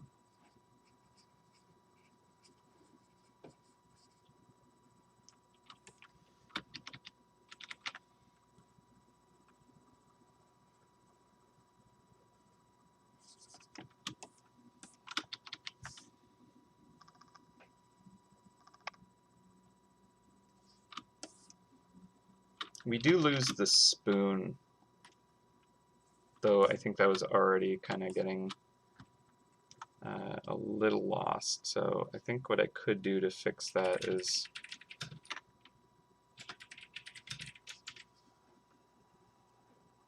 just make sure that that comes out from behind.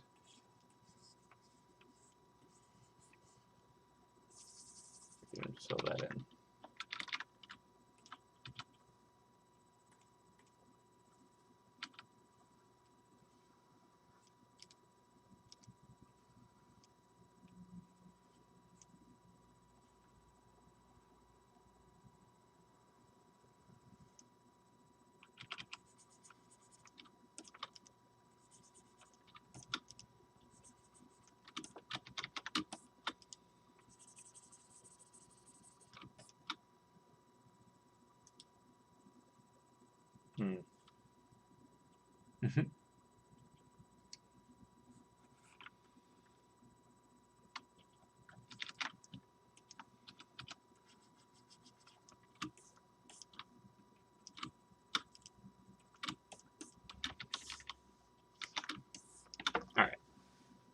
I feel like that works.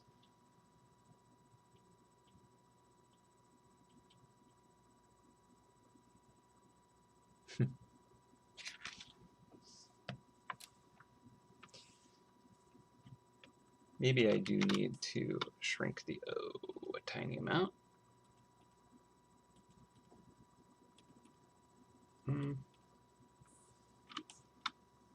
Or does the spoon just need to get a little bigger? I just want to make sure that it's like holding that O.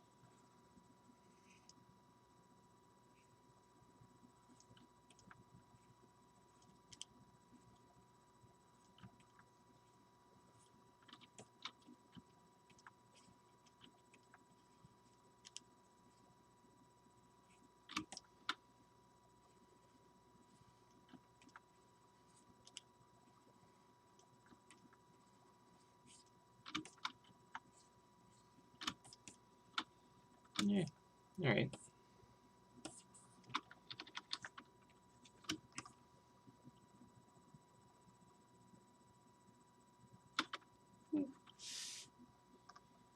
I think that that works. Let's see. All right. So I think one thing we could do real quick as well is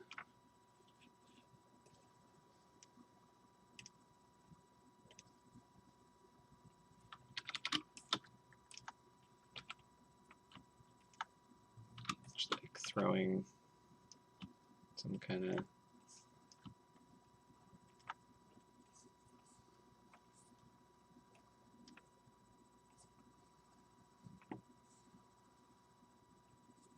like nutritional kind of label thing on the side, or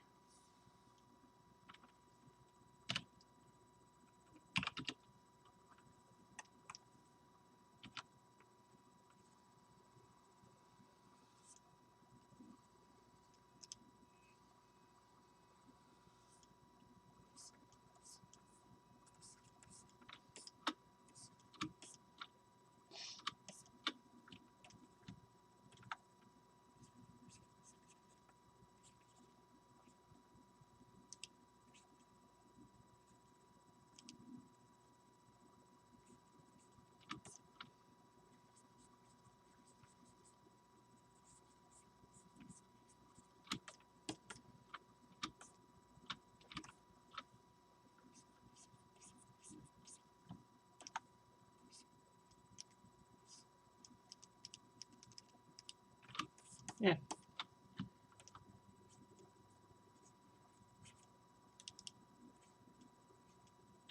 Good enough. Okay, so let's turn off this layer. Turn on the glass reflection. And I don't think we're going to bother with the cheesy delight in every bite slogan. But yeah. All right, let's hide that top layer.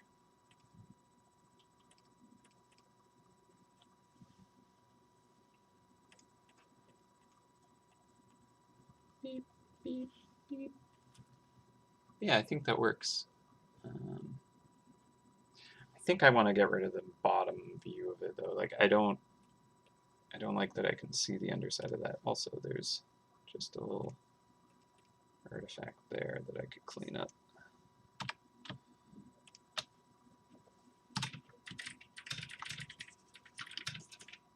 Okay, and here too. It's like I should realize that there's going to be stuff to draw underneath these coils. Oops.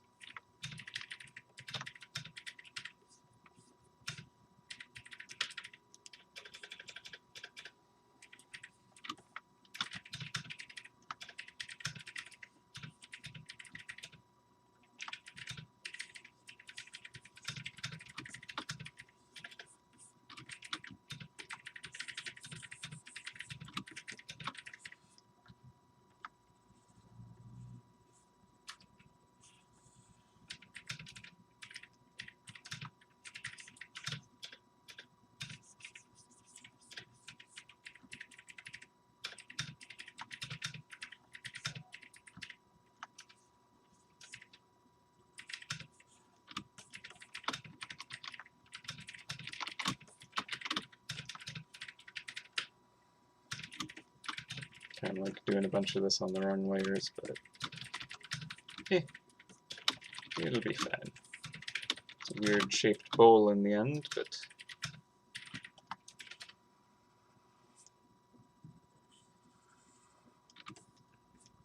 that's not so bad. Cool. All right.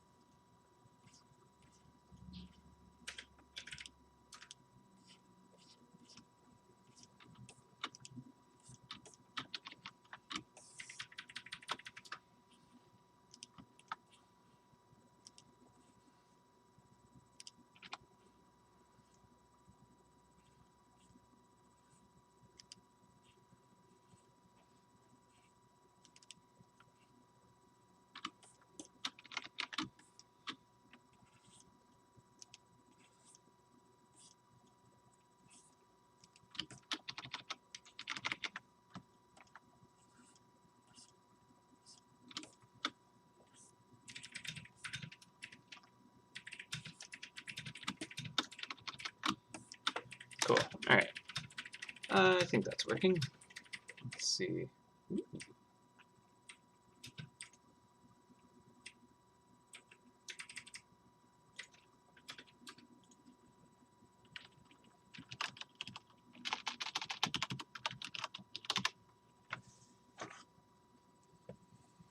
All right. Dun, dun, dun, dun. Where's that? Top layer.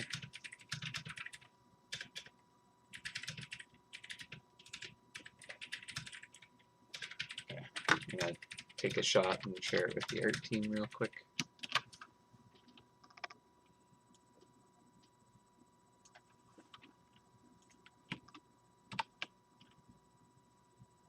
Oh, I actually want to get rid of the bottom of the box first. Can I do that very easily? Probably. There you are. Let's see. Wow. maybe not all of it, just making it a bit shorter.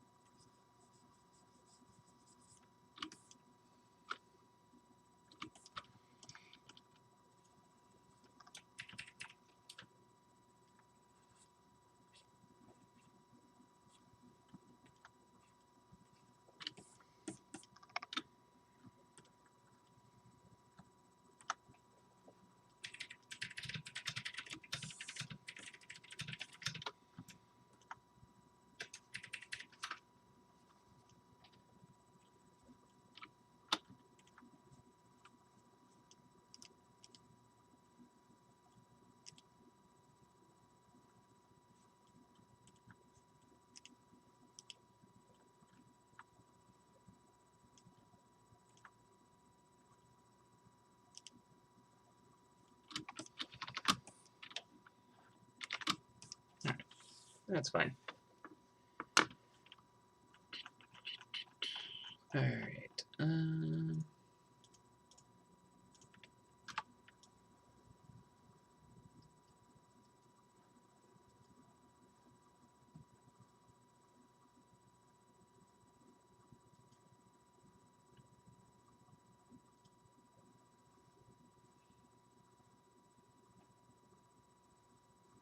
Yeah, if it's like lined up like this, it kind of makes sense that it'd be tilted like that too, because it's just kind of jammed up against the side of that ring. I think that works.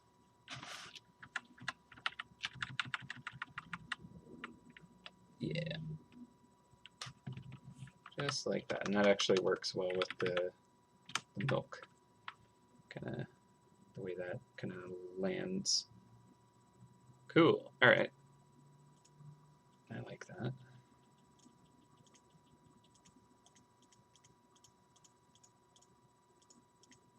Sick.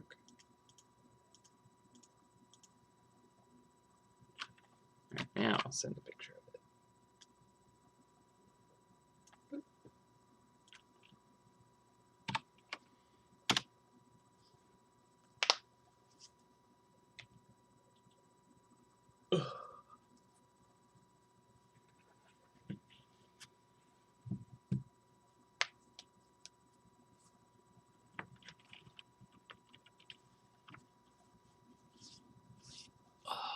Yeah, I think I'm like at the limit for energy anyway, so it's a good time to wrap it up.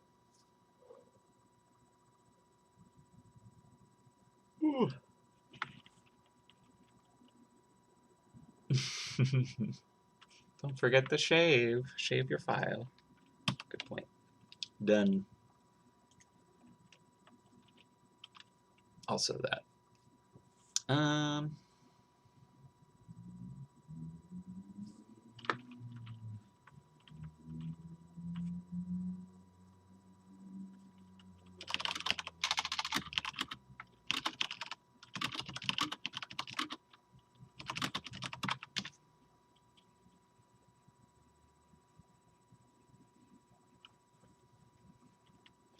All right. Well, I think that I'm pretty happy with that. So I shaved it, and let's do the export of time lapse now, just to enjoy a little look back on where we started and where we got to. Oh yeah, that is going to be much longer than 1 minute. That's awesome. Okay, cool. I was worried that it was like, oh, you have to do it as like a 30-second thing or 1 minute exactly, but no, it seems like it can just show every single, you know, adjustment as a frame, and we'll just see how long it'll be. Looks like it's going to be like a 4-minute thing almost. So that's great. Awesome. I can work with this.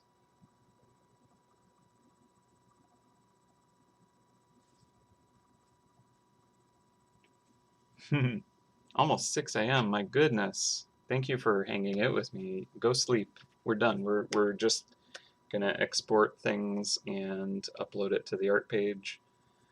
Haven't done that in a while.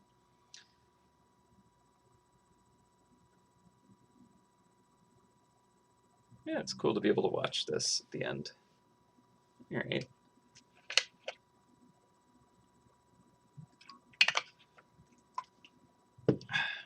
At certain points, it's just going to be like buzzing orange and blue when I like turn the backdrop on and off between frames.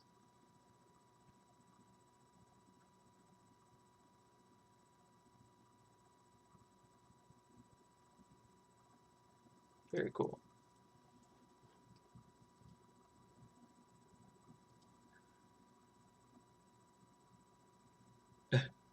So weird.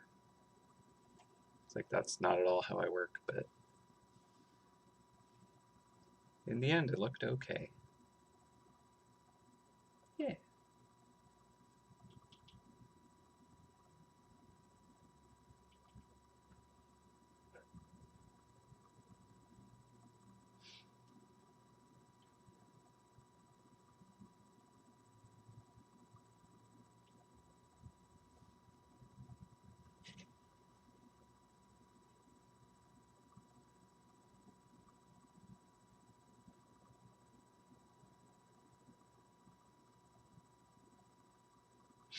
I think for this one, maybe I would just output it as a 1 minute thing. Or I feel like with a character, it's a little different, maybe. Like a full mouse or a full trap or something like that. But like this is gonna be like doing little outlines on the lettering and stuff. Well, I don't know. Maybe that is interesting. It's not that long. 3 minutes. Okay. Neat. Boom. Now is that whole day summed up?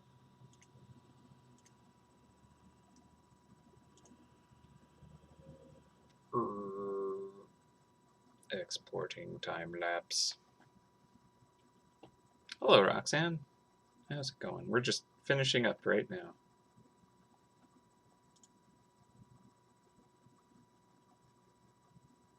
Hello again, generic potato. Thank you. Yeah, it's really cool that there's kind of like an export ability for recording a time lapse. Looking forward to doing that more. Is that like a little artifact on this?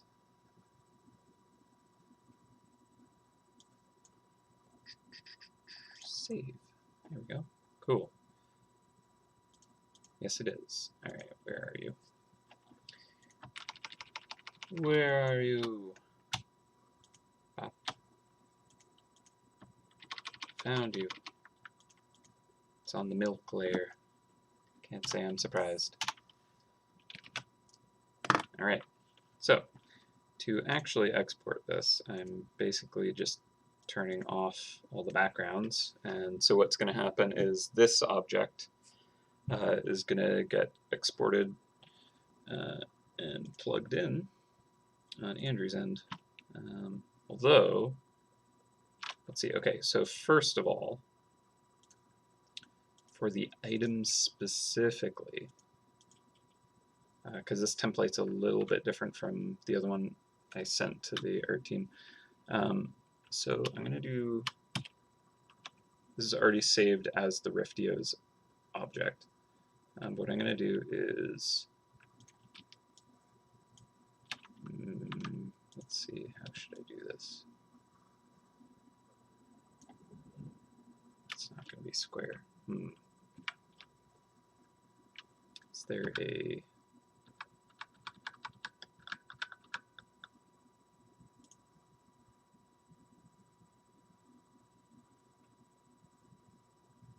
So what I need to do is I need to turn the canvas into perfectly square from the top, though.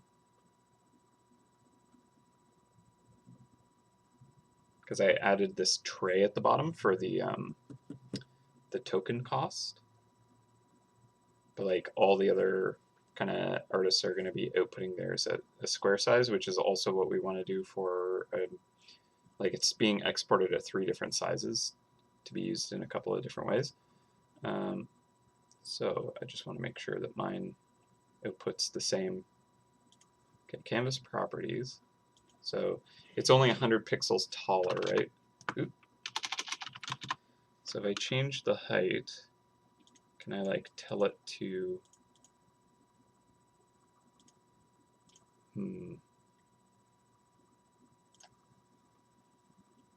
yeah, I couldn't tell it to kind of like trim the bottom. This is just transform. Let's see.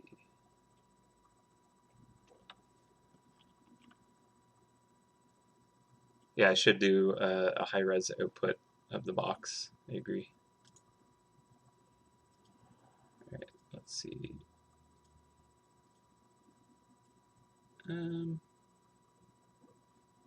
Change canvas size. There it is. Okay, that's what I wanted. There we go. So now it's like a proper square format. This is the same dimensions that the other artists are working with. And now, when I export this one, export single layer. No, there isn't a GIF. I suppose that's fair. GIF is kind of outdated. So let's do this one as the thumbnail. 50 O's thumb. And you are going to be scaled down to 50 pixels because this is going to be in the journal potentially. So, my oh my, that is tiny. Might be. You can kind of tell what's going on with it. I'll do that for now. All right, so I'll export it that way. Next, I need to export it as a PNG with transparencies. Dun, dun, dun. Scale at 25%, which will make it 300 pixels. That's good. Okay. Looks good, has transparencies, and okay.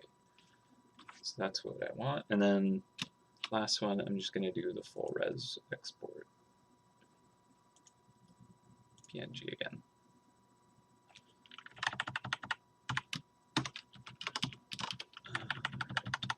I think I'll have to get rid of the apostrophe in the name. 100%. Save. So full size here. So this is the resolution that it's actually, you can kind of like enjoy it at. It's like not print quality. Not that I really took the care to make it print quality. I mean, look at how grungy some of that is. If we ever wanted to like turn this into like a fun, cool sticker, it'd be, I would remake parts of it anyways. This was for a stream, right? And ultimately in game it's going to be like, you know, this size. So you'll get to see it and it'll look good and crisp. But yeah, if I were to do it print quality, then yeah, it would take quite a bit longer to get that to the level of cleanliness that it would want to be. All right, so there we have that. Actually, I'll do one more output, and yeah, I'll leave it trimmed so there's just a hint of whatever this is down here, and that's kind of neat. And export single layer. I'll just do a JPEG for this one.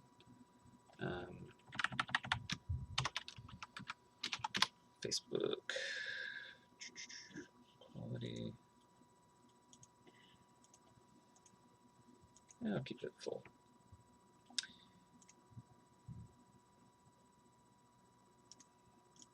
It's 900 or 960.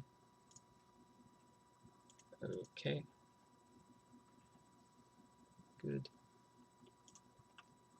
And we fixed. All right, so now I can post this on my page. Been a while. What was the last thing I posted there?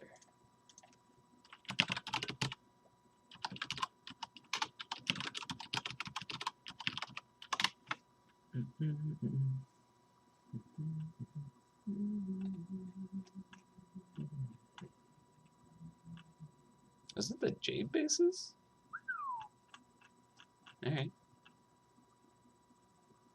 Let's see. Photos. The name of the program that I'm working with is Clip Studio Paint. I have the EX version. My page is not loading. Come on, I just want to upload.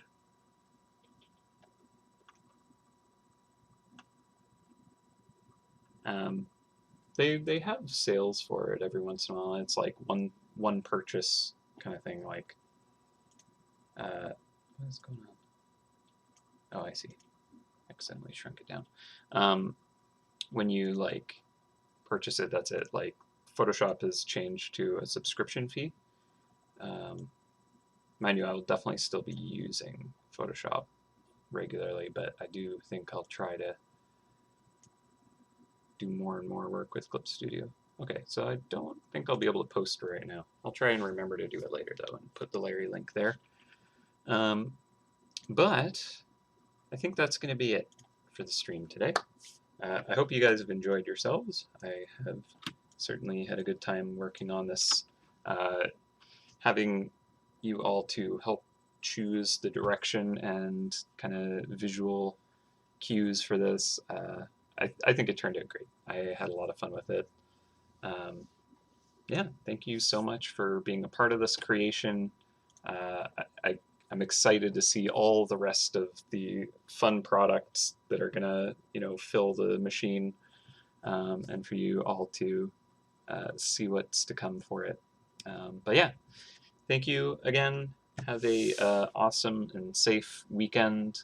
Take care of yourselves. Take care of each other. And yeah, stay safe. Happy hunting, everybody. I'll see you guys probably in 2 weeks. Dave should be doing next week's. So see you then. All right. Bye for now. Oh yeah, I gotta end the stream from a different place now. Okay. There we go. Bye for now. I'll see you later.